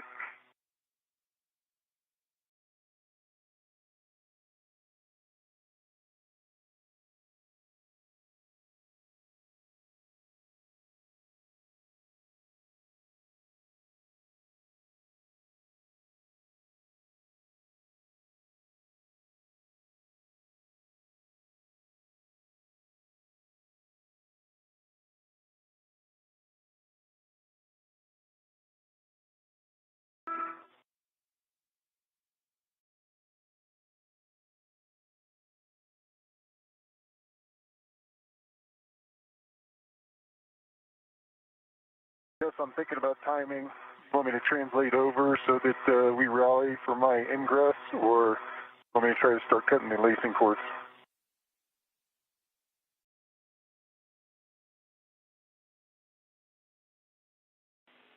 Okay, Nick, actually we're going to have you stay there in the support position for a little bit. We're going to have you start to cut some of these lacing cords, but before we do that, I just want to give you a big picture on how we're looking. We're still showing you guys 15 minutes ahead on the day for both crew.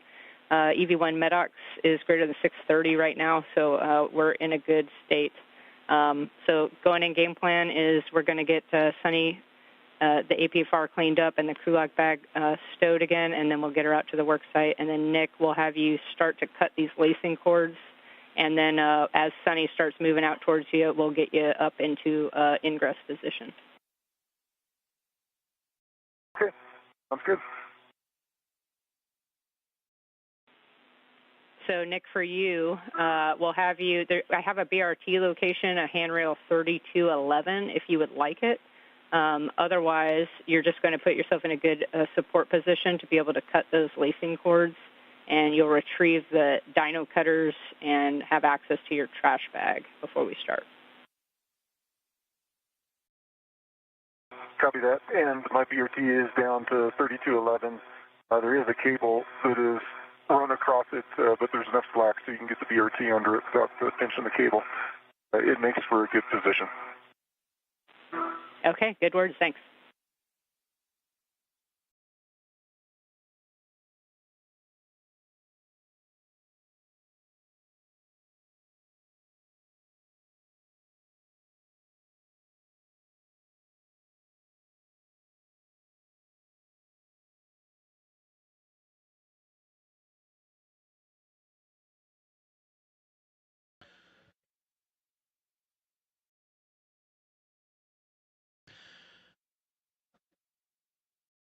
This is Mission Control Houston, where you are watching live coverage of US EVA 91, featuring NASA astronauts Nick Hague and Suni Williams, as we have just crossed over the 3-hour and 5-minute mark of their planned tasks for today. You heard communications between the two astronauts and the ground teams here inside the International Space Station Flight Control Room with Flight Director Nicole McElroy and Spacewalk Communicator Jessica Whitner, and also communications from Farouk Sabur, the Spacewalk lead officer, and giving updates on the timeline and tasks, as they are approximately 15 minutes or so ahead of schedule. But right now, both of them preparing after recent activities, completing the replacement of the rate gyro assembly, number 2, the removal and replacement of a planar reflector just outside the Zenith Harmony module, the space-facing module, or port, pardon me, of the International Docking Adapter, the patches for the damaged NICER experiment, and then Nick Hague just recently completed the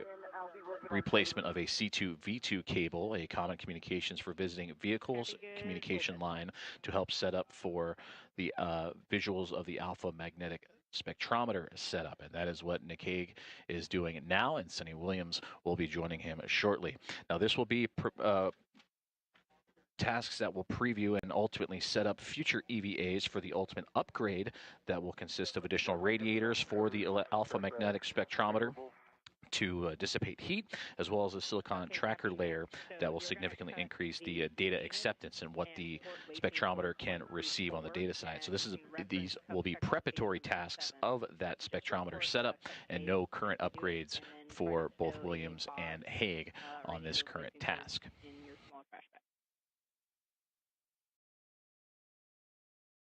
Okay, copy that. You were a little broken there. I think I got the go to cut 1 through 4. And if I get those, I'll check in with you. But I've got the trash bag ready. Affirm, that's a good readback. And just report cuts as you make them. Okay. And we do have your HECA camera back as well.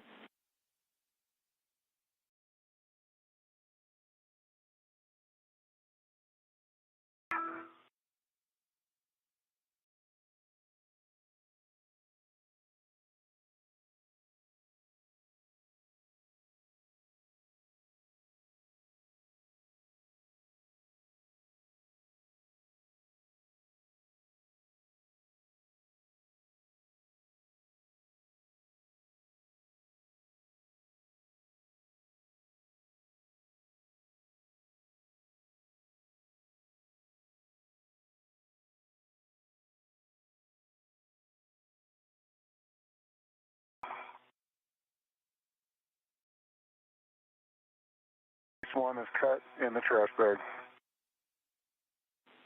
Copy, Nick.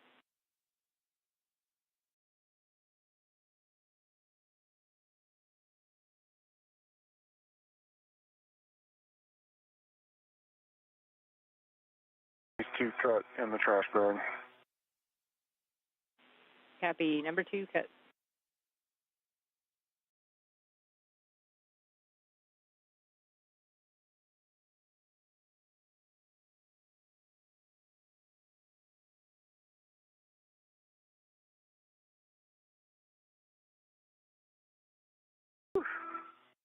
Stand by for just a sec.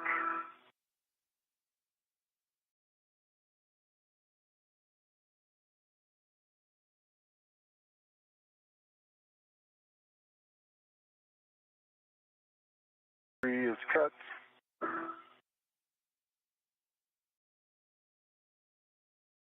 In the trash bag.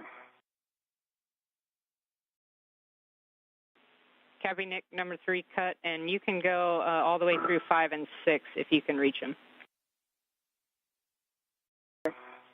Cut. 3 Papa Papa Fox 11.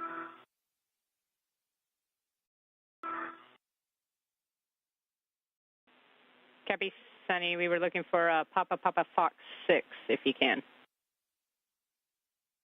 6.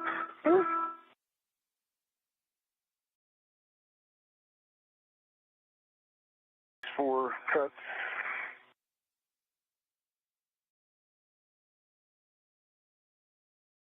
In the trash bag. Copy, Nick.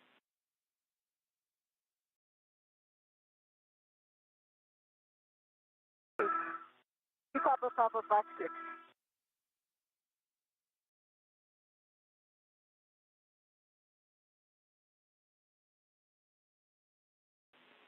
Copy, Sunny, that all looks good, and just one more confirmation that you could depress that pitch knob. Depress it, and I had to move it. It came back up again, out in the Papa spots versus the November spots.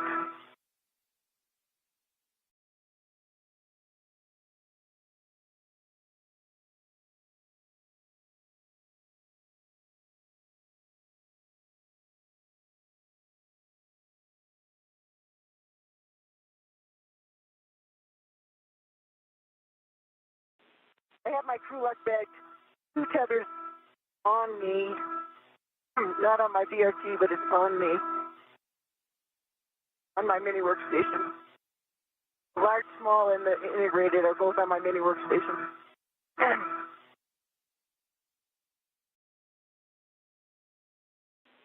Okay, copy, Sunny. We're going to have you, you can start your translation when you're ready.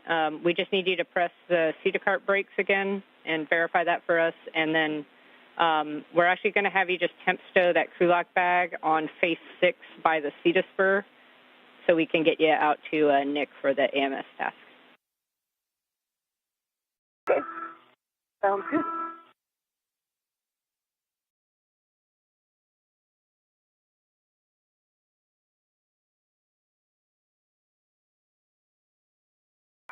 All right, the brakes are board of me, I think, right now.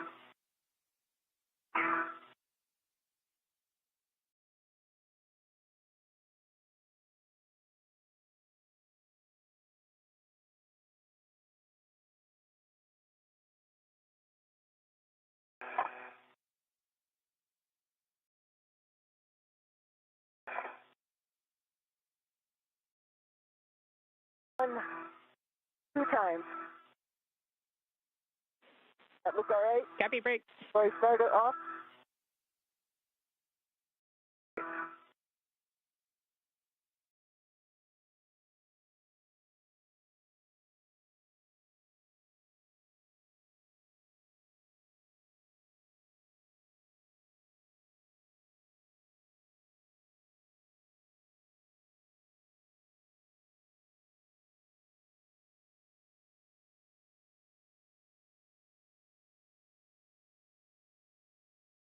I think we'll be going back that way. All right, 2 pumps.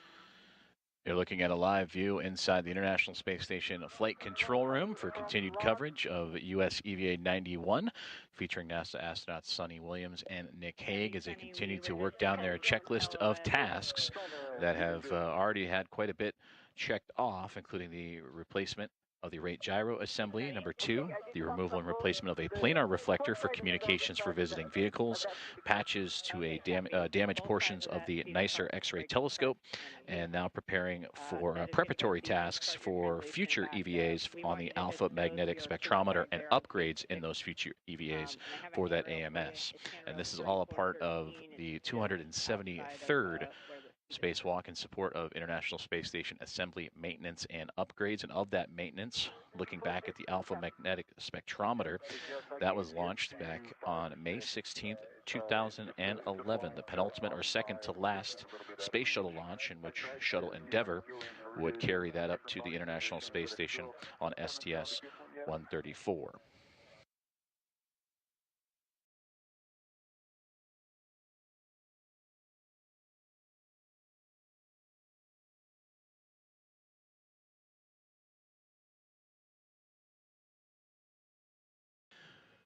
Okay, we copy Nick 5 and 6. That was kind of expected based on that position. So with that, we're just going to hold now until we get you guys ingress into the truss and Sunny out there. So can I get a glove and hap check from you, and then you can also stow those tools again.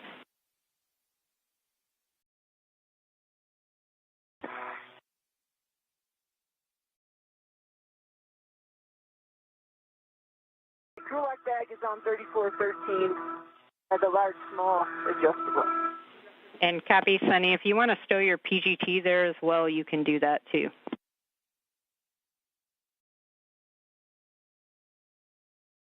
No, you don't have your PGT on, do you, Nick? I do not. You don't need another one, though. We don't have PGT the rest of the, even for the get ahead. So is it hard to get in there with the PGT on, or is it okay? Ask that question. It's over here with the PGT on? Yeah. It'll impede your reach a little bit, but I think from a support perspective, you'll be able to do everything. All right, I'll just leave it on me for now. Over there. Okay, copy, Sunny. You can. We're fine with you keeping your PGT as well if that works for you guys.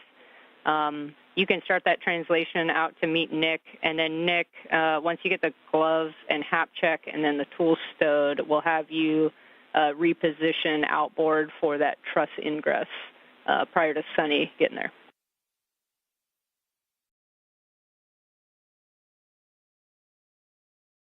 Copy. Actually, it will take me 5 seconds. I'll take it off right now. I have a tether on the crew lock bag that I could tether it to. No problem. Here. So it'll make you a little smaller. You'll be able to fit into this wedge a little bit better. Yes, I've got good gloves, no change to the baseline, dry hap. Okay, copy, Nick. And then when you're ready, you can reposition outboard.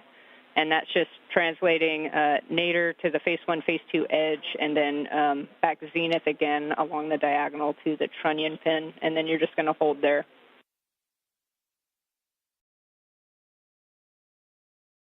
Okay.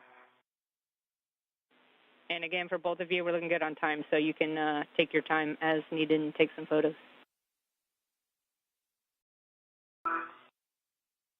Okay. And Jeff, on handrail 3208, it's a short one, right on the phase 1, phase 2 interface. There's a couple small MMOD strikes for a millimeter or so on the end.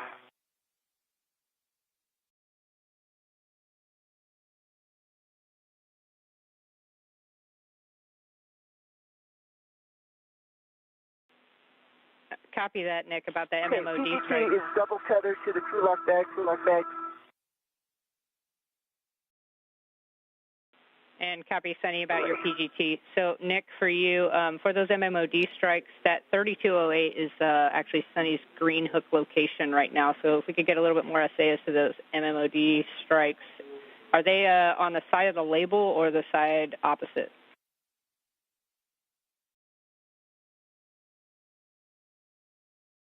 Side of the label or the side opposite? I'll translate back, put eyes on it.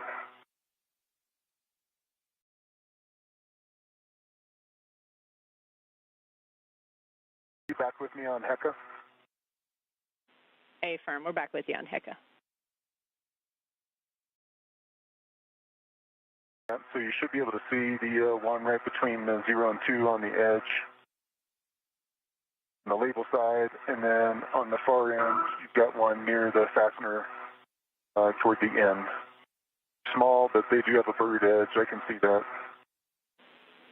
Okay, copy. Yeah, we're struggling to see it a little bit in your Hague view just because of the size of them, I think, but we copy bird edge on those as well, so we might look for another hand relocation for green hook.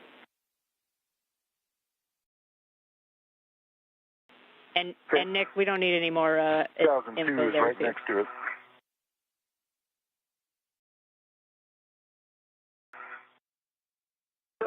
How am I getting up there? There's a diagonal here with a handrail just in front of me, and then you'll be able to move up to the top and then back inboard.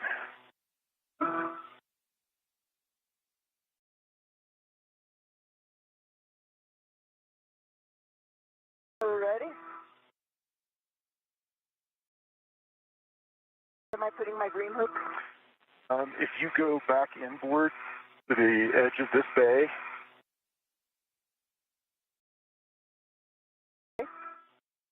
and you The handrail up there? it's going to be a little bit more inboard of that. That's the one I called out the couple small MMOD strikes, though. And Nick, Sunny, we do think 3208. you can do. Yeah, and you can see those little spots. We do think you can use 3002, which is that one we use for the C2V2 routing as your green hook location.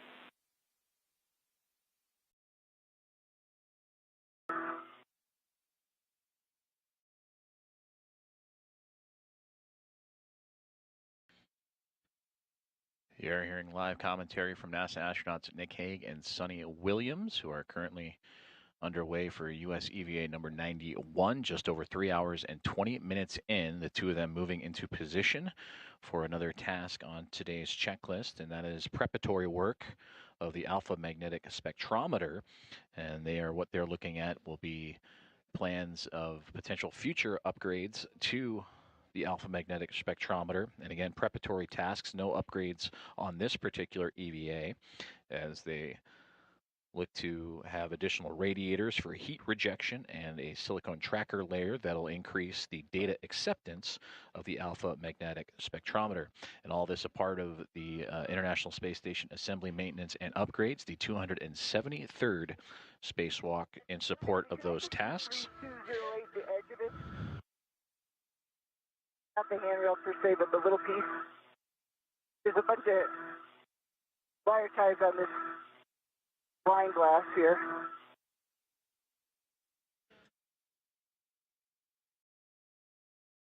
International Space Station currently in an orbital nighttime that they have just entered. So you see the helmet cameras from Nick Hague and Suni Williams. Hague on the left and Williams on the right as they continue to translate or move around the outside of the International Space Station to better access the alpha magnetic spectrometer. All right, then where am I going? Let's see. There's a long handrail right above your head, and that's going to take you up phase 2. A little bit inboard of where you're looking. Kind of raised up, but directly, there you go. And on the zenith end of that is where that MMOD strike is. It's about 4 inches from the I end. see it, yep. Yeah, that's big. And Sunny, we're tracking with where you put your green hook location. We're good with that for now.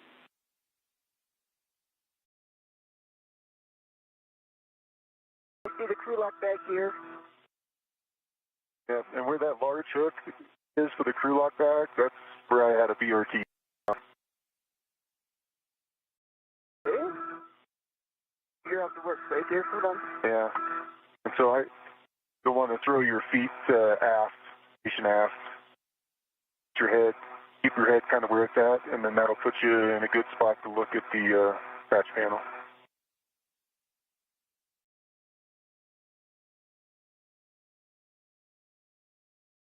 All right, getting oriented. Hold on. No problem. Settled, and then I'll start backing in for the ingress.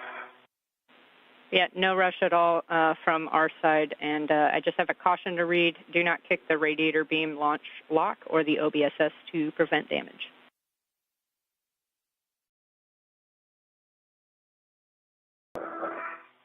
Copy all. Okay.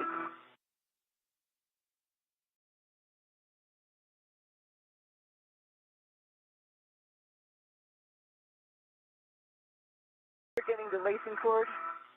Cut the first 4. It's up here. Yeah. I'm looking too far back. Okay. Okay.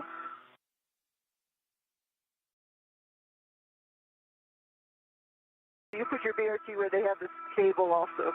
Yeah, I just kind of snuck it under it. Okay.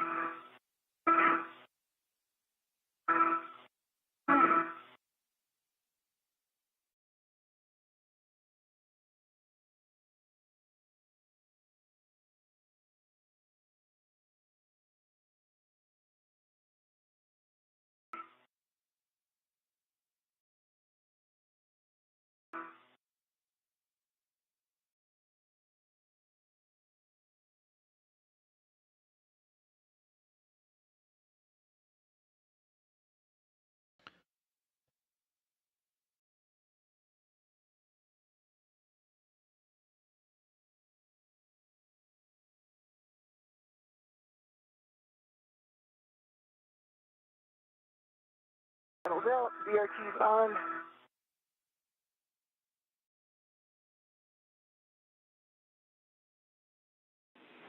And Sunny, we hear that your BRT is on, I'm going to so back in, feet first. you're in position.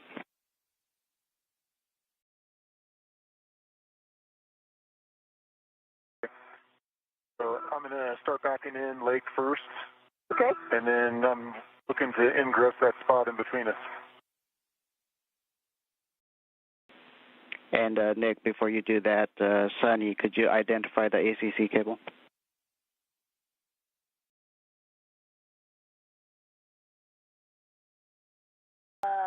I'm looking.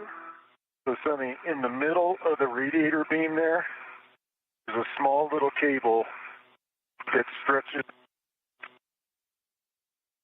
Do I have to get lower? Yeah, you got to get lower. Oh, I see it. Yeah, I see it. Yeah, that's the ACC cable. Okay, I got it now. I see. Okay. And before Nick, before you I spy with my own little go eye. inside, Sunny, could you perform a glove and hap check? And we would like you to really inspect the glove since you were close to that handrail. And 1 minute to a handover.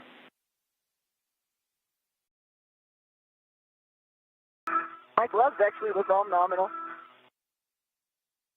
It's dry.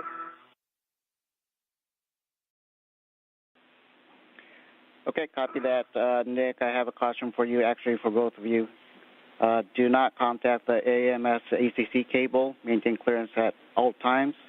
Do not inadvertently load any AMS cables. And avoid loading NZGLs between handrail 3002 and 3003.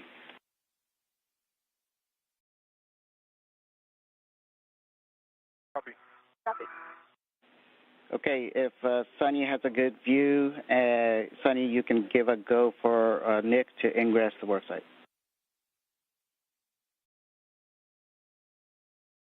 Did you have a go? Okay, around here.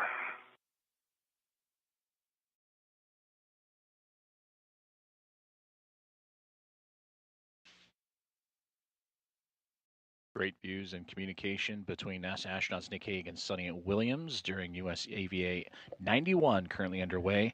And about to hit the 3-hour and 28-minute mark. Temporary loss of signal with the ground teams here in Mission Control Houston in the International Space Station Flight Control Room, which you are seeing live views of that and awaiting that signal to return. For both Hague and Williams, they are preparing for access to the alpha magnetic spectrometer and the setup there for preparatory tasks to prepare for future EVAs on this alpha magnetic spectrometer. And those EVAs would see upgrades to the system, including additional radiators to help reject heat and an additional silicon tracking layer that'll significantly increase the data acceptance that the spectrometer can receive. To recap this EVA so far, the team has been working diligently, in fact, even a little ahead of schedule.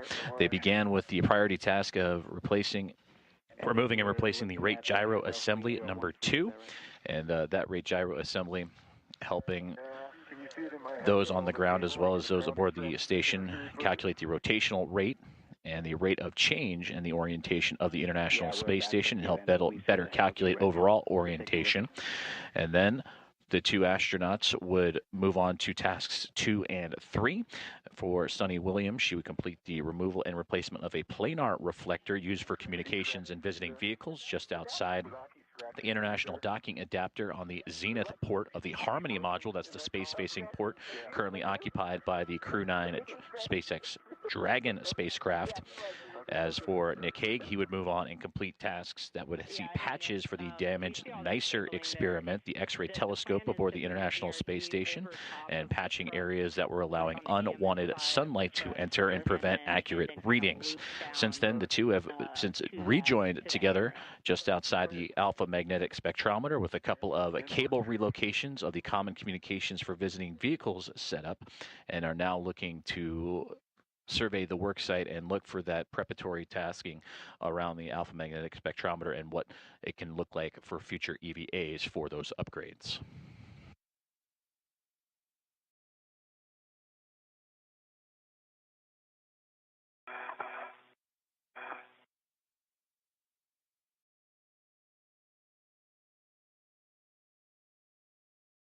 Okay, watch my head because this is going to raise me up. Yeah, I don't go any higher. You're about 4 inches.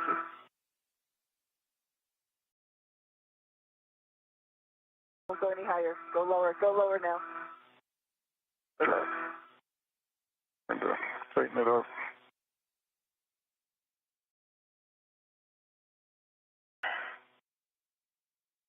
Below.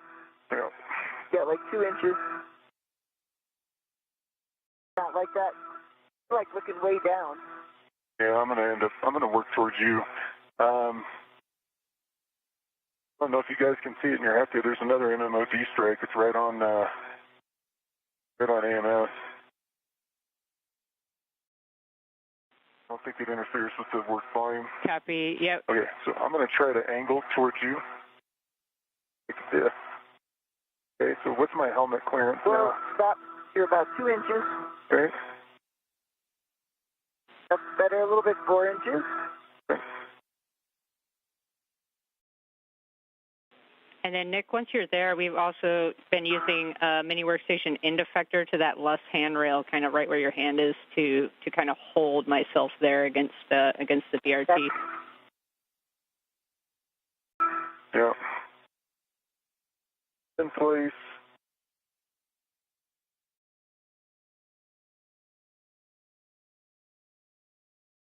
When you come this way, you're away from that cable. Yeah. You're more away. Trying to get away from it.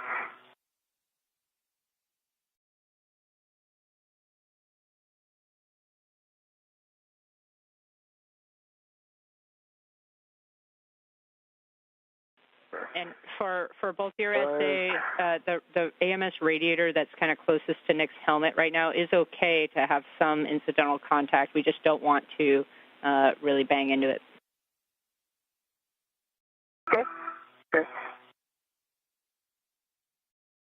Right. Those dyno cutters.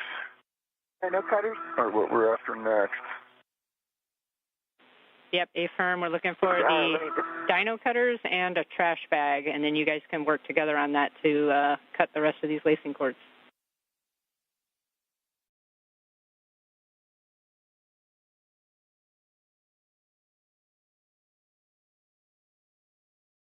And Sunny, while you're getting that out, I do have a warning for both of you. There's a sharp edge hazard, so exercise caution and refrain from touching the exposed metal and edge of the AMS patch panel itself. So it's once it's exposed, the metal edge is sharp, and then avoid zip tie sharp edges once we get to that point.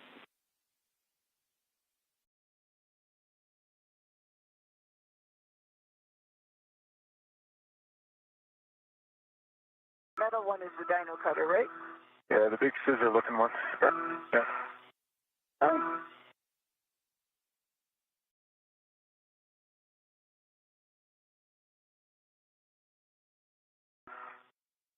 Sorry.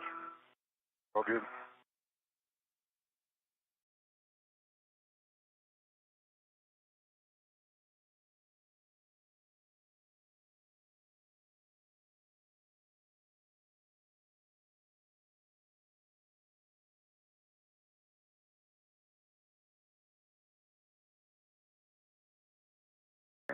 Do we need a trash bag for this? Yeah, these will pull out threads. I got.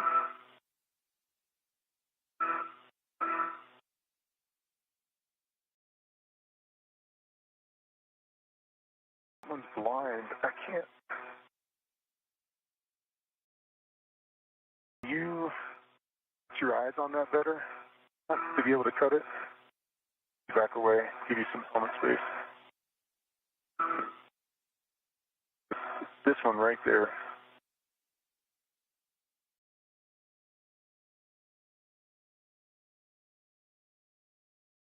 And Nick, Sunny, we know some of these are kind of blind reaches since and they are the same when we did them in the pool. So you might just have to feel around for it with the dyno cutters. Okay. Let's create some space with it with these others first. Can I do that? Yeah. Yeah, that was exactly what we were going to recommend as well. Might be helpful to cut the rest and then get those last.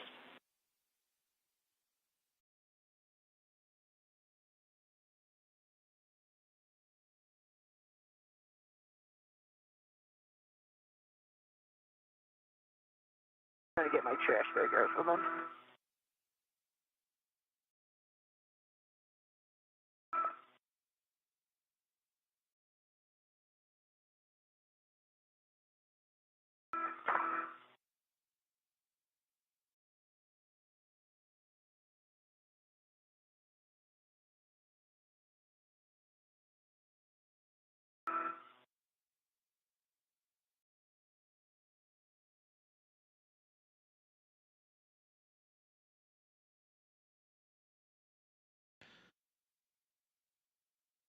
You're looking live at the helmet cam of NASA astronaut Nick Hague, working in close proximity with his partner for US EVA 91 today, Sunny Williams, as they look to release some ties that are holding down cloth covering a patch panel of the alpha magnetic spectrometer. This is one of several tasks for the two. Many have been completed already as they release some of these ties, the two working together to look at potential future upgrades and availability and upgrade plans to help inform future EVAs for the alpha magnetic spectrometer. Now 3 hours and 36 minutes into today's EVA, and all plans and all tasks have been moving along nominally and as scheduled, as Nick Hague and Sunny Williams continue to operate on this International Space Station upgrade and task, and preparing for future upgrades of the AMS or alpha magnetic spectrometer.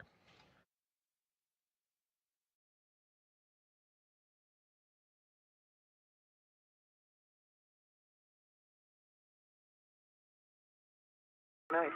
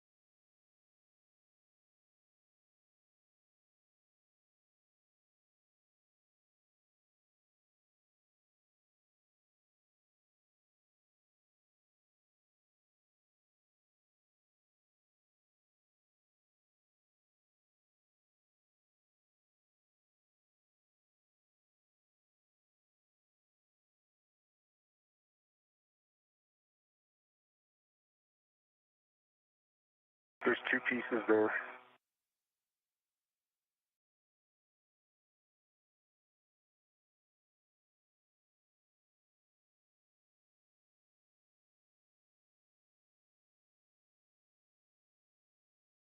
Nine. That's 9.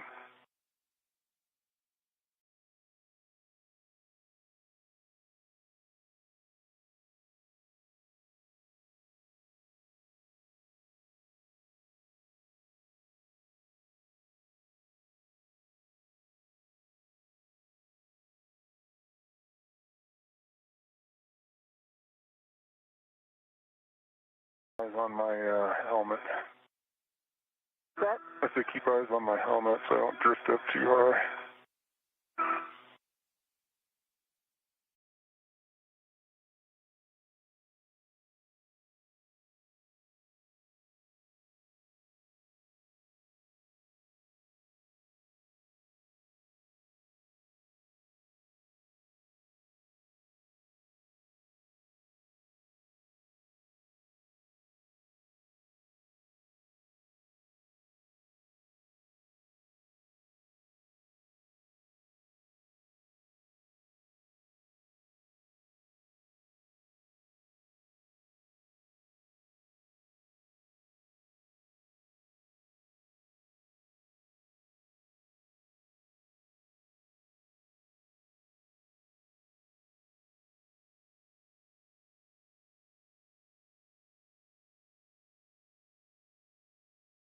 Great views from the helmet cams of NASA astronaut Nick Hague on the left, EV1, and NASA astronaut Suni Williams, EV2. As together they continue to work to loosen the ties around the beta cloth covering a panel on the alpha magnetic spectrometer.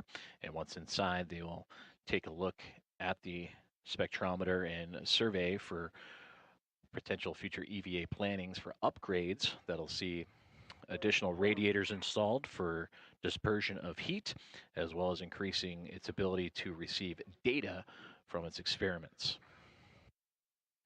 Now 3 hours and 41 minutes into today's EVA, and everything so far has gone expected, even so much so as having the team of Hague and Williams get a little bit ahead of schedule, and that includes replacing the rate gyro assembly number 2, the removal and replacing of a planar reflector to help with visiting vehicle communications when they approach and dock with the International Space Station, patching the damaged NICER experiment, an X-ray telescope on the International Space Station that was seeing unwanted light enter the experiment, and those patches have been completed, and now both Williams and Hague working together on the alpha magnetic spectrometer. Okay, Jeff, there's some surprise connections here. Copy. Nick, what are you seeing? Do you want to do these ones over here? Where I took out 9, like it is peers below it as well. That's an additional one, I guess, below position 8. And then 7 I took out, but there's another one at the corner between 7 and 8. You see it with my Hecka?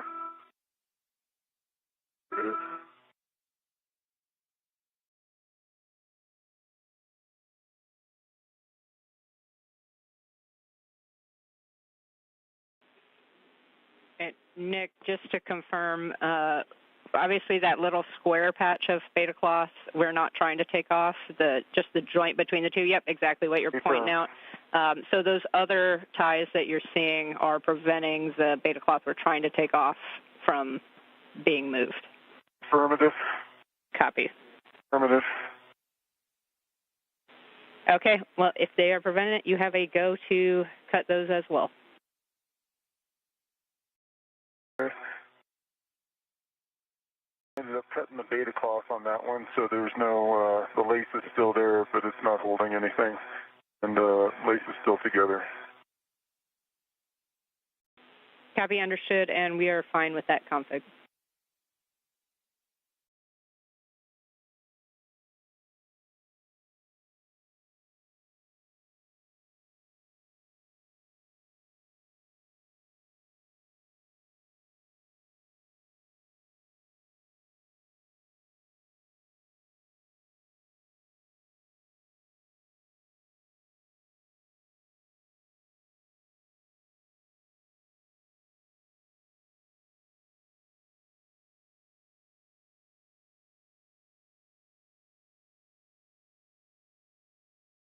These two over here you need to get.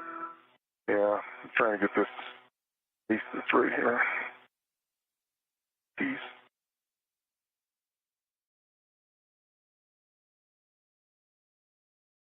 Doesn't really go anywhere. If you can get that. Okay, so that's released,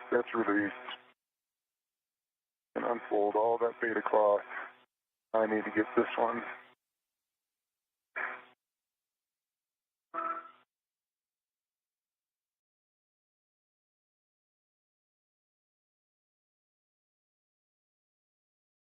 Oh, nice.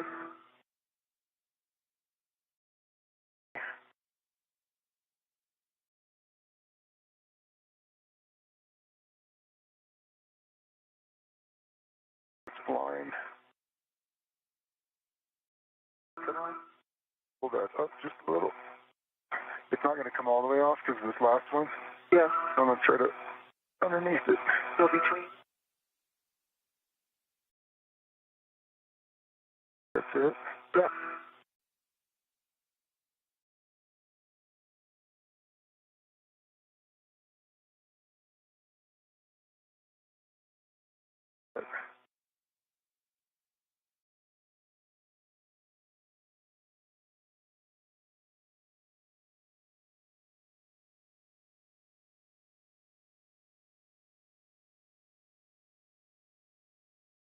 And the cloth. Okay. Higher.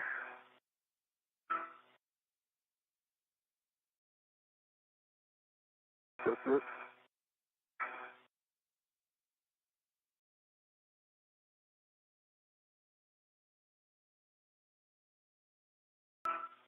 Off.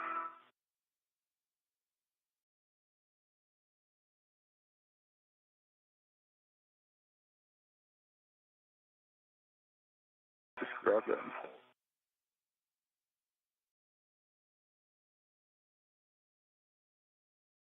Oh, yeah.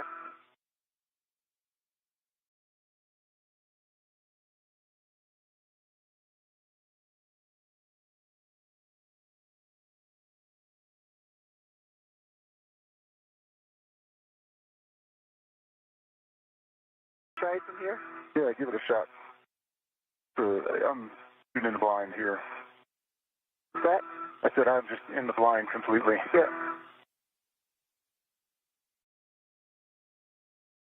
Lift that up. Does that help you? Down out of the way a little.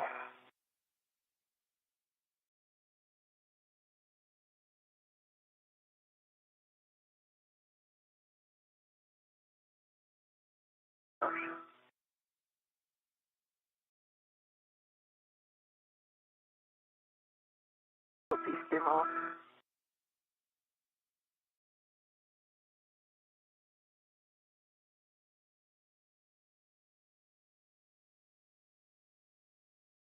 A little teeny piece there now.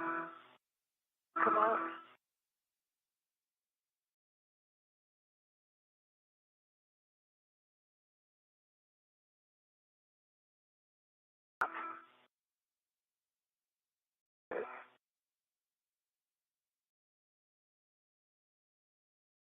There we go.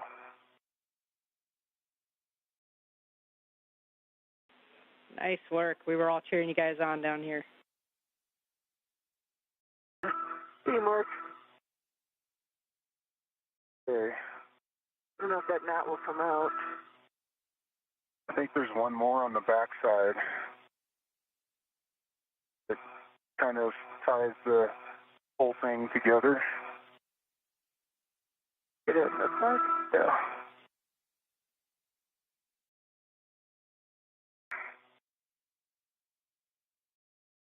Put a hand on my helmet.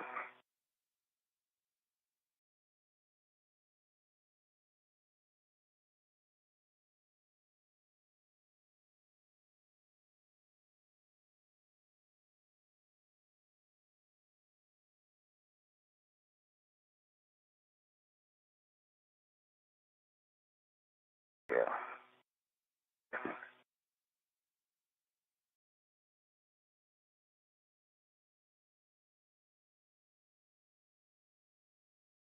Okay.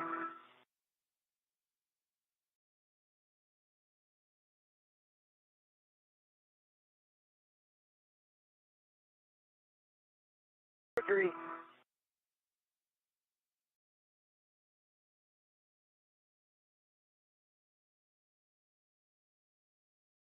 We need the other cutters next. And the zip tie cutters. Got these up. Awesome. We're tracking now that the beta cloth is free. So, yep, next step is going to be the zip tie cutters. And then, Nick, if you need to secure the beta cloth back, you can use a short or long wire tie. If you don't, and it'll stay back, you can just leave it without. Okay, I'm going to try to go without. And as we get into some areas, we may need to install it. Copy, sounds good.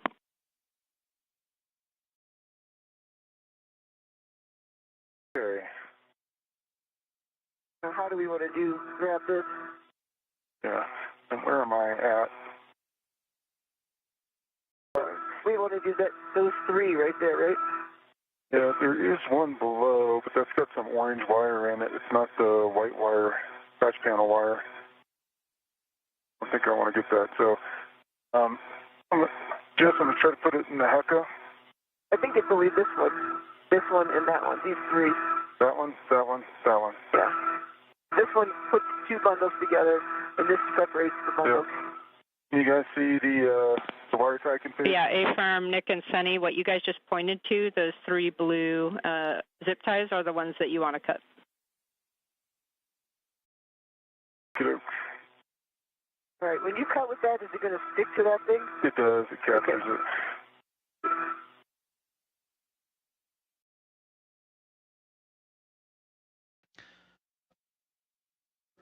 NASA astronauts Nick Hague and Sunny Williams continue to work diligently on a patch panel connected to the alpha magnetic spectrometer as a part of today's U.S. EVA 91 tasks as they look to free up ties. They just moved out of the way a beta cloth to allow access to this patch panel just a few moments ago. Now 3 hours and 52 minutes into today's EVA, and all tasks for both Hague and Williams have gone right on schedule. In fact, so much so they are a little bit ahead of schedule, but continuing to work on this patch panel and look at the alpha magnetic spectrometer and do preparatory tasks in preparation for future work. And that includes pulling back the beta cloth as mentioned, and then we'll be testing access to various connectors within the alpha magnetic spectrometer, and that'll inform future upgrades that allow for both more data and higher accuracy measurements, as well as greater dispersion of heat as exposed to sunlight. The International Space Station is currently wrapping up a time period of orbital nighttime. They'll be entering daytime here in the next few moments as both Nick Hague and Sunny Williams continue to diligently work together and showcase teamwork on this task for the AMS.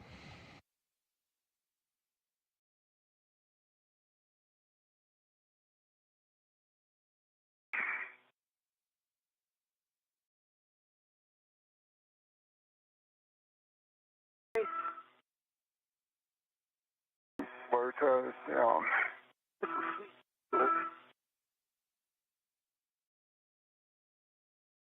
Trash bag. Okay. About.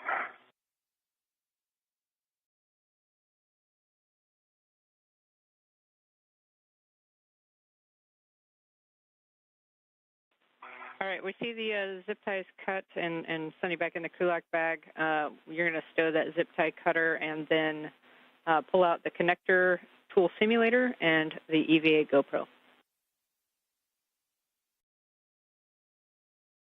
It worked.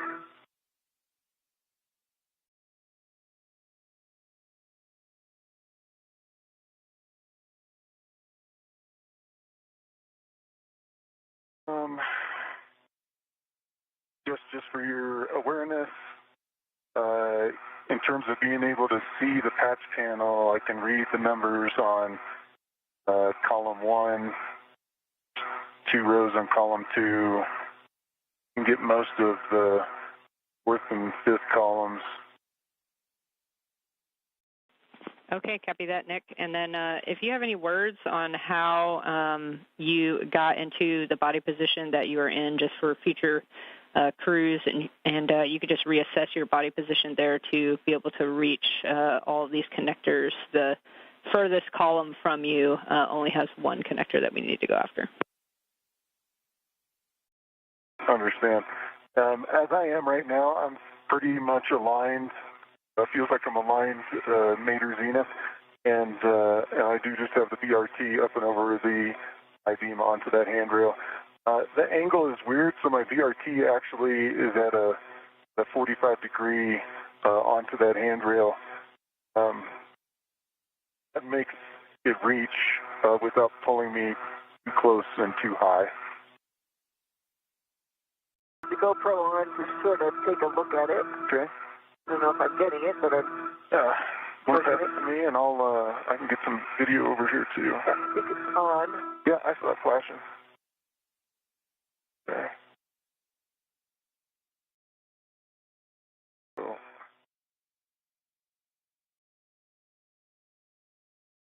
All the connections look good. We did to the beta cloth.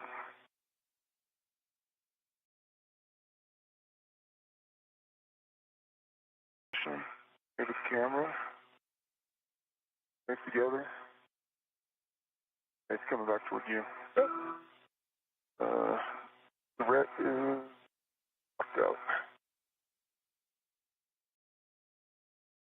Open up my stuff list. To get you overall so they could see. Body position.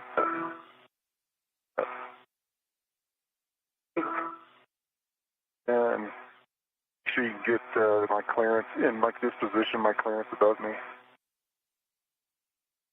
Cable is way in there, so you're I'm a long ways away from it. Yep. And I can see daylight between my helmet and radiator beam just in my shadow. Yep. I keep taking GoPro while you're doing this? Yeah, let's do it. Okay, so I'm going to go in with the connector tool. And hey, Nick, before we do that, we were just talking on the ground. We're looking at where the beta cloth is, kind of on the edge of the patch panel there, on that furthest column from you. And we just want to make sure, is that beta cloth going to interfere with being able to put the connector tool on one of the connectors in that column, like perpendicular to the panel? If it is, we can pull one of the other lacing cords to try to move that further away.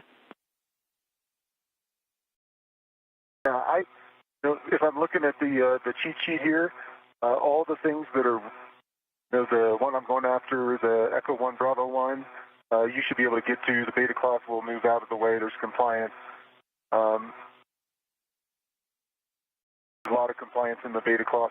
If you were trying to do that far one, I guess it'd be row 1, column 6. That might be more difficult, and we'd have to cut more. We can cut more if you want. We're here. Okay, Nick, just stand by. We're going to talk it over. We might want you to cut a little bit more. Okay. Hang it out. Will that little piece come off? Yes. That first tie. Oh, this one right here? No, what happened was the beta cloth cut. Oh. And they released the one that was below it, and this one is. I'm going to turn this off for a second. Okay. And Nick, Suni, we do have a request. We'd like you to make it to where we can access all of the connectors on a future EVA. So that beta cloth, if we need to cut one more lacing cord, let's do that now. Okay. We'll give it a go. Thanks. Not a problem. Coming off. Okay. Okay. Fantastic communication there between NASA astronauts Nick Hague and Suni Williams as we continue live with our coverage of US EVA 91 as the two astronauts continue to work together on the alpha magnetic spectrometer. And we mentioned before that this is all preparatory work, what can be done, and getting visuals on the job site of how future upgrades and future EVAs could handle. And that was the communications you heard with Nick Hague describing his body positioning and taking notes, as well as Suni Williams describing his position, again, for future astronaut and future EVA missions, and also the position of the beta cloth and the patch panel they recently just gained access to, and gaining visuals on that part of the alpha magnetic spectrometer as well. Approaching in about 30 seconds the 4-hour mark of today's EVA, as all tasks so far have been progressing along swimmingly for both Nick Hague and Suni Williams, including the removal and replacement of a rate gyro assembly that allows rotational rate data of the International Space Station to be collected and to better calculate the overall orientation. The removal and replacement of a planar reflector on the International Docking Adapter, the zenith port of the Harmony module. That's the port that faces space and is currently occupied by a SpaceX Dragon spacecraft for Crew 9. And that is a part of the communications for visiting vehicles. And then the patches for the damaged NICER experiment. And that NICER patch executed by Nick Hague worked well, and that is a part of the X-ray telescope that measures various X-ray phenomena, neutron stars, black holes, and the like. And that was receiving unwanted sunlight and unwanted X-rays from said sunlight, and that patching has since been complete. So now, after moving a C2V2 cable to gain greater access to the alpha magnetic spectrometer, that is what Suni Williams and Nick Hague are doing now, continuing to survey the work site for potential future upgrades and informing the team here on the ground at the International Space Station Flight Control Room of what those upgrades could look like.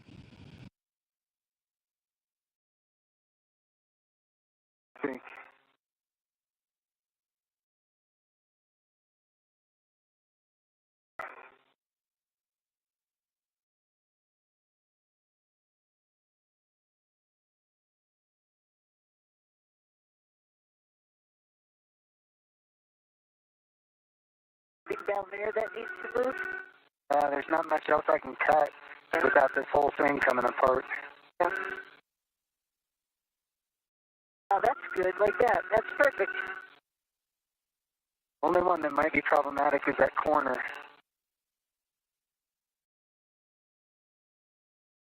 It's red. It is. Jess, are you seeing all this on Hecka? Yeah, we're seeing it too, Nick, and the team's saying they'd like to cut that corner if possible. That said, do you think that's going to liberate that piece of beta cloth too much?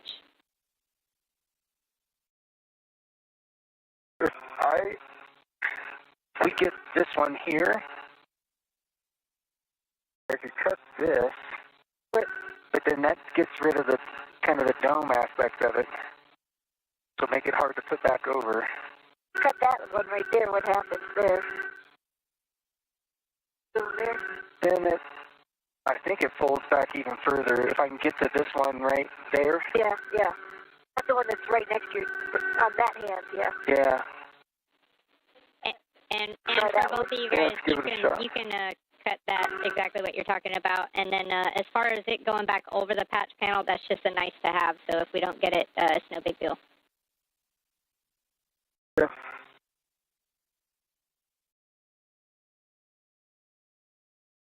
You see it from your angle if I put it on there? Yeah, I can see it. Oh. No, that was low, right there, yeah.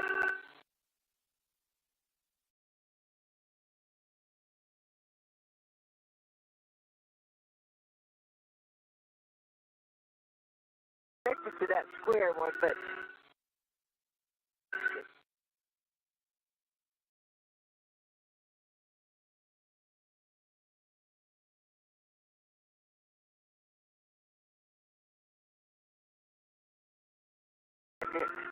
right between those two. Tell me when I'm on it. No, that's out. But it's down there. Take the tool. I'll see if I can reach the pod. Get right there.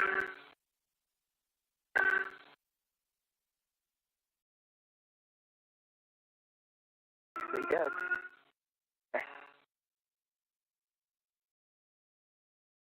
And Nick, for your essay, we took your Hague down for about 5 minutes just for thermal constraints. Okay. And now you have access to everything. Easy. Okay, awesome. Well, we would like to get your Hague back before we actually start the fit checks, but I have a couple words for you. And I know you got to do a tool swap back to the bag before we do that.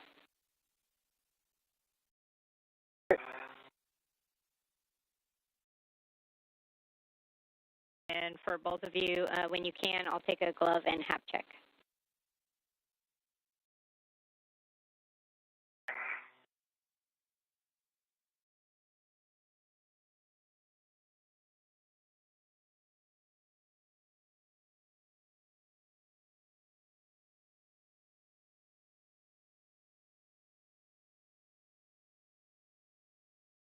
Changes to the gloves, dry hap.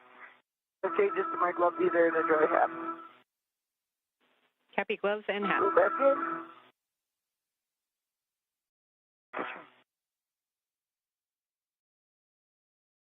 That tool.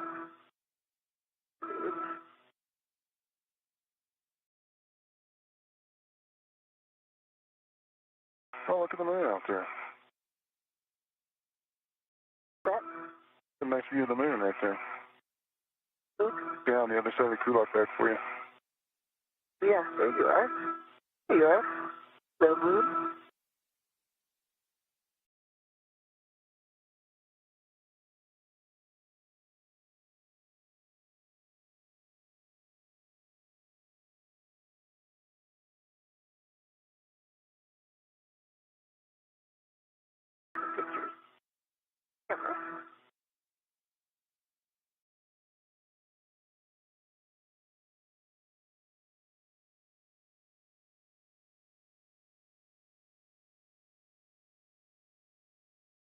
Velcro down your cover. Your cover. Oh no, you wetched it well. Nice.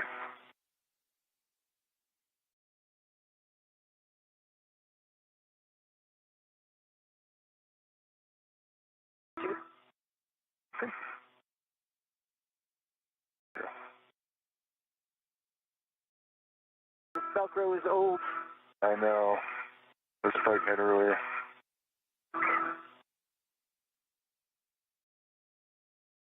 And Sunny, while you have the camera out, we would love some pictures of Nick's body position in the truss.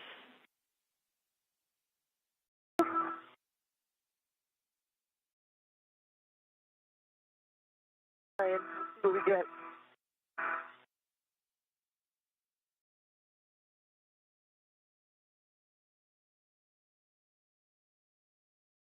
A little hole here. Not going anywhere. Yeah. Wonderful to hear the ongoing communications between NASA astronaut Nick Hague and Suni Williams as they continue their work on the alpha magnetic spectrometer and evaluating the work site for future upgrades on future EVAs that'll allow for additional radiators for heat rejection, as well as trackers to significantly increase the data acceptance of the alpha magnetic spectrometer. But we take a look inside now of the International Space Station Flight Control Room in Houston, Texas at Mission Control Center. And there you see from the bottom of your screen, working your way up, that is Flight Director Elias Mirmo in support of the EVA Flight Director today. And that is Nicole McElroy and her Vista flight team. Jessica Whitner, a NASA astronaut. She is the Spacewalk communicator for today's flight, and you are hearing her voice in relay of all the communications to Nick Hague and Suni Williams. And JAXA astronaut Aki Hoshide is the Capcom for today, relaying communications to the team that is still inside of the International Space Station. We are 4 hours and 8 minutes into today's EVA. That has so far gone right to schedule. In fact, so much so they are a little ahead of schedule. That includes multiple tasks that have been completed both together for Hague and Williams, as well as individual tasks as well. I'm just right there. You're right there. Yeah. It's funny. I think can you feel them like if it's just right there? Yeah. Right there. There's a bigger hole to his. He opens up if I go a little bit more. Yeah.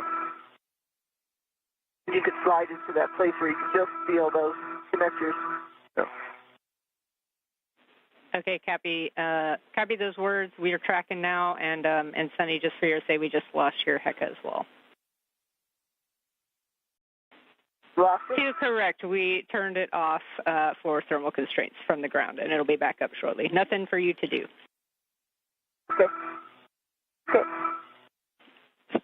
So while we're waiting for the HECAs to come back online, I'll read you a caution and where we're going with the fit checks.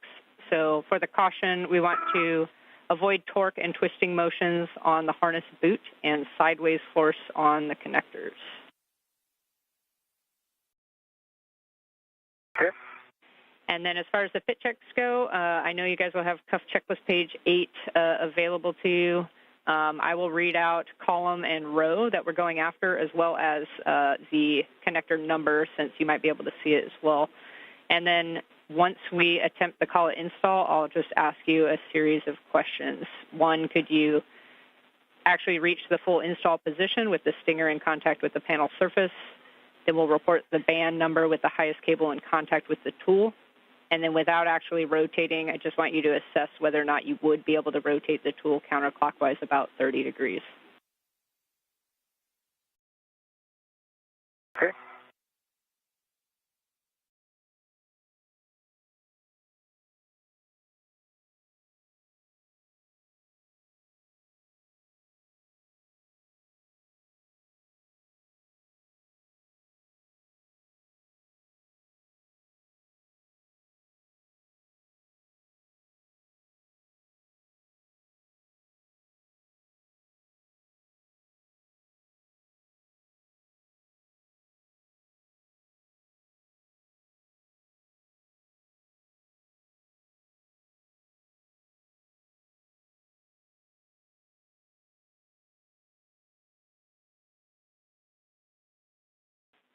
All right, Nick, we have your HECA back. So when you're ready, we can start the fit check.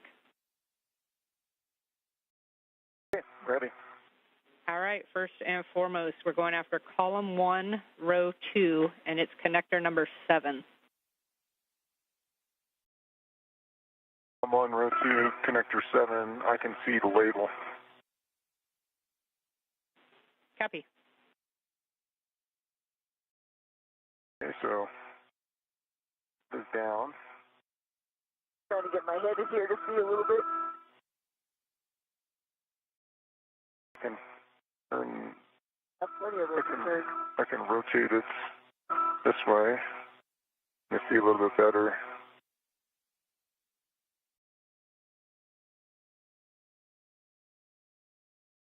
Copy, Nick. So that kind of answers 2 of the questions. We were able to achieve full install, and to confirm, you could rotate it counterclockwise 30 degrees. Stay firm. Just put the handle toward the outboard of the patch panel, and you avoid all the clearance issues.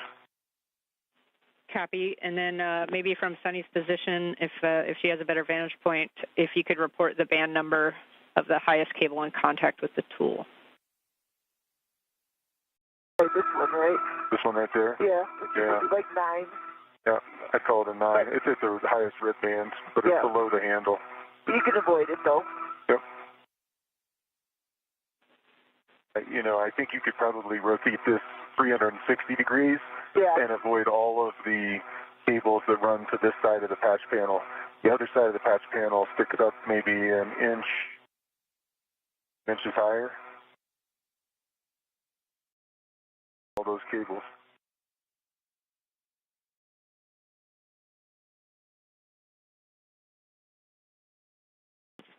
Okay, copy, Nick. We're good with that. We have about a minute and a half until a quick handover.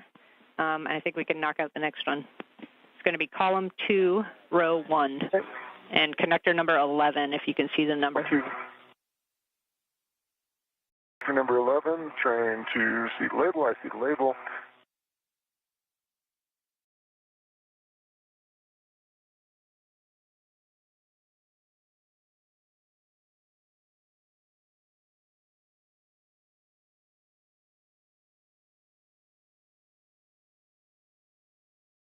I'm down on it. If you use that outward spot, you could rotate, right? Yeah, I can rotate this 170 degrees counterclockwise. Can't see what band it is close to. Up here. It's the same one, I think. Yeah. As you rotate around, probably a height of 9. Okay, copy. Height of 9. That one. That answers that connector's questions. Any other foreseen challenges mating that one? It's a little bit of a reach compared to the other one just because it's further away, but it's not difficult.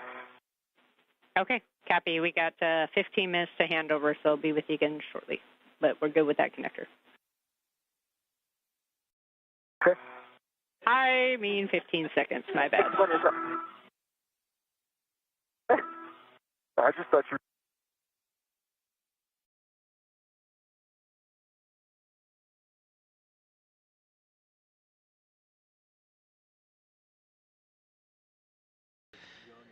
An expected transfer of communications currently ongoing, as you see live views and some smiles here inside of Mission Control Center and the International Space Station Flight Control Room is Jessica Whitner, the one in the middle of your screen there, relaying information up to Sonny Williams and Nick Hague, the two NASA astronauts participating in today's spacewalk. Just over 4 hours and 15 minutes into US EVA number 91, as the two, both Hague and Williams, continuing to showcase teamwork in working on the job site of the Alpha Magnetic Spectrometer and reviewing the patch panels for future upgrades and future EVAs. it's installed on the, it's column 6, row 5 or 4. On B, I can't read the label fully. Second from the bottom. 1, 2, 3, 4. Yeah, that's correct. It's Echo 1, Bravo 1, but row or column 6, row 4 is correct. Okay. And so it's all the way down. That's no problem. You've got about the cables that go, the cables on this side actually go higher than the handle.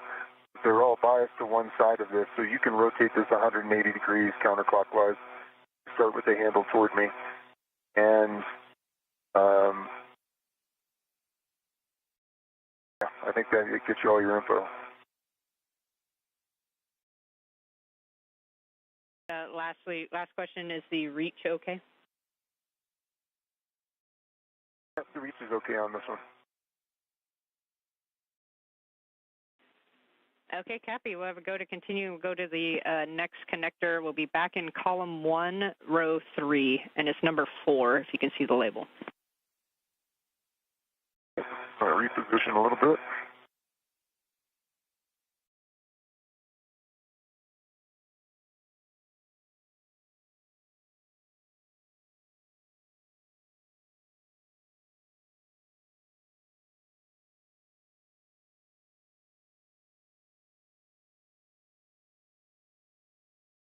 All right. Sort of the same situation. Yep. Because you're on that edge. I am flush with the panel, so tools fully installed. The highest cable goes to kind of the last red line. I have probably all the cables on this side of the patch panel are below the handle, so I could rotate 270 degrees counterclockwise. No problem.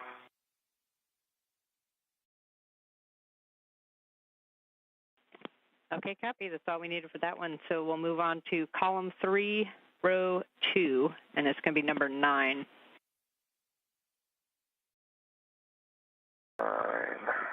So it's in the middle. This one will be a little more sporty.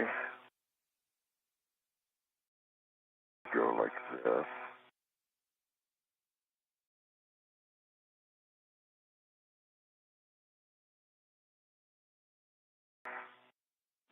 And happy to take any extra words here on, we know it's going to be a little bit of a tricky one to get in between those cables.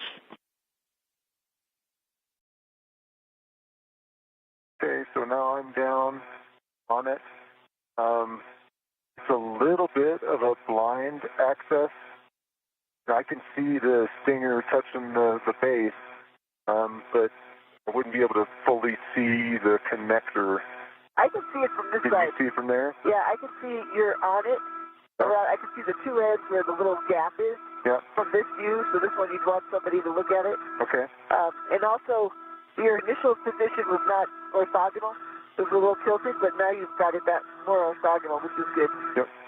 And then there's the cables on the zenith side of the patch panel are all above the handle. So but everything on the nadir side is below the handle. Those highest ones go to the last red stripe. You could rotate counterclockwise 180 degrees.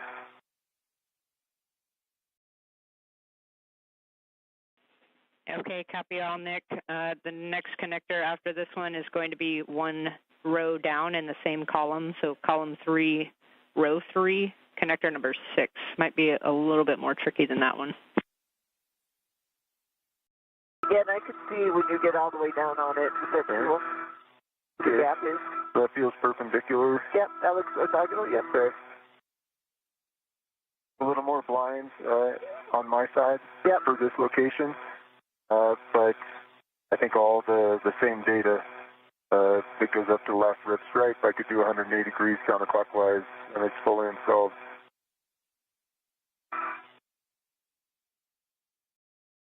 Okay, copy all. 3 more to go. The next connector will be on the other panel itself, column 4, row 2.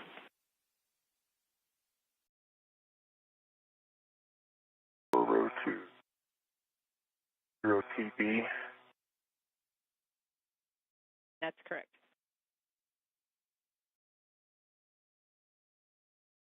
It's a little more tricky.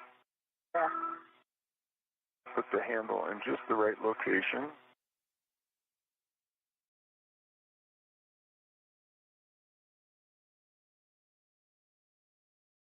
It's good it's still outside. Hard for you to see, I bet. It's really hard to see. And I could move around and I could get like half of it. Yeah. I can't see the whole thing. I can see the stinger touching the bottom. Yeah. I can see half of the connector head. Same here. I can tell that I'm on it. Yeah. It's 180 degrees of rotation counterclockwise.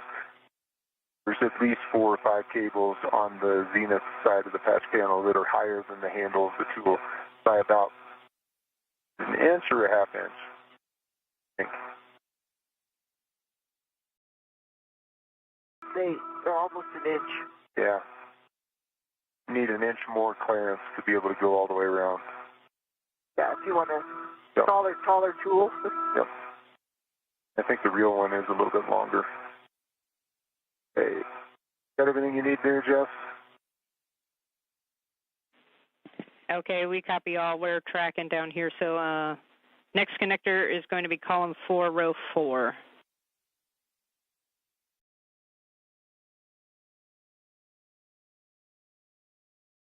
Isn't it? That one, yep. I can see both sides of it, but you... It's hard to get it.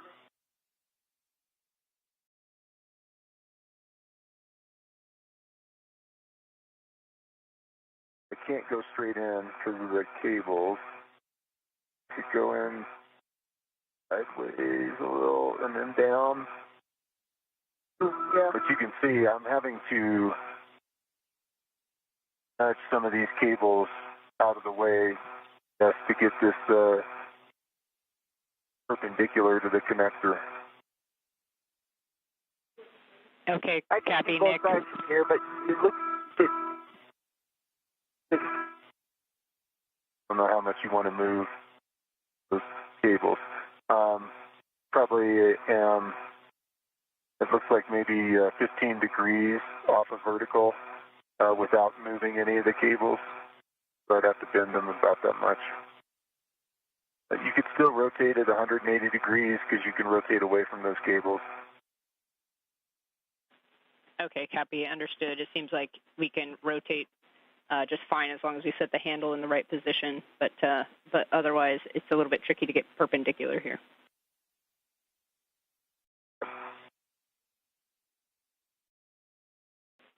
All right, with that one, the last connector we want to check today is column 4, row 5. And if you can see the label, it's Echo 1 Alpha 0. One right below that last one. Yeah, this one's easier. Oh, that's a good idea. Well, I think. Full bundle is pushing me off to the side. So again, to put stress on all those cables, I'm probably 20 degrees off vertical. Be able to get it straight, I'd have to bend all those cables. Could rotate 180 degrees.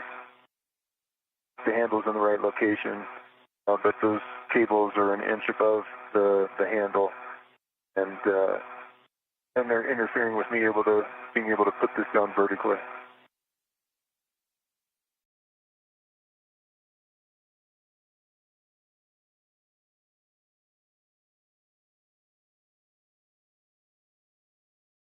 Okay, copy all, Nick. And you can pull that tool off that connector, and we're just going to have you stand by while the team discusses it here. Okay.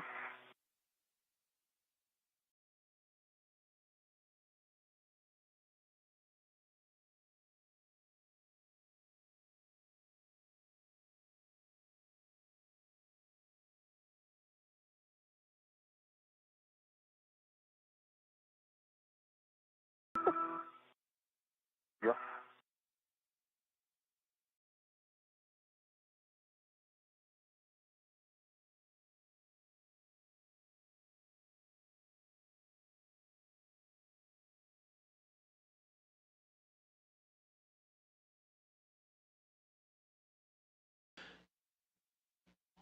You are tuned in live on NASA Plus to the ongoing progression of U.S. EVA number 91, featuring NASA astronauts Suni Williams and Nick Hague as they continue to progress through their checklist.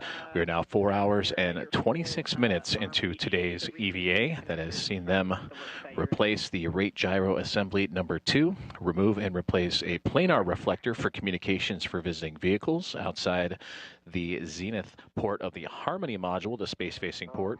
Also installing patches for the damaged NICER experiment, the X-ray telescope that was allowing unwanted sunlight into its sensitive instrumentations inside. So those patches have since been complete, and now both Williams and Hague working together to take a look at the alpha magnetic spectrometer and the work site, taking diligent notes of body positionings, tool configurations, and more surrounding a patch panel for future upgrades on future EVAs. They continue to work as diligent and have been working as a team all throughout the day, or in teamwork all throughout the day. For Nick Hague, his 4th spacewalk. For Suni Williams, this is her 8th spacewalk in support of International Space Station assembly, maintenance, and upgrades. I'll get from this angle. Angle.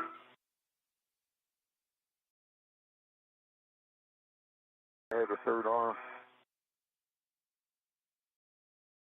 What do you want to do? Hold down that beta cloth. Let's do the Big one? yeah.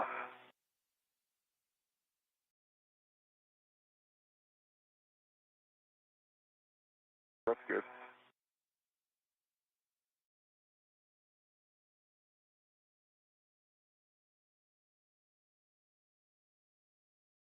Real stable when I hold it like that. Yes.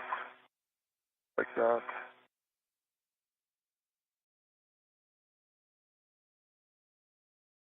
Here's my perspective. That's what you can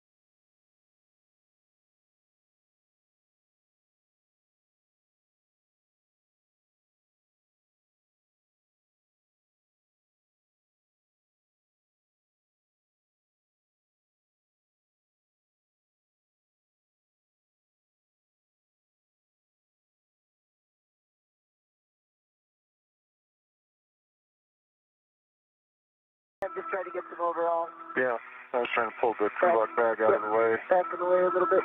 Yeah.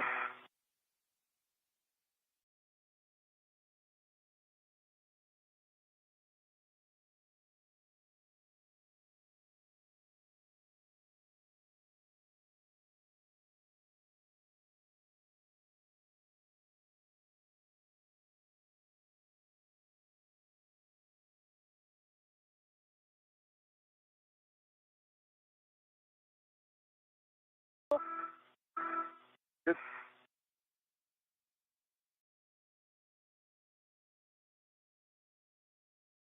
Where's my helmet relative to the radiator?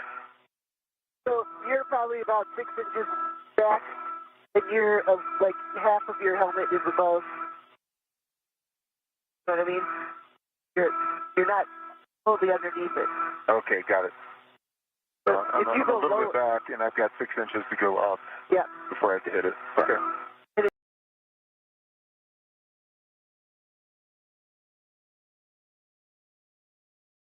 Did you grow to love that RT? Oh, right here? Yeah. Yeah, it works. Kind of keeps me stable. Yeah. I'm wedged in here, so I'm not sure how critical the stability is. This is more effective. Defector to the handrail right in front of you. Yeah. And drawing you in, because you end up reacting away from it, and so that counteracts it. That's good.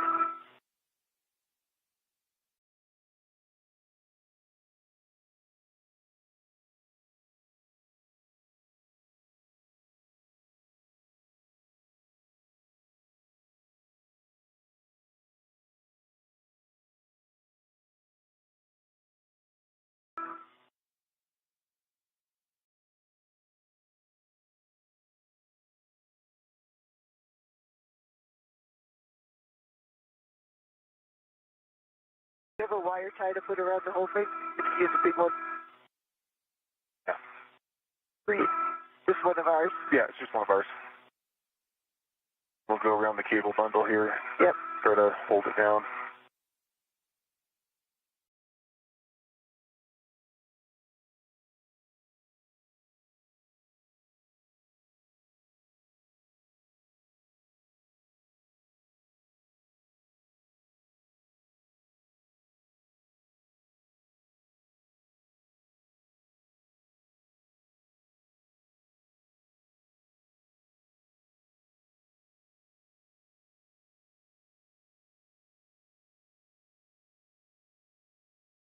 Camera?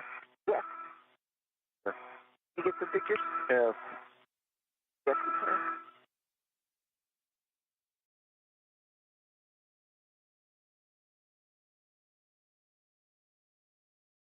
There you go.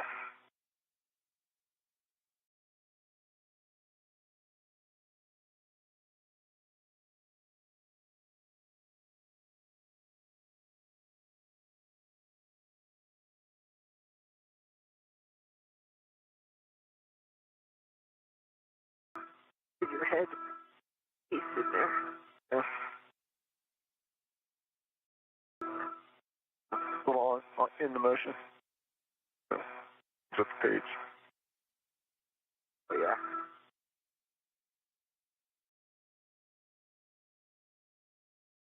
Close to you.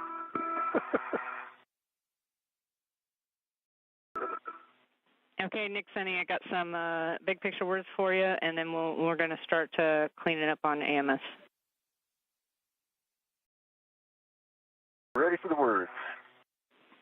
All right, so we're showing ourselves right now an hour ahead on timeline, which is awesome. We are looking now at after we clean up the APFR here, we may have a couple photo opportunities, specifically one for the MMOD strike, Nick, that you saw on AMS during your ingress. We would like to get some photo documentation of that. And then we may have a couple other locations, teams working that now. Once we get you cleaned up at AMS and start heading inboard, we're looking at trying to get you guys both out to that troublesome APFR that we had earlier, and maybe with both crew out there can get that collar unstuck. But waiting on steps for that. How copy? Y'all. That's interesting. I don't like that. Camera's still functional.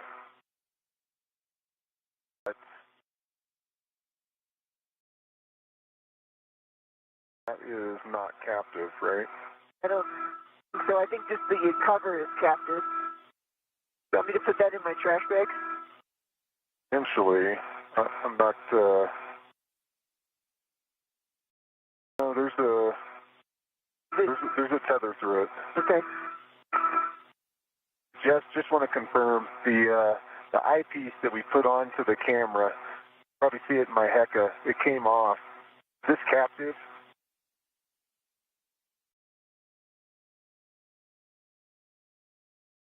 Affirm, Nick. It is captive to the MLI.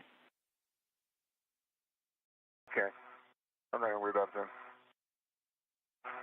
Captive to the MLI. It must have a little tether point on it that connects to the... Yeah, I see the little tether point, and then the MLI's got... captive to the other one. Yeah, okay. That still works.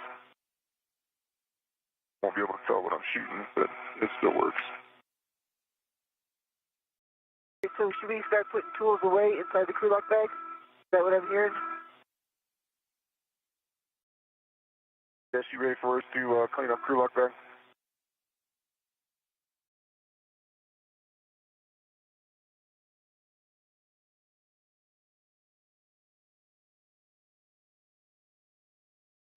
Okay, sorry, Nick. We were talking about your camera there. You can actually try to reinstall it. It sounds like it's like a friction fit. If you can actually just like get it back on that location, but best effort there with that. Oh, sorry, correction. It is a threaded fitting. So best effort there if you can get it. If not, we'll probably just leave it. And then Sunny, for you, we can start putting the tools back in the crew lock bag. It worked. And those threads are small, so I'm just going to let it hang off its tether. You can still aim and point the camera.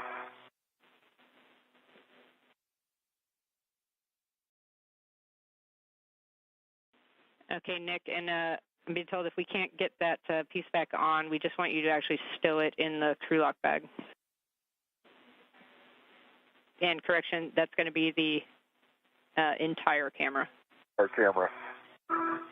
Okay. Oh, really? Yeah. And Sunny, while you're working the crew lock bag ops, when it makes sense, we'll take an inventory of that crew lock bag as well. Okay, I see 3 thermal blankets. I see the small locking electrical connector tool. See the AMS simulator tool. Oh shoot, what are these things called? The dino cutters? That other thing. The big lance. Lancer. The Lancer? Yeah, that's it. Lancer. The GoPro. Side. Put that on the side.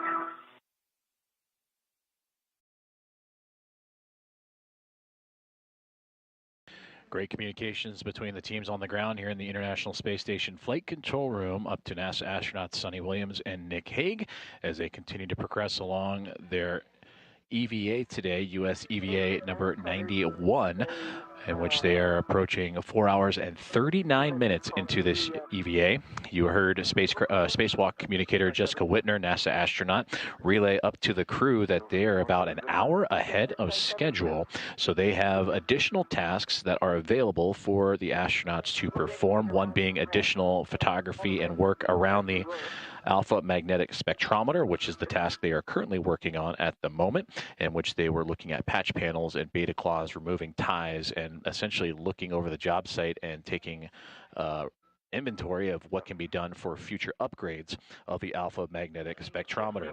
But the team also relayed information about taking additional photography of MMOD, or a micrometeoroid debris strike, that has no effect on the performance of the alpha magnetic spectrometer or any areas of the International Space Station. But they had noted that in the journey of the astronauts today, crossing paths over the International Space Station, it would like additional photography, and then also for them to both address the APFR, or the articulating portable foot restraint, that was addressed earlier today by NASA astronaut Suni Williams, as they had a couple of pieces on that APFR, again, the articulating portable foot restraint, that were stuck and unusable at the time before moving on to future tasks.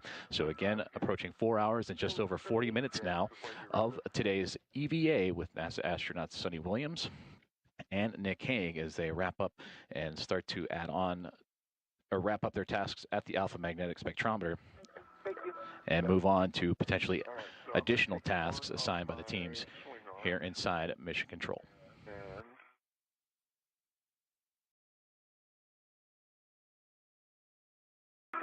Okay, so that's going to go inside the bag.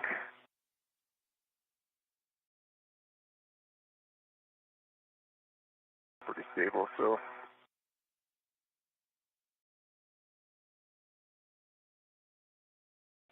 And while you guys both are working bag ops, we still would like photos of that MMOD strike, Nick, that you saw earlier on AMS. And I know we're about to put your camera in that bag.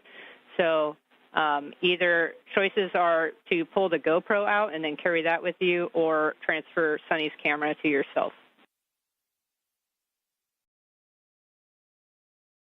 Just the location of that MMOD strike is directly across from the handrail 3013.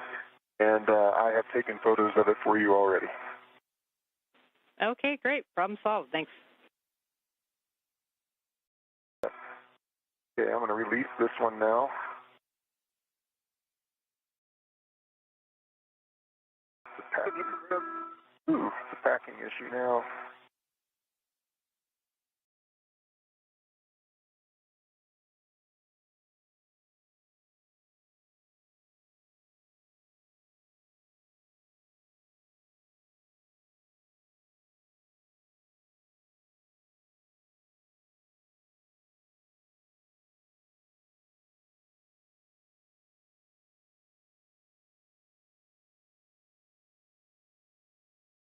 Okay, GoPro to the other side.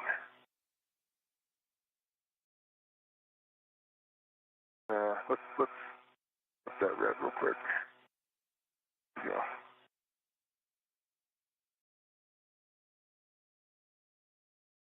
Okay, look toward me.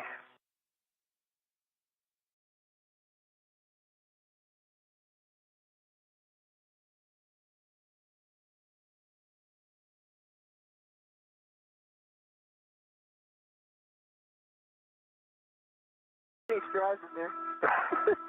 No joke. An extra handle now, too. All right. Buttoned up. Let me grab that one up.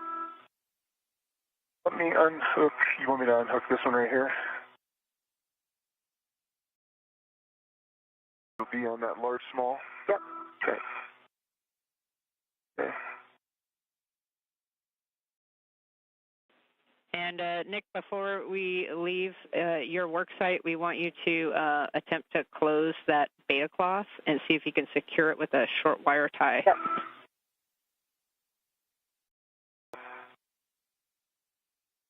Take one off my BRT. And I'm taking this crew lock bag, is that right? Yep, you've got the crew lock back.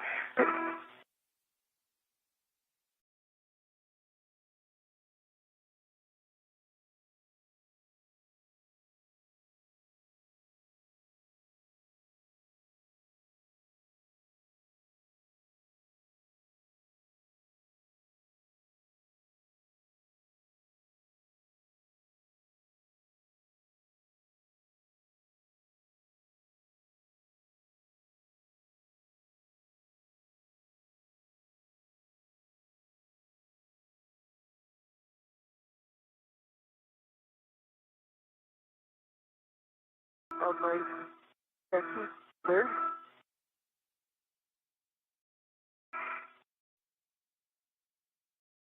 Jess, you want me to use a short or a long? Whichever one works, Nick. We have listed here a short, but if that doesn't work, you can use one of the longs.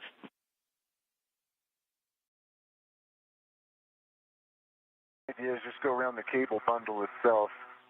Correct? Yeah, A-firm. We're showing a short wire tie around the cable bundle. I was thinking if I put a long here, then I could, after I do the twists around the cable bundle, then I could use those long arms of the wire ties to kind of go around it and hold it in place. And it might be beneficial when you come back to work on these connectors. You could use that long wire tie to hold back the beta cloth.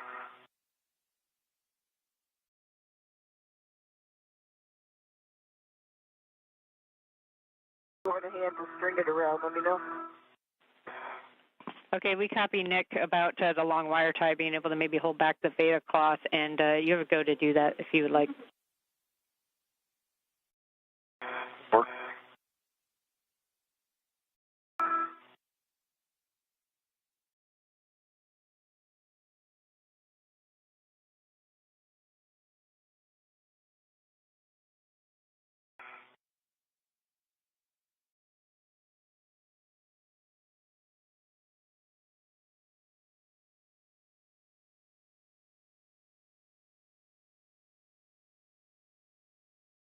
Twist around there.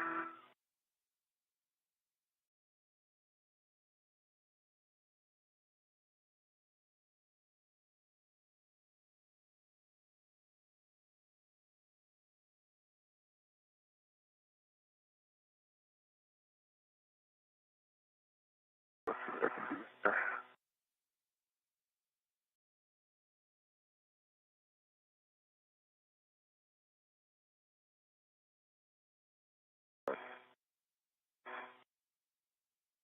I'll twist it up.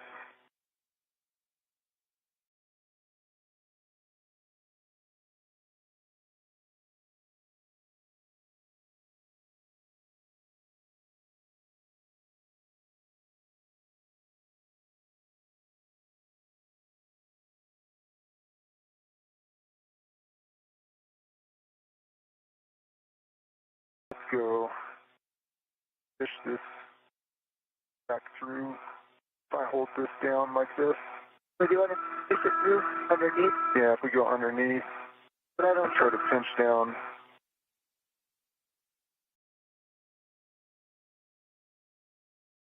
think about that. Just going to do the same thing it just did, though. Pull out. You hold on to this corner.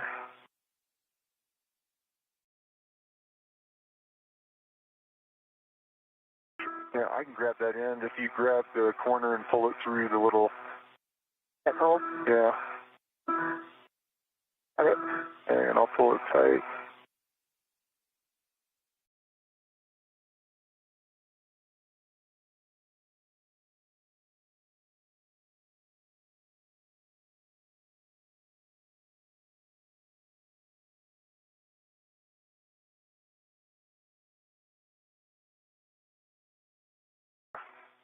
Not that much holding that there, though. Can we do something over here? And Nick and Sunny, that looks good to us. It's really best effort with the beta cloth. Okay. Holding it there.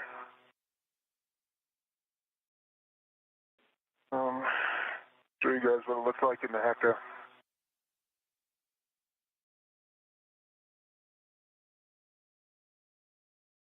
Yeah, we see it in the Hague. That is all good. We're about 1 minute to handover, and if we can get glove and hap checks from both of you.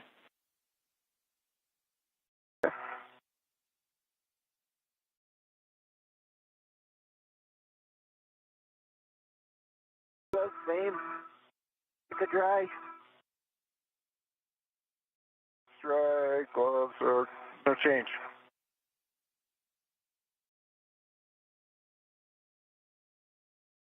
Copy, gloves and hat for both of you. We're going to hold here for 30 seconds until after this handover for your egress. Okay. So you're just going to watch me the same way? Yep, exactly. Talk me out. Yep.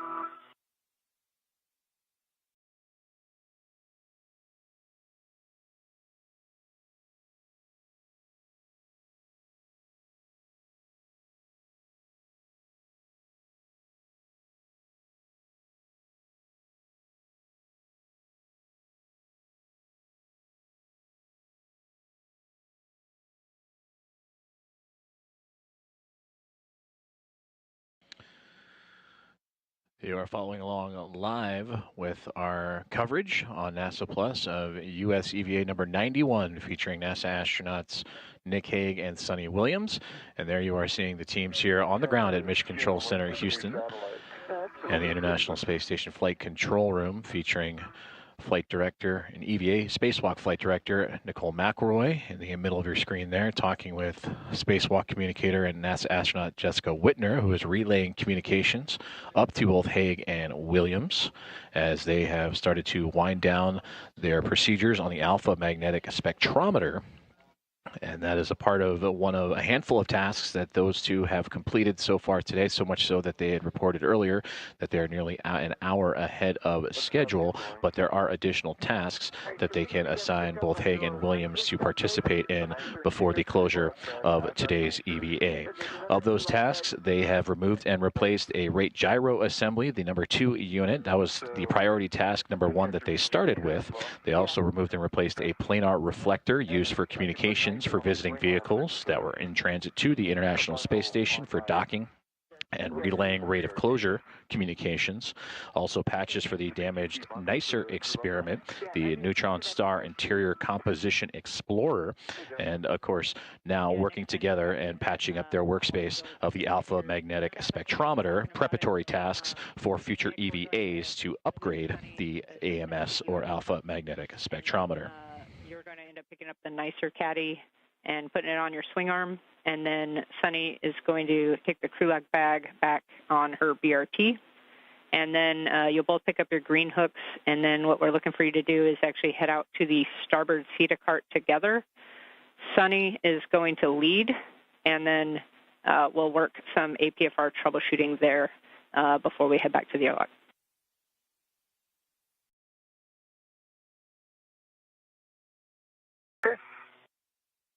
Sounds good.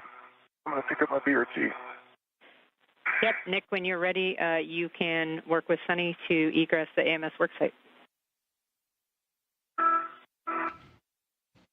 I think this is the worst part of your head getting in here is when you're way in trying to do the BRT. Yeah. Other than that, the rest of it is pretty clear. Right now, your accuracy is probably 6 inches from top of that AMS area. Yeah. It's a tight fit on that BRT around that handrail. Being able to get your fingers on the paddles, there's not a lot of access. And you just heard their communication from Spacewalk Communicator Jessica Whitner relaying up the next steps for this EVA, USA EVA 91, as they complete their tasks at the Alpha Magnetic Spectrometer. And now they will together return to the airlock to drop off some tools and equipment before together making their way to the APFR, the articulating portable foot restraint that had a couple components stuck earlier today at the beginning of the EVA, but did not play a role or a factor in the removal and replacement of the rate gyro assembly. So this will be a get-ahead task for the two crew members that are participating now, what is going to be 4 minutes and 54 seconds into the EVA, the fourth in the career of NASA astronaut Nick Hague and the 8th for Suni Williams.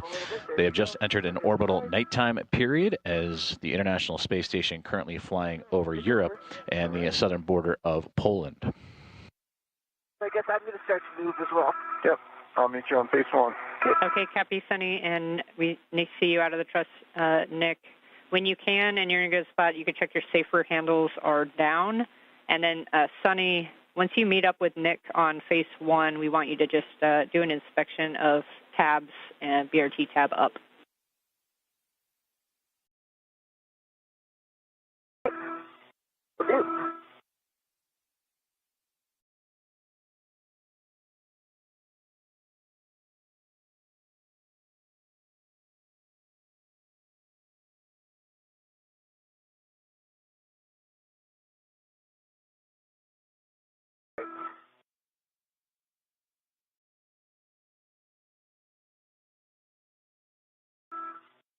Okay. Get up my green hook now.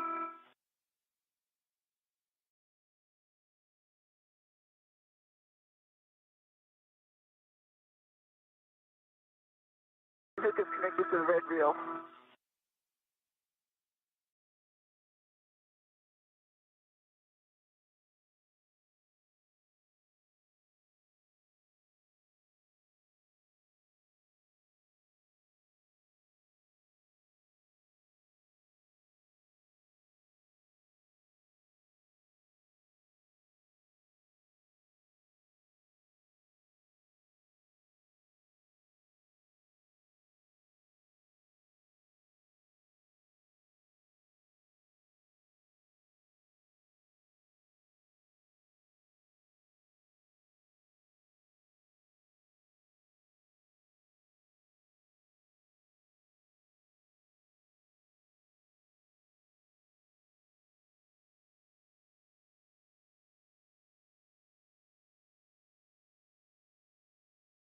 Just looking at your tabs.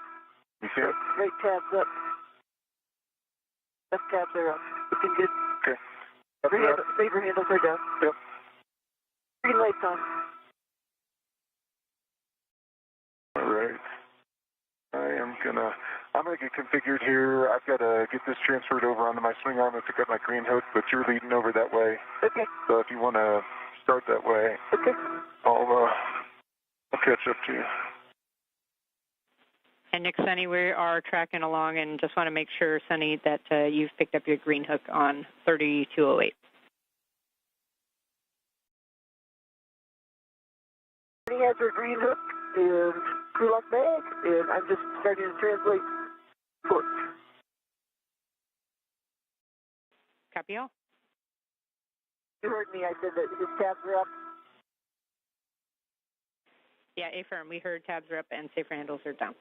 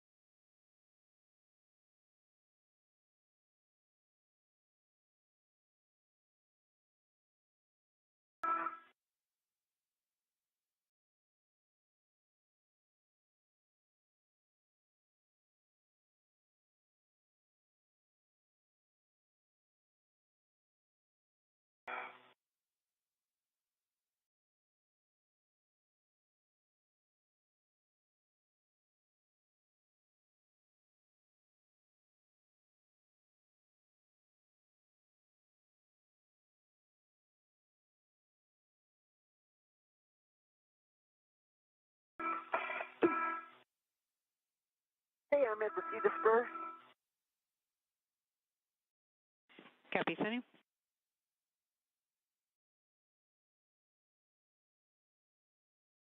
And we see you both go into the starboard CETA cart back where that troublesome APFR was.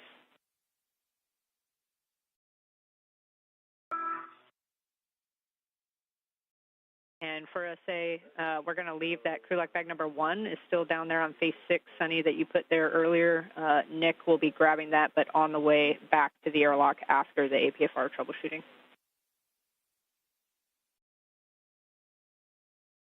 Sounds good. For Caddy is on my swing arm. My green hook.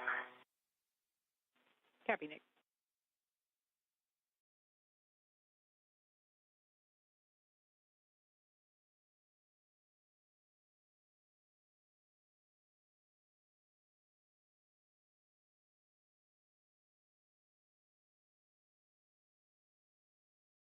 Continuing to follow along the progression of US EVA number 91 as we view from the helmet cam of NASA astronaut and designated EV1 spacewalker Nick Hague as he and NASA astronaut and commander of Expedition 72, Suni Williams, continuing to translate or move across the International Space Station from where they were previously at the work site of the Alpha Magnetic Spectrometer and making their way now towards the APFR, the Articulating Portable Foot Restraint, as the two have accomplished a large majority of their tasks and even have gotten ahead of schedule. So this is an opportunity to review a piece of hardware that was stuck in a current configuration and was a little troublesome, but played no impact in its intended use was to be a part of the replacement of the rate gyro assembly number 2. So with the extra time or get ahead time, an opportunity to go back and revisit that before future spacewalks. Coming up, in fact, we just passed the 5-hour mark of today's EVA for both Hague and Williams, racking up additional totals of their spacewalking career. For Suni Williams, this is her 8th, came into today with 50 hours and 40 minutes of time. And for Nick Hague, and his 4th spacewalk today, 19 hours and 56 minutes of time. And again, now just elapsing the 5-hour and 1 minute mark of US EVA 91. Yeah, you can ret to the really, we want you guys both to work together on that and just try to keep the WIFX in a nice stable position while we're doing that, see if that helps at all.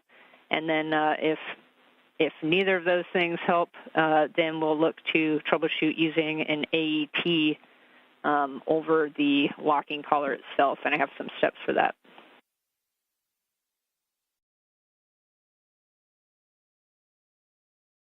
Okay.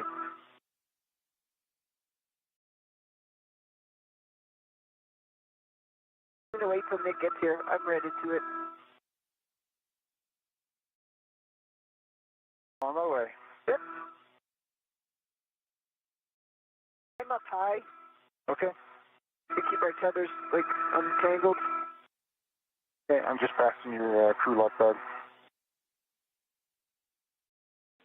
And Suni, if we can have you power cycle your HECA again, so just off, wait 30 seconds, back on.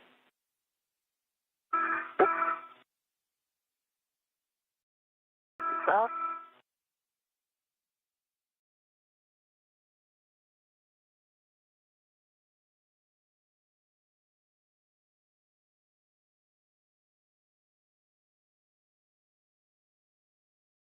Okay, I see your safety tether now.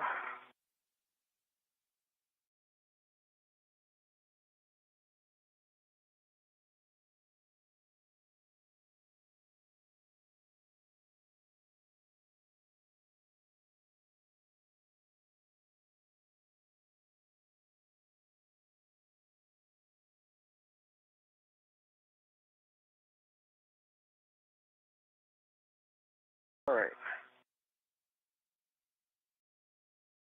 This one here. Okay. Hang over there. All right, for both of you, now that you're both out there, again, we're just going to try to use both hands to get that locking collar open to the full black on white position. And if we're successful at any point in these steps getting that APFR off, we're going to have one crew member hold the APFR. We're basically going to do a swap with the one that Suni put into WIF 4. And so we'll work that real time. Okay. We're trying to get it out of this whip extender. Yeah. Okay.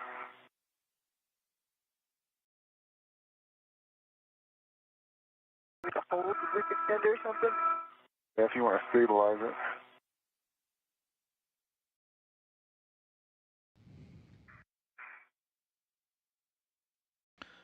The two NASA astronauts have reached their next task for today's EVA, and that is the articulating portable foot restraint that they're looking to get unstuck, if you will, from what they experienced earlier in the EVA, but played no factor in their completing tasks.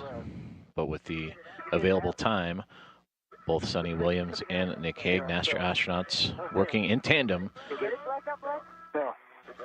to free up this portable foot restraint. I'm tethered to it, All right. so it's fine. Okay. All right, we see it out. So, Now we want to put yeah, one of you guys are going to hold that, and then the other one, we're going to look to pull the APFR out of with 4 and into the with X.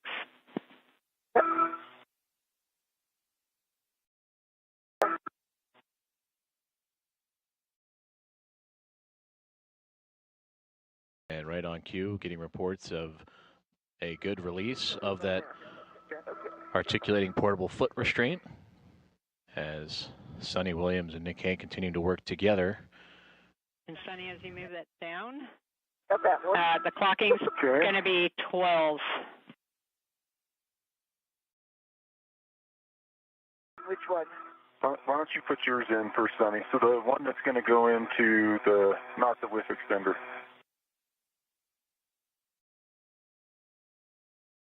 One that's not the whip extender is 12. Is that right, Jeff?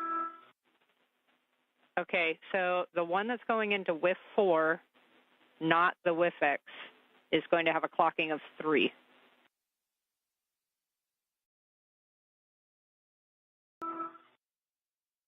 On that side, me.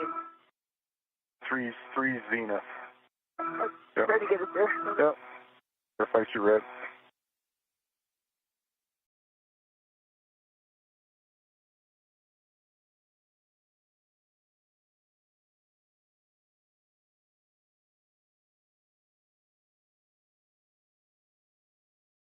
There you go. Right there's the red clocking. You can push in.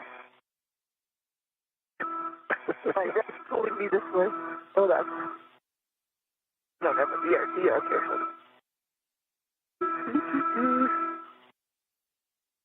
Come on. Bumping into you. That's okay. If I'm in your way, move. Right. Doing APFRs. All right, get in there, you.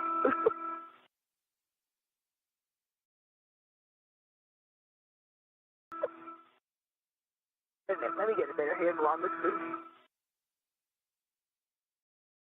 A grease pig. Yep.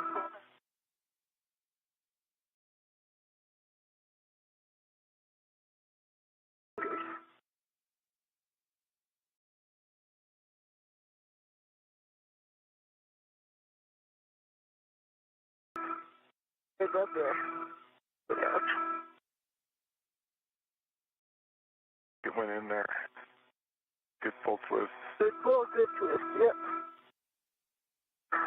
There. Copy, good full twist test.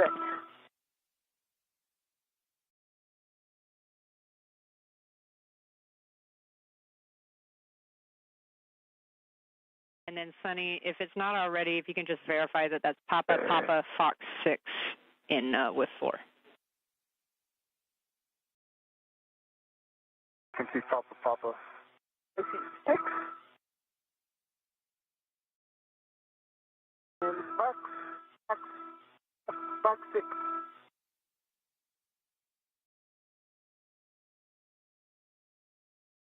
All right, complete. Thanks. This one, what is the clocking here? The clocking for the WIFX is going to be 12. This one's 12. So 12, and it's Papa Papa Fox 6 as well. A firm, Nick.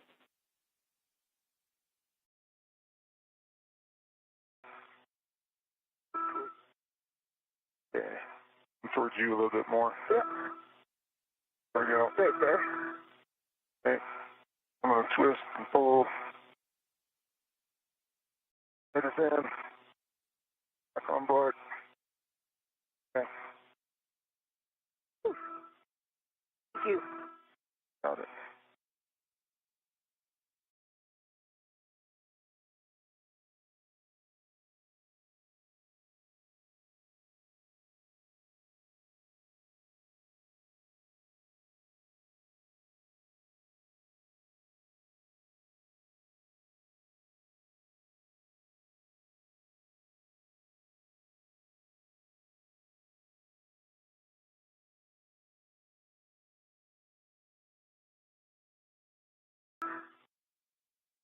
right, Jess, what's up next?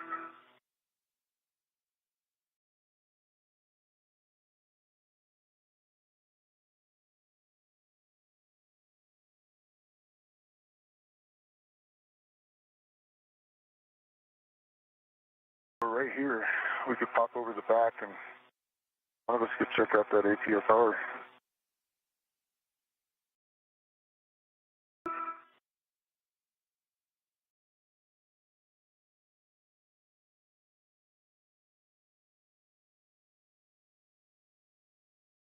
Up with the plan. Hey, feeling? I'm feeling good too. And Nick, Sunny, nice work on those And APFRs. Just give us the finger that took the pictures. Give us 1 minute to talk the game plan here. Yep, no problem.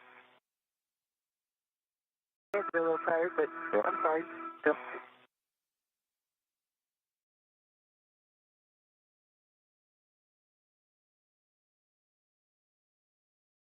Tuning all the night.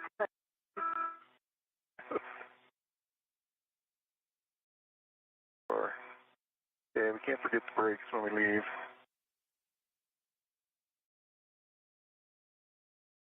Here? Yeah. Both sides? We just have to tap this side as we're leaving. That? Have to tap this side.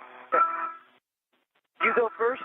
All right, Nick, Sunny, I got some big picture for you when you're ready. I'll lead us back. We are ready. All right, Nick, you had it right. You're going to be leading back to the airlock. Big picture, we're going to head back to the airlock and stow the bags. Nick, you're going to pick up that crew lock bag 1 and stow that on your BRT, or you can tend it if you just want to tend it down the Cetusburg, either way. And then we're going to clean up. We're going to put all the bags and tools back in the airlock secured. And then we'd like to hear your thoughts because we do still have some time available. We're about still, say, 45 minutes or so up on time. So thoughts on doing the ammonia line imagery task. And with regards to APFR, the Z1 would be the APFR that we'd look to go for.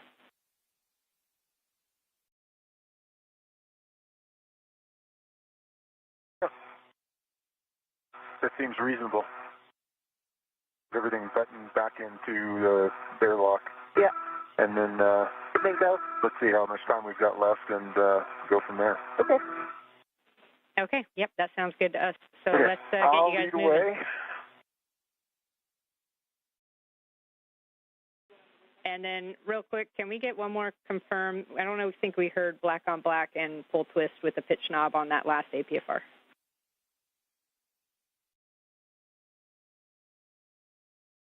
Confirm. Okay, copy. Yeah, black on black, good full twist test on the APFR in the WIFX. Copy, thanks for those words. And Sunny, if you can hit the starboard seat cart brake pedals on your way as well. I did, thank you. Did it twice.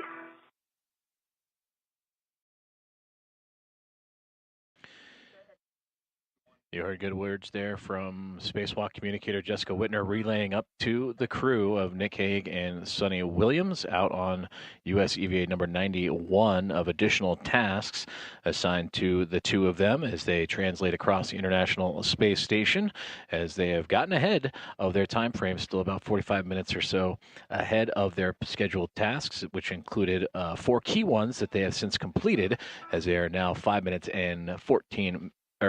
hours and 14 minutes into their scheduled EVA. So with that extra time on their schedule, able to stop by the airlock and stow bags and continued cleanup before wrapping up today's EVA.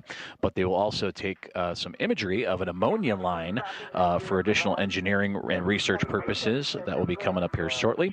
And then another articulating portable foot restraint will be reviewed here shortly along those lines as well. So that is what the additional tasks have been relayed up to both Nick Hague and Sunny Williams towards the back end of this EVA and spacewalk today. Let me grab this screw lock bag real quick.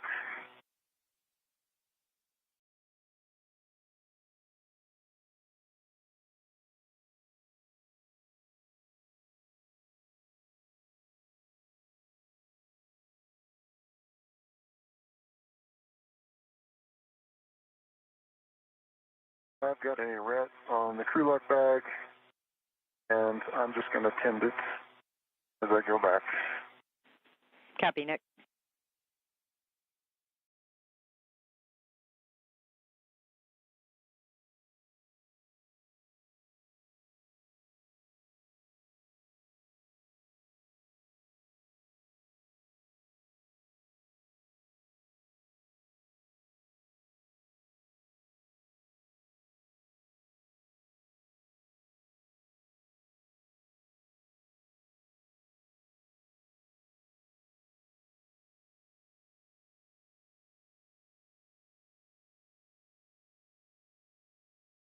Tell me when you're down low.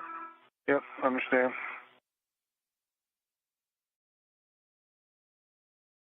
Until I get to the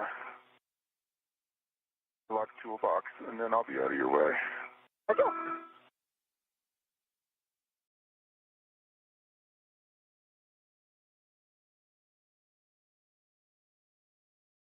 Okay, I'm at the airlock toolbox.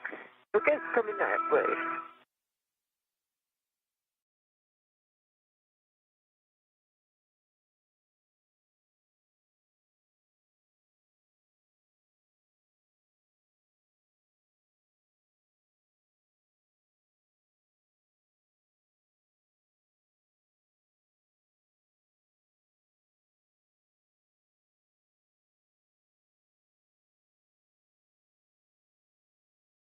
Down to Petersburg. Okay. Jeff, I'm at the airlock. Good to open thermal cover. Affirm, Nick. Astronaut Nick Hague has arrived to the Cover's open. airlock, the crew lock as a part of the Quest airlock, in which they will drop off. And you heard communications from the teams here at Mission Control in Houston in the International Space Station Flight Control Room to stow baggage and tools before moving on to some get-ahead tasks, which will include additional imagery or taking photos of an ammonia line, as well as potential APFR evaluations, that is an articulating portable foot restraint, before the close of today's EVA. Now 5 hours and 17 minutes into today's spacewalk for NASA astronauts Nick Hague and Suni Williams. Everything has been going swimmingly, so much so that they have been moved ahead of schedule. They accomplished their 4 key tasks, which were to replace a rate gyro assembly, remove and replace a planar reflector for communications for visiting vehicles, install patches for the damaged NICER experiment, which went swimmingly, as well as together working on the work site of the alpha magnetic spectrometer, releasing beta cloth and ties to access a patch panel to gain some preparatory information on testing and tools and that configuration for future upgrades. But as mentioned, working ahead of schedule and diligently as a team all the way throughout, and now looking at a couple of opportunities for get-ahead tasks before completing today's spacewalk.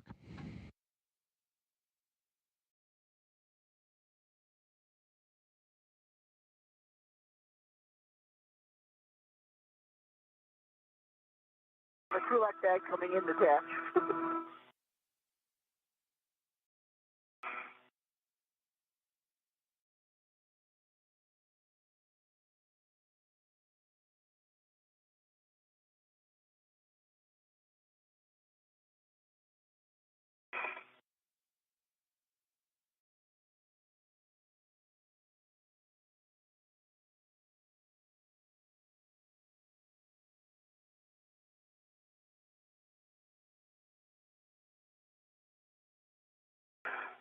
Okay.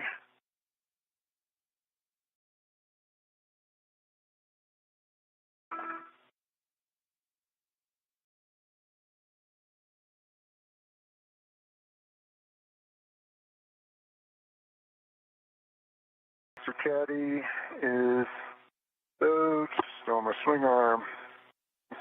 You got the crew lock bag?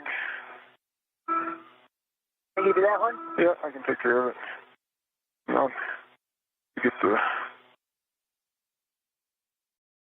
hook.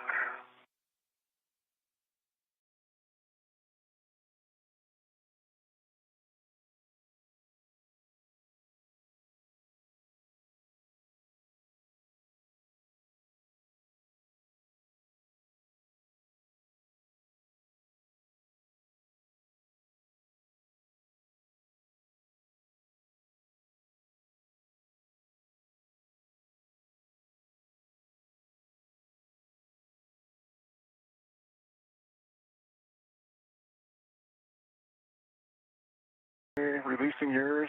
Yep. Coming back towards you. Okay. Thank you. Okay, all that stuff is down.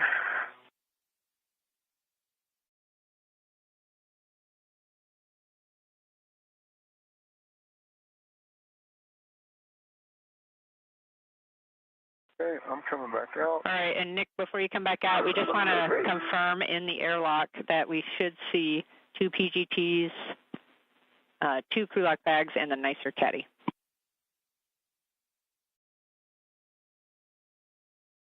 The large ORU bag. Correct. First, the large ORU bag. Thank you for correcting us.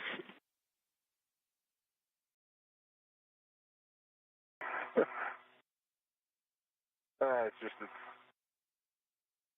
wonderfully in my way in here.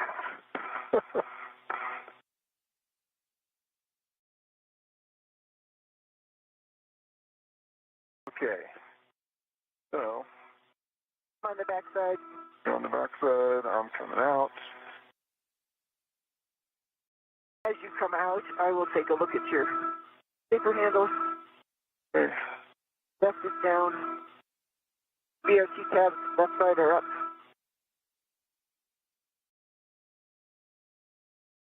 Your handle on your right side is down. BRT tab on your right is up. Okay. Standing.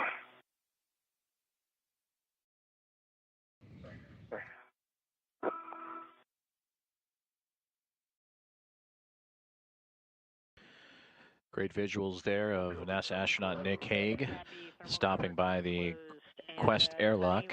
Almost close. The theme of the day, we would ask that you turn your HECA back to the on.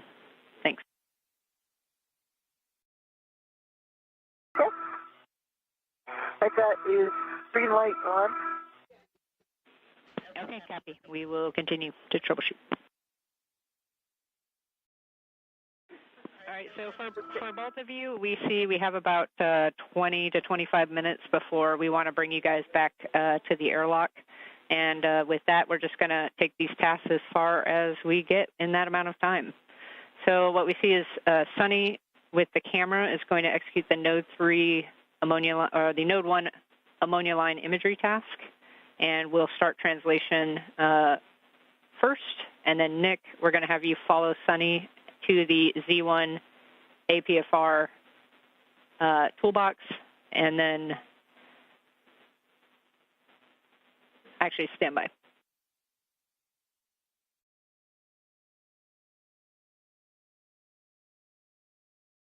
This way, right? So, Up and over, out. up and over and down. Yep. We start translating, Jeff?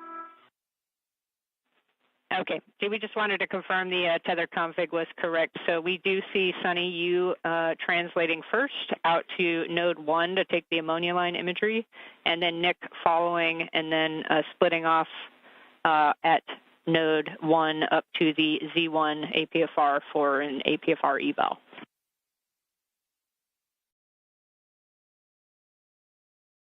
Okay, copy. We're on our way. Okay, so let me remind myself where I am. This one is there. Just come across here. Yep.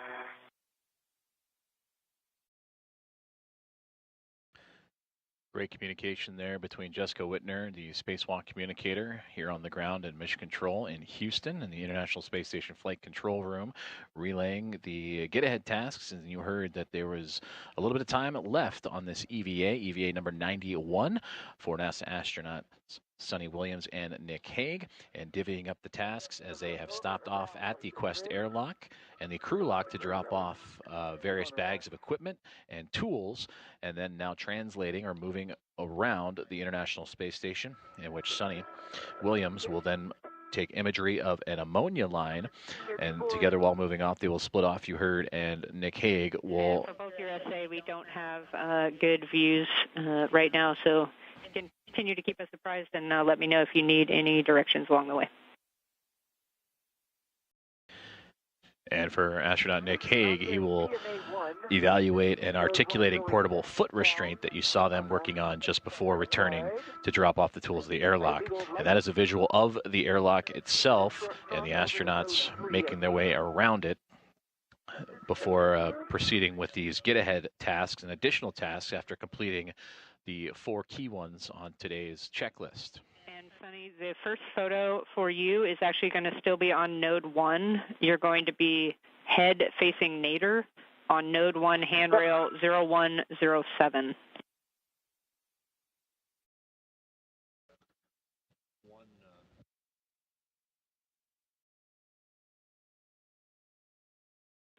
And then I have a caution. 05. I have a caution for you. There'll be no loads or translation into the fluid lines, MLI gap spanners holding the MLI in place, and Cygnus thrusters are a no-go for kick loads.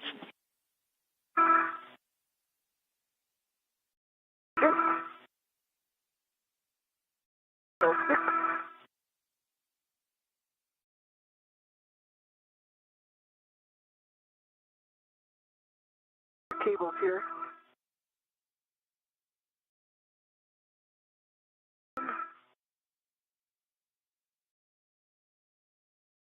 Jess, I'm at the B1 APFR for the eval.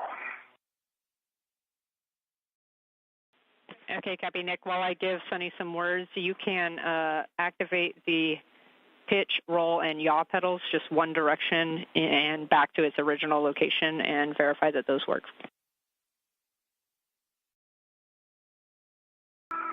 Okay, and work.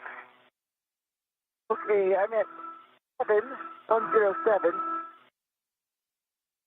Signator. See the cupola. Copy, Sunny. If you've identified the MLI covering... It's coming up right in my face. If you... Yep, we're waiting for... Yep. Yeah, there's sunrise. We want you to identify that MLI covering the aftmost connector bank on node 3, on the node 3 starboard in cone, and then you're going to photograph and scan the MLI from the aft side looking forward.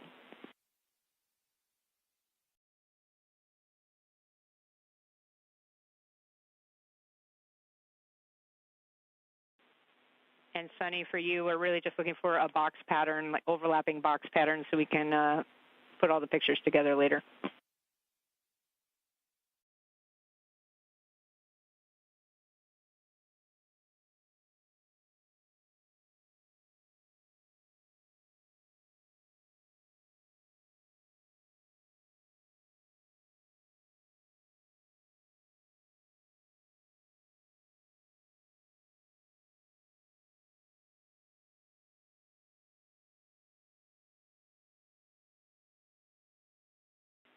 And Nick, for you, I do have a warning. There's a potential MMOD strikes, or there are potential MMOD strikes in the vicinity of that APFR. So let us know if you see anything, and be careful with your hand placement.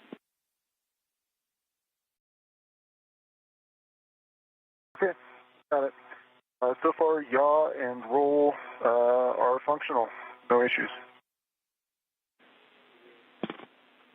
Copy. I heard yaw and roll functional. Can you confirm you've done pitch already, or are you working on that now? Working on that now. Do you have final settings that you want me to leave this in, configuration-wise?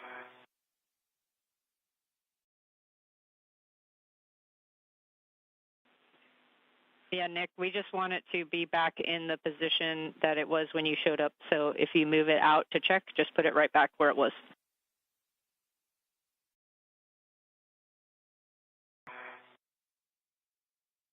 Okay, Jess, you're just looking for orthogonal pictures, really, of this side coming over, correct?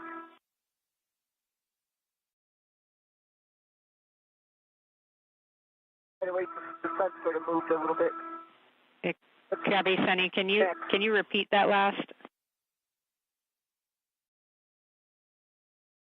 Okay, I'm just taking orthogonal pictures, like between, for example, the Cygnus pedals and these lines, correct?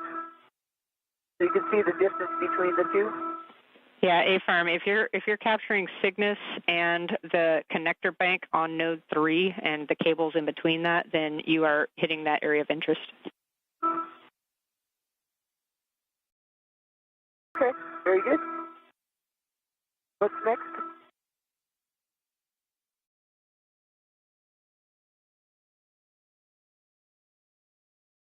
Okay, Sunny, the next location is going to be translating over to node 3, handrail 0619, and that's going to be zenith from where you're at right now, and then across the two gap spanners, the two diagonal gap spanners to node 3, and then at that lower gap spanner, you should find handrail 0619.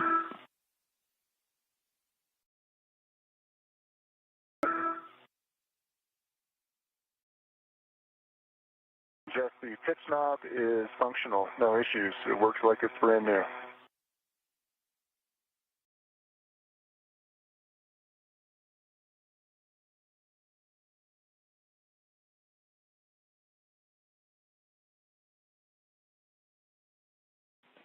And great news, Nick.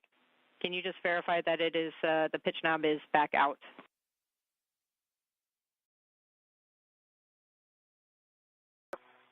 Springs right back out. Yes, I'm at 0619. Copy from 0619, Sunny. You're going to photograph that MLI again, and then capturing the entire length of the MLI and the surrounding modules.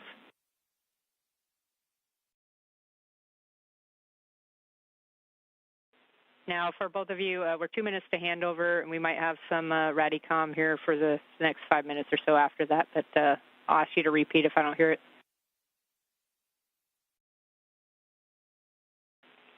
Nick, for you, we can do the active whiff eval now, so you can reposition for access to the active whiff and then tether to the APFR. And then we don't want to actually take the APFR out, but we just want to actuate the locking collar to make sure we can get it to the white on black position and that the paddles themselves can be depressed, but don't actually pull the APFR out. Okay, I'll get in position.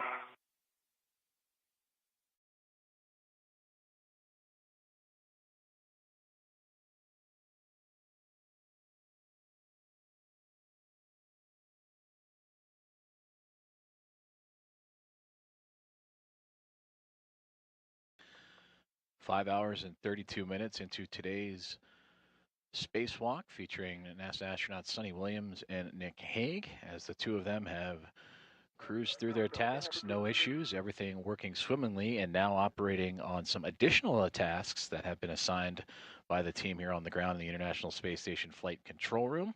The space station currently entering an orbital daytime period after just flying over Sydney, Australia, and approaching the west coast of New Zealand. It's one handrail nadir of that current handrail you're at, and we're 20 seconds to handover, and it's the same photograph series that we're wanting.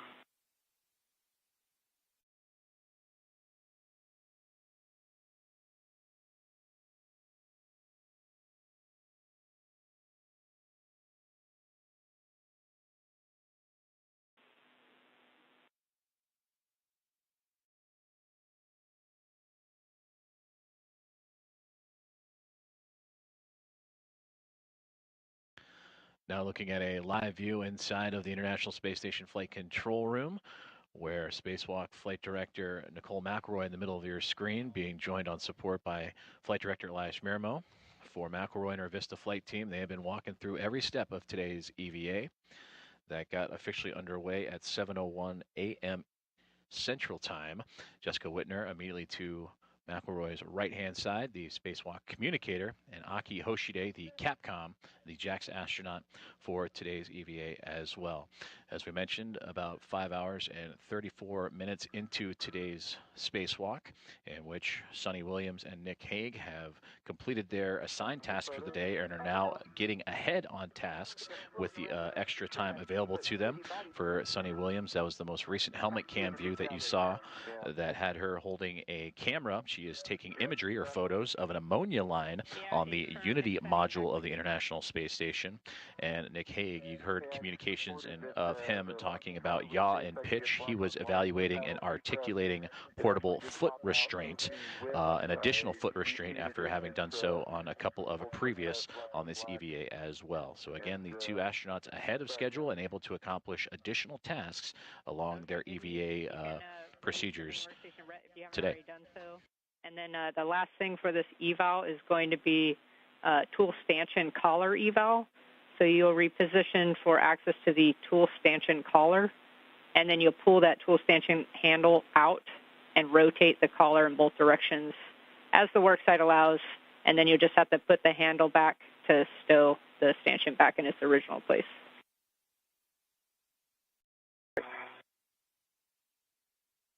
Okay, Jess, I moved to one away.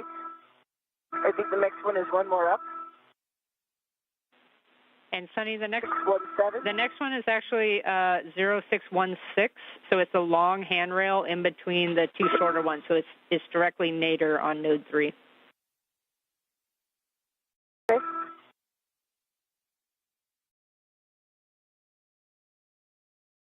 And this position, Sunny, is the trickiest one. It's the closest you're going to get to the ammonia line, so just using good BRT like you have to hold that position, and then just looking for the square grid photo technique as you take these photos.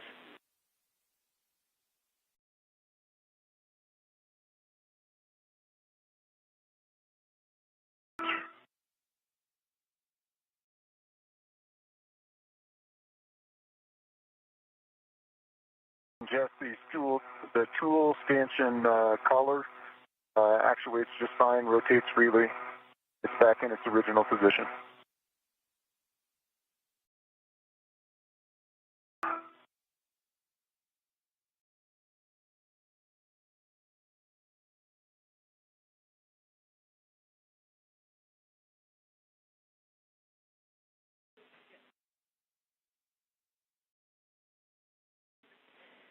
Copy, Nick, on the tool stanchion. So that completes the APFR eval. We would like to just get one more double check if you can read out the settings on that APFR and just one visual look over to make sure we don't see any MMOD hits.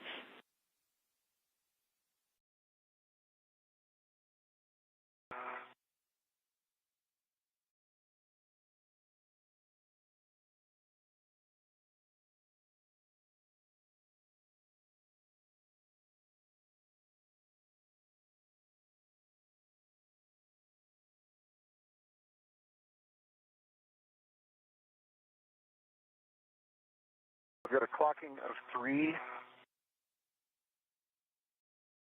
Papa. Delta 1.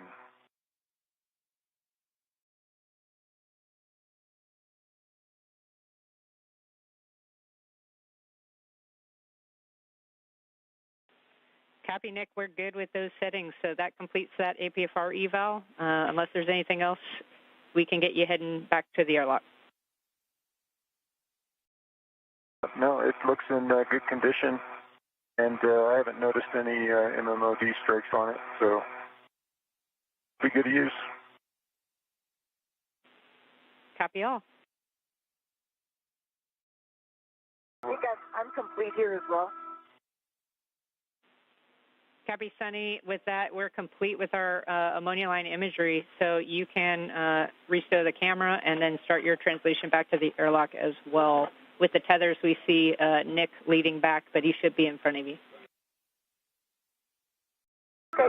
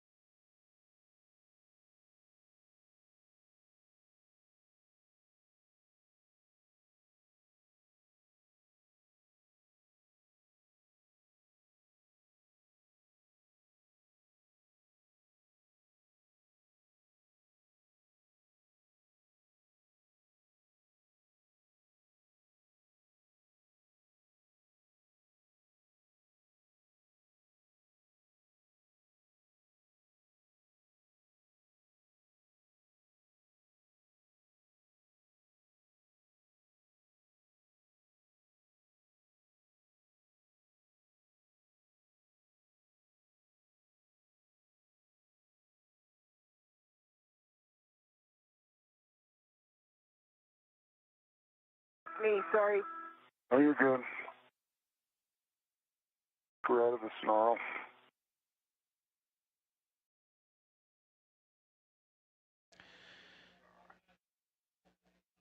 Continuing our live coverage of today's U.S. EVA number 91, as you heard from the ground and Spacewalk communicator Jessica Whitner, that the additional tasks assigned for NASA astronaut Nick Hague and Suni Williams have been completed.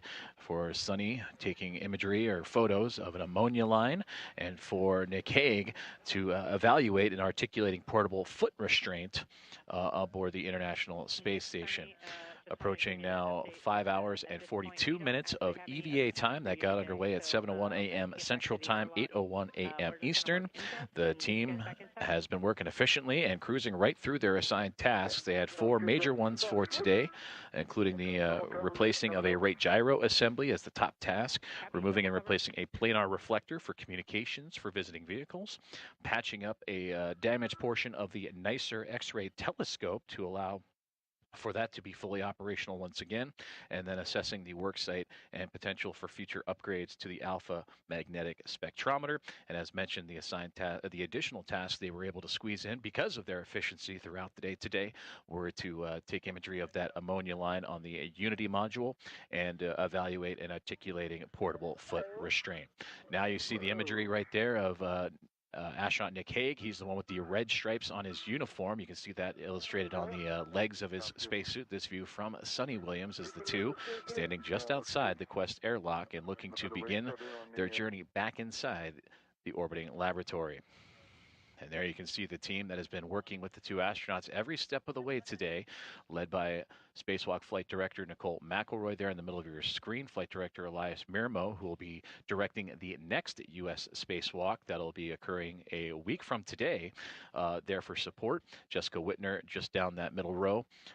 She's acting as the spacewalk communicator, relaying all instructions up to the crew outside the International Space Station, and Aki Hoshide of JAXA as the COTCOM for everyone inside of the space station. And just behind in that back row, you see Farouk Sabor in the back row to the right, the spacewalk lead officer today that's been helping orchestrate a lot of these tasks and seeing what's available for get-ahead opportunities for the two astronauts. Okay. I am in.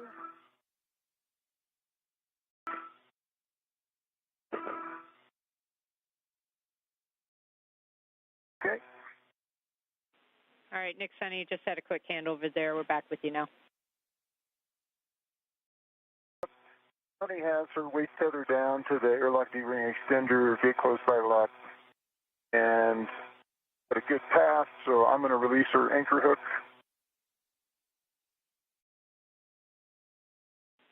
Copy all. I'm in, Jeff. And Nick, you do have a go to Your retrieve tether that pack anchor hook. coming in. My tether pack is coming in. Yep. I've got it. Okay. I'm going to do the same thing. I'm going to put my waist tether there.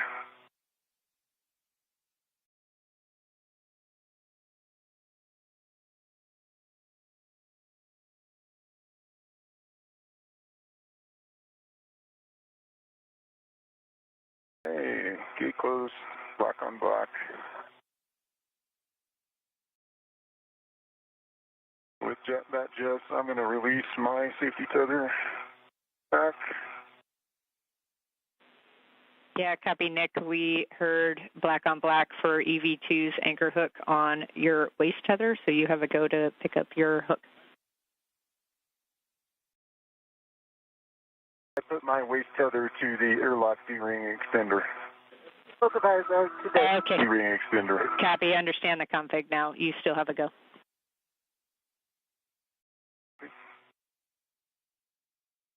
Okay. My anchor hook is picked up. Swing around and come in feet first.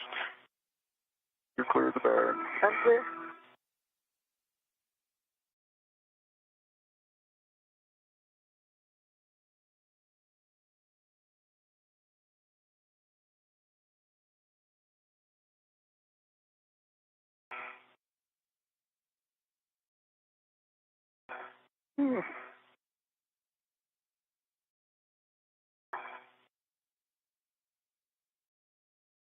waste is in.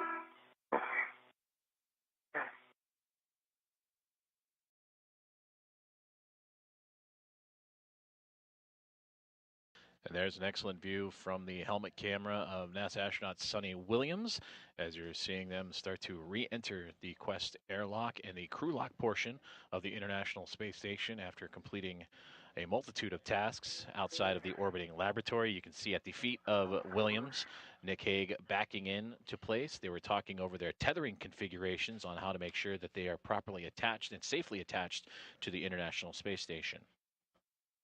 There's up here.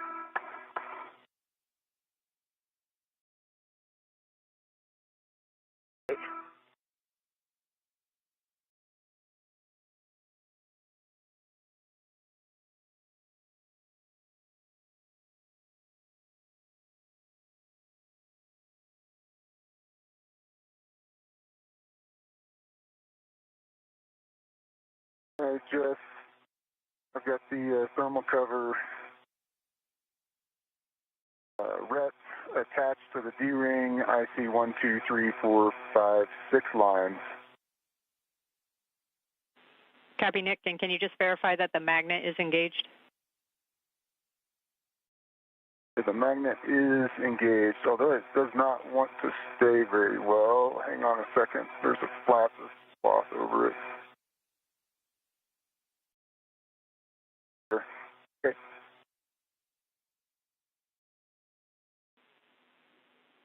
Magnet's engaged. Okay, copy. Can I get both of you to turn off your HECAs? Because it's coming off. Because off. All right. Both of you can remove your SCUs from their stowage pouch and then remove your DCM cover and connect your SCUs. Yours, by the way. Oh. Right there. Man. Coming from everywhere. Yep. Trying to get the tethers out of there. Give you your... Yeah, no, I appreciate it. Okay. Fine.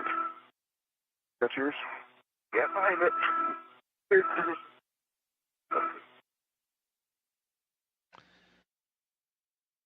And there you heard the communication from Jessica Whitner, the Spacewalk communicator up to the crew as they have now begun the ingress process or returning inside the International Space Station after a hard day's work out and about the orbiting laboratory in the vacuum of space, completing the 4 key tasks and an additional 2 tasks on today's spacewalk.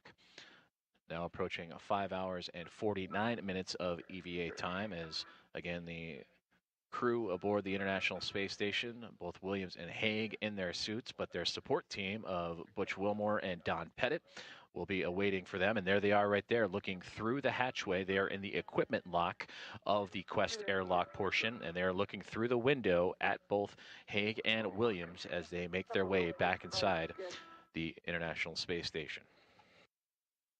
Just a couple.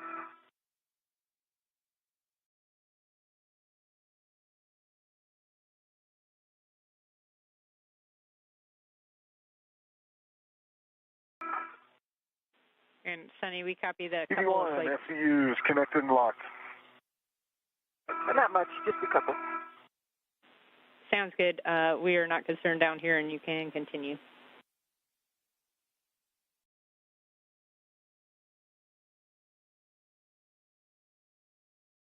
Okay, Jess, we're both hooked up to SCUs. Okay, copy, Nick. Thanks for clarifying that. At this time, you can go switch water off the forward position, and you can expect an H2O is off message.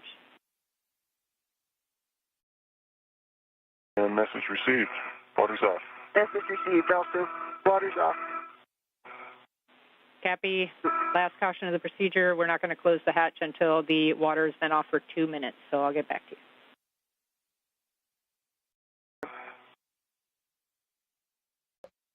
Nicely done.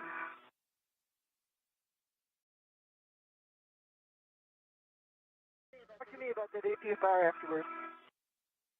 I will. Eat my lunch. Piston shake violently. There you go.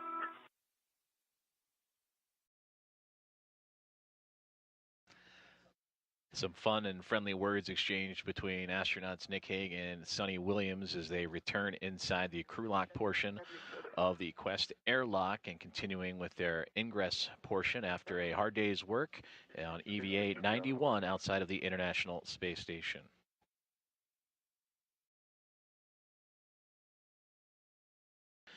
You are seeing the other portion of the Quest airlock, the equipment lock that NASA astronauts Butch Wilmore, who is in the center of the screen, looking through the window of the hatchway and peering in to see what astronauts Nick Hague and Suni Williams are up to, alongside with Don Pettit. They are the IVs, or intervehicular support team, for today's spacewalk.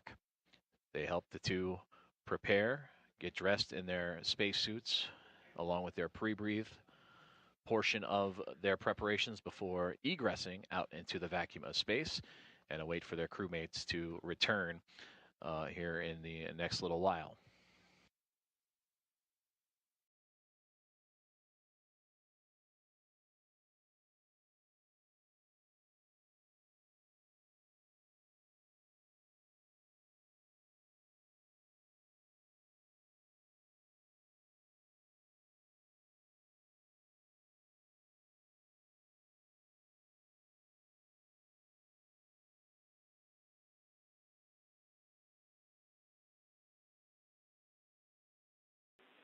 All right, Nick, Suni, that's 2 minutes.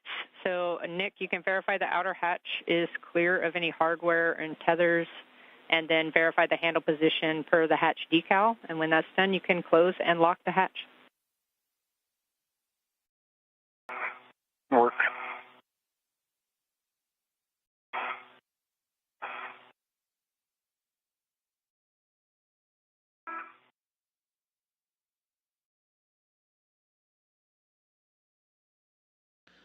Now just a little over 5 hours and 52 minutes into today's EVA is the crew of Suni Williams and Nick Hague, two astronauts EV1 and EV2, out and about of the International Space Station, completing a multitude of assembly, maintenance, and upgraded tasks, and are now back inside the crew lock and awaiting the next steps of the ingress portion of today's spacewalk, or their return inside of the orbiting laboratory.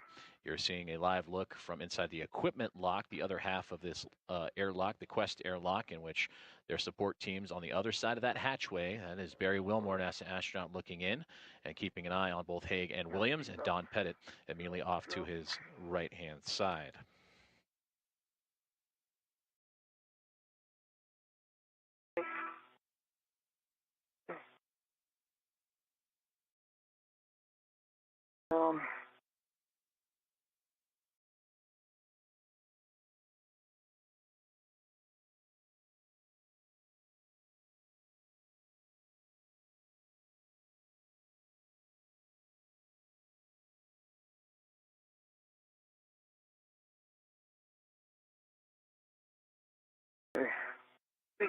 Latched and locked. Hatches closed, Jeff. Copy, hatches closed and locked. Suni, on the UIA, we are going to check oxygen EMU 1 and 2 valves. 2 are open. Oxygen EMU 1 and 2 are open. Copy, switch power EV1 and 2, 2 valves to on. Power EV1 coming on. LED is on. Power EV2 coming on. LED is on. Copy, Suni, can you check that EV1 and 2 volts read 18 to 19? Confirmed 18.6 on 1, 18.6 on 2. Awesome. Both of you, please switch power now to SCU and EV. Expect warning tone. I'll wait for you. Okay. I'm in SCU.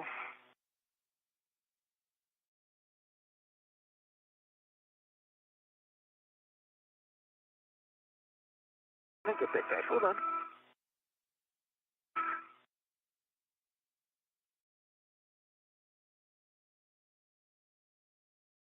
Wait. Bring it.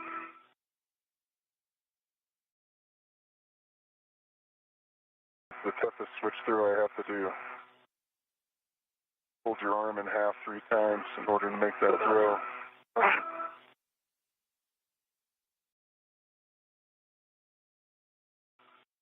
SCU, 82 SCU.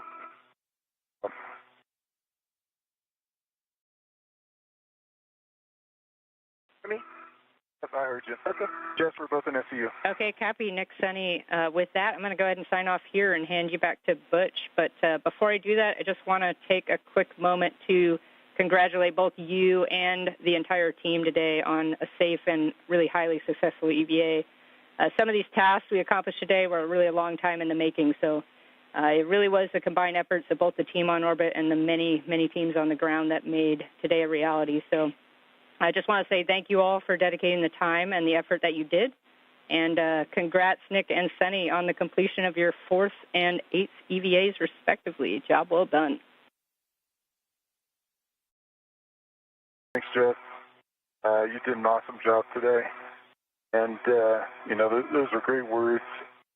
As you mentioned those teams, it flashes through my head seeing the faces and the smiles of all those people support us at the MDL and the VR lab and Building 9 and the team that makes this happen is it's just really special to be a part of it and get to do this with them.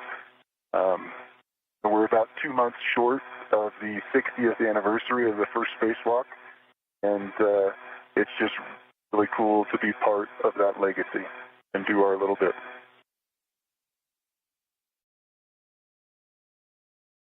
In a couple of words, also, if you don't mind, Nick. Fire away. You know, this is a huge team, but also our families. Thank you to them. Mr. This budget gesture, particularly on the 60th anniversary of spacewalking. Happy birthday to my husband, Mike. Hey, happy birthday, Mike.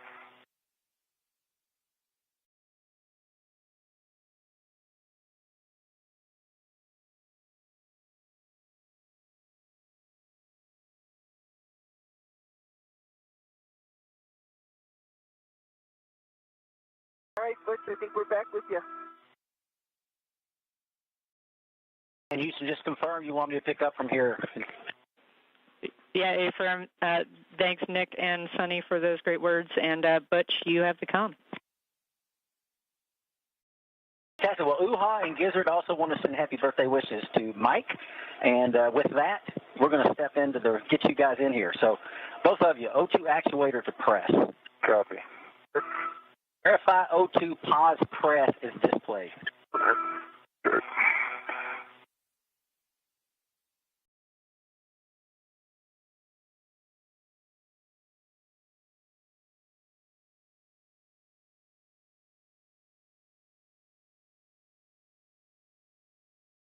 And you just heard from the crew aboard the International Space Station and NASA astronauts Nick Hague and Sunny Williams as they are returned to the crew lock with some joyous words of their day today, and truly a team effort from those up aboard the International Space Station and those teams here on the ground.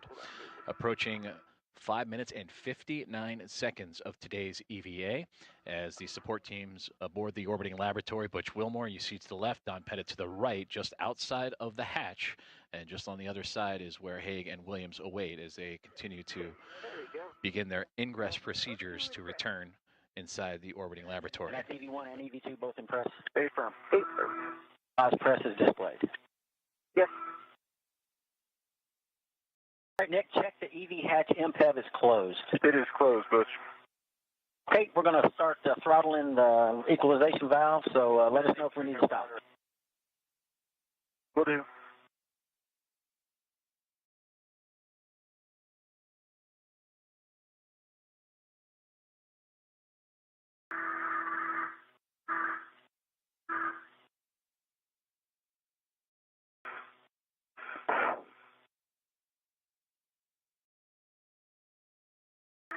The start time is 1900.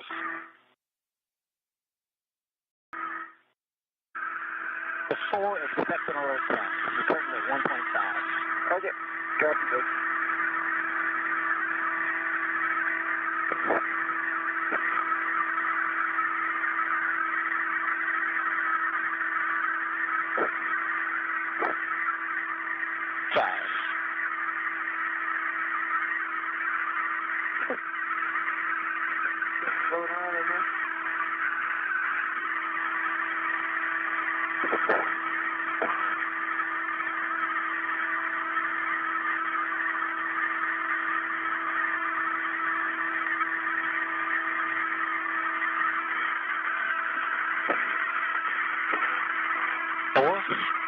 Copy 4.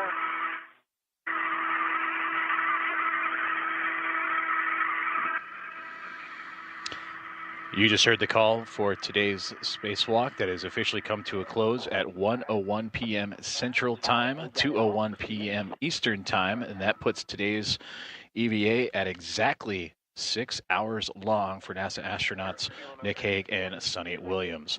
We'll bring you updated stats in just a couple of moments, but again, that official end time and repressurization of the crew lock began at 1:01 p.m. Central Time at 2:01 p.m. Eastern.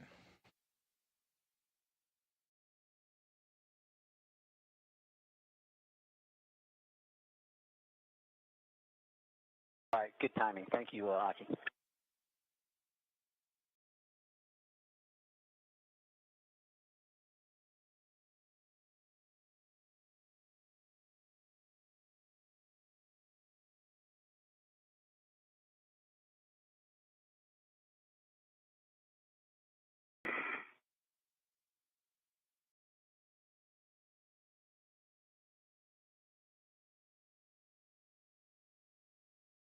No, I never turned on my glove heaters.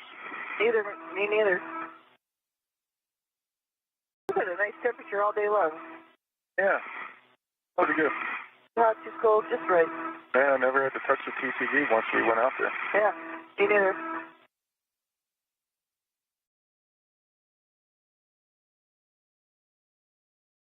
Hey guys, let's check your glove heaters are off. One's off. Yes, for any contamination. No contamination. No contamination. That's nothing on my glove. 4 seconds in our 2-minute wait. Houston pressure appears to be holding stable. Do you agree? Check him.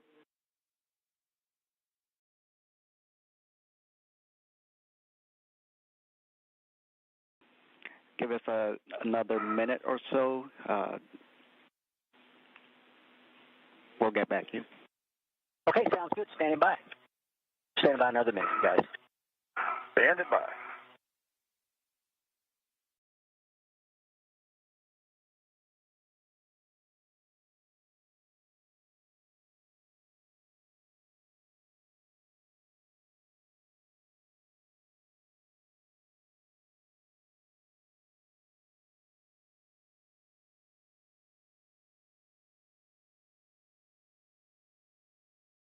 Y'all are still feeling good, right? Feeling good. Feeling good.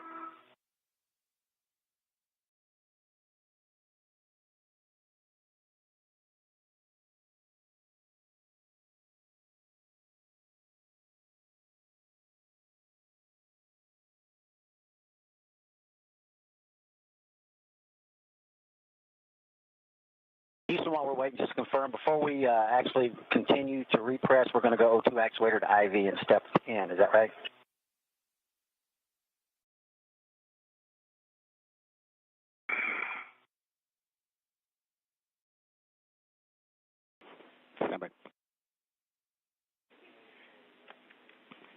And, but you are correct, and we are good to continue at this point. Okay, fantastic. Well, that brings us up to step 10. If both of y'all are feeling well, you go O2 actuator to IV. Let me know when you're there, and then we'll continue the repress.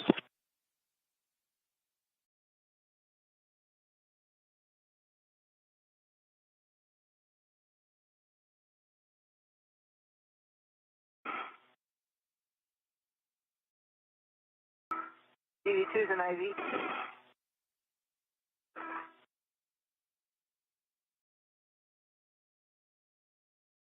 And one's an IV. All righty, here we go. IV hatch equalization valve. We're going norm to continue the repress. Expected alert tone.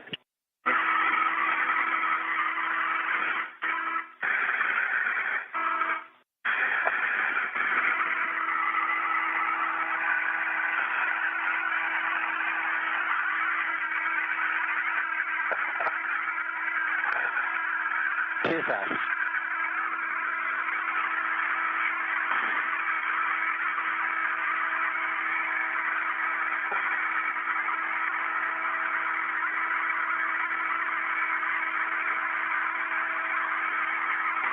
PSI.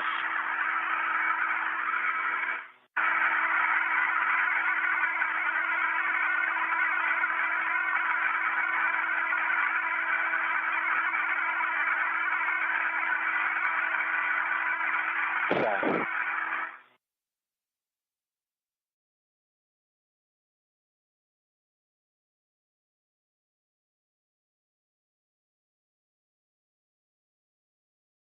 Nine PSI. Happy 9, feeling good.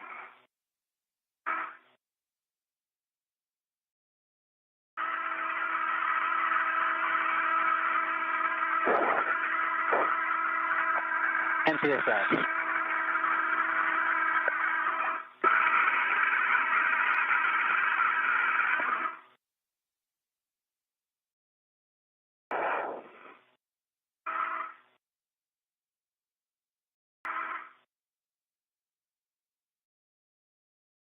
Thank you.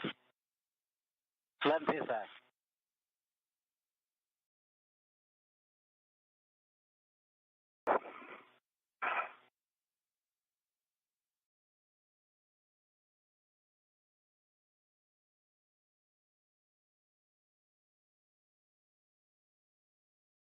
Twelve PSI.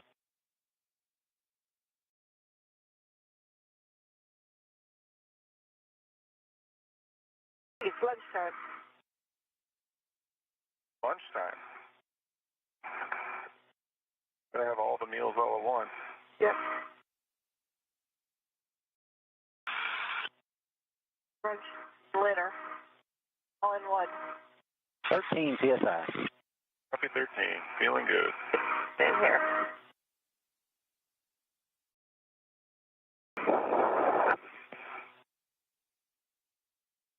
It's breakfast, lunch, and dinner. It's like a blender. Yeah. Blender. Do we undo from the keyring extender so we don't I don't think we're going to float away. stuck like a... TDT is 0. You'll expect an alert zone. Okay. Free. Thank you. 14 PSI.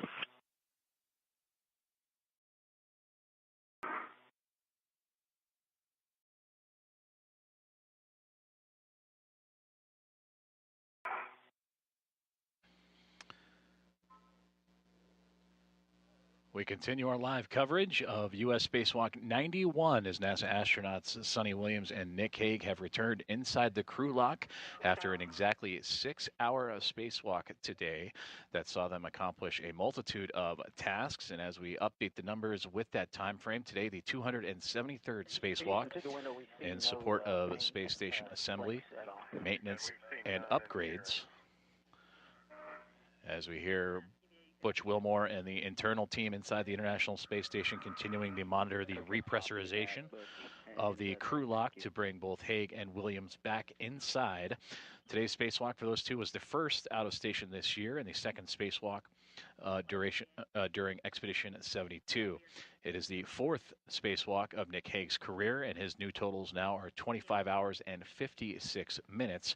The eighth spacewalk of Suni Williams' career, totaling now 56 hours and 40 minutes. And as mentioned, today's spacewalk lasted exactly 6 hours on the button, starting right at 7:01 a.m. Central Time and ending at 1:01 p.m. Central Time. And with that, in total, today, as we mentioned, the 273rd spacewalk in support of assembly, maintenance, and upgrades, and the total time of that approaching 1,729 hours, 13 minutes, or the equivalent of, at the bottom there, 72 days, 1 hour, and 13 minutes of spacewalking time for the International Space Station. And there you see the beautiful views of the hatch opening. Don Pettit and Butch Wilmore ready to welcome back inside the equipment lock Nick Hague and Suni Williams with some happy hugs as they make their way back inside the orbiting laboratory. That is Commander of Expedition 72, Suni Williams, entering in first. And there you see the top of her helmet, and then just past that, you see the feet up above the top of that crew lock belonging to astronaut Nick Hague.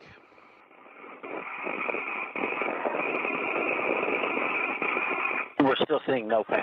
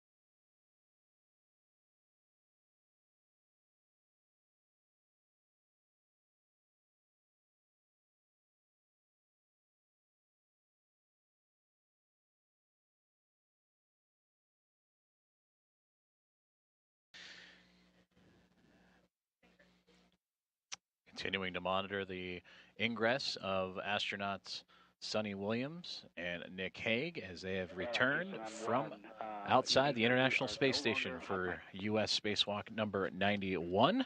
Suni Williams right there in the foreground, and Hague out in the background. You see his feet floating towards the top of the crew lock as they enter and get assistance from their internal support team of NASA astronauts Don Pettit and Butch Wilmore. Right now they're taking off the safer units on the backside of Williams's uniform. Those are the simplified aid for EVA rescue should they have needed them for additional safety assurance outside of the International Space Station. That provides them stability, thrust, and maneuverability should they become untethered. So as they adjust for Suni, they will make sure that they have everything squared away before reattaching her to the equipment lock.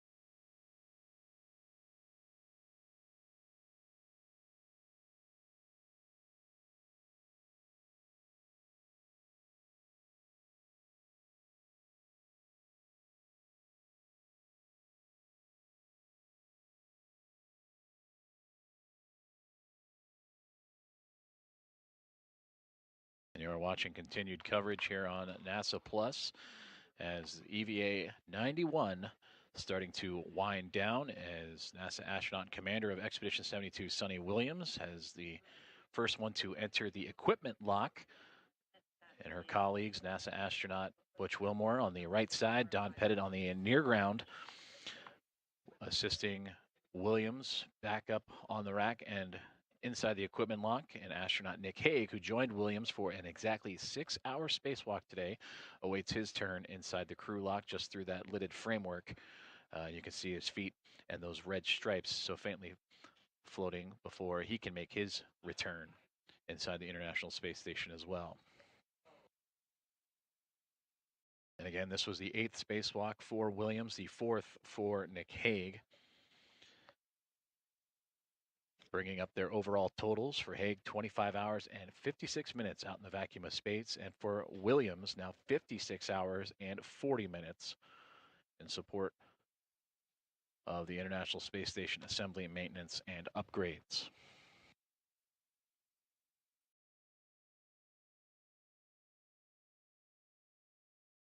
We'll continue our coverage and keep things here right on NASA Plus as we watch the two astronauts return inside the space station and make sure that all systems are good with those two. And of course, we'll recap today's events as teamwork on display for both Hague and Williams, the team inside the International Space Station and the teams here inside the International Space Station Flight Control Room, and many more on the ground supporting today's EVA that saw the accomplishment of 4 key tasks as well as 2 additional tasks thanks to the efficiency of all those involved during today's spacewalk.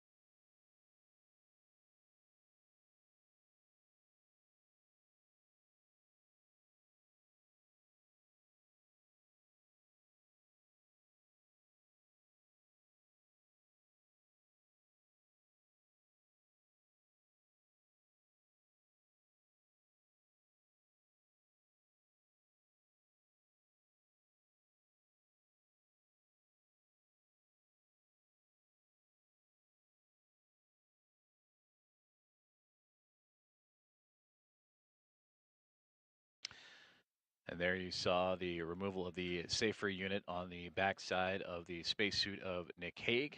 Hague on the right with the red stripes towards the top of that backpack-like structure of his suit, and Sonny Williams just across the way of the equipment lock inside of the Quest airlock of the International Space Station.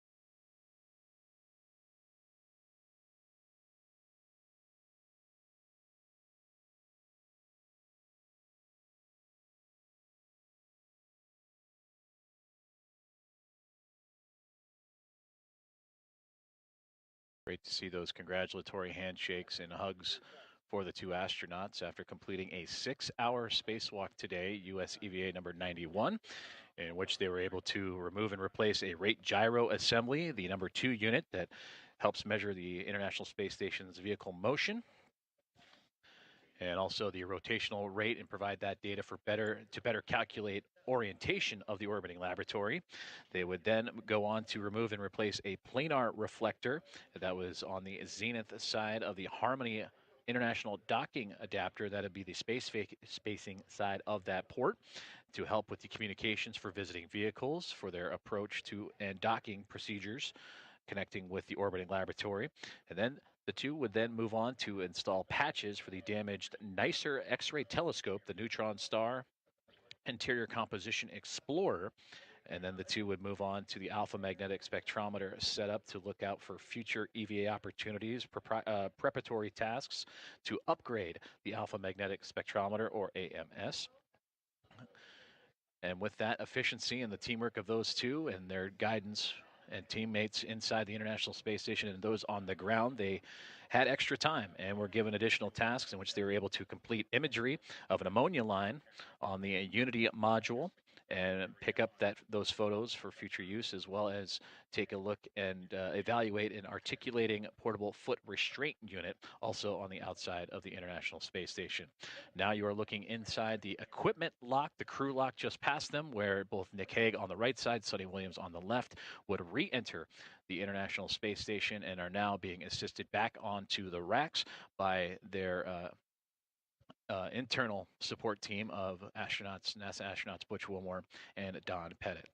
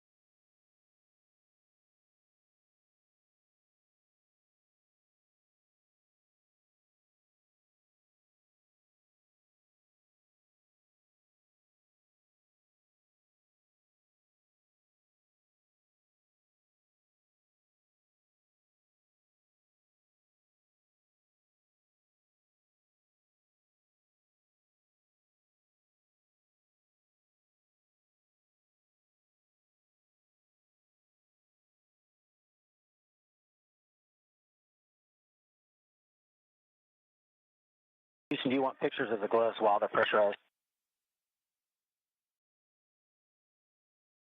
Stand by.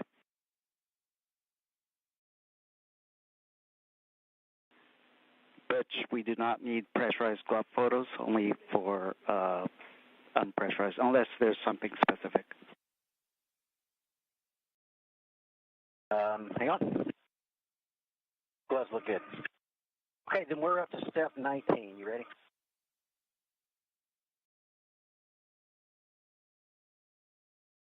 We are go, step 19.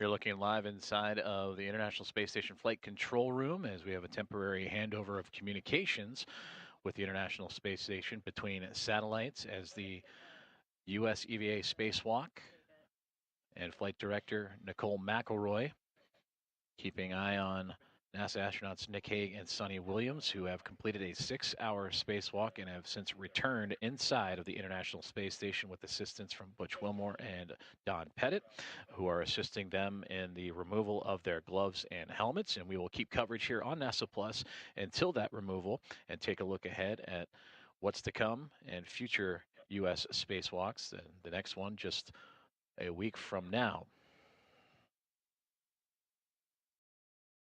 And there you can see the return feed coming from the inside of the equipment lock as Suni Williams on the left-hand side completing her 8th spacewalk today. Nick Hague on the right completing his 4th.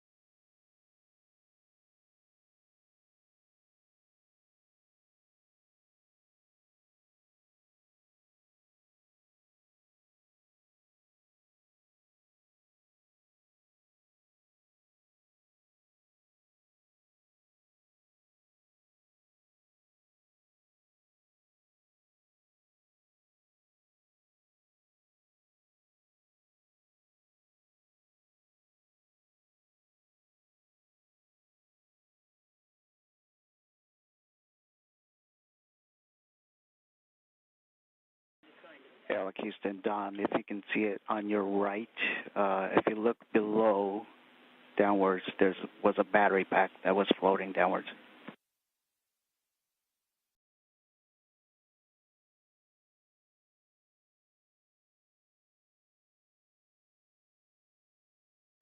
Good catch.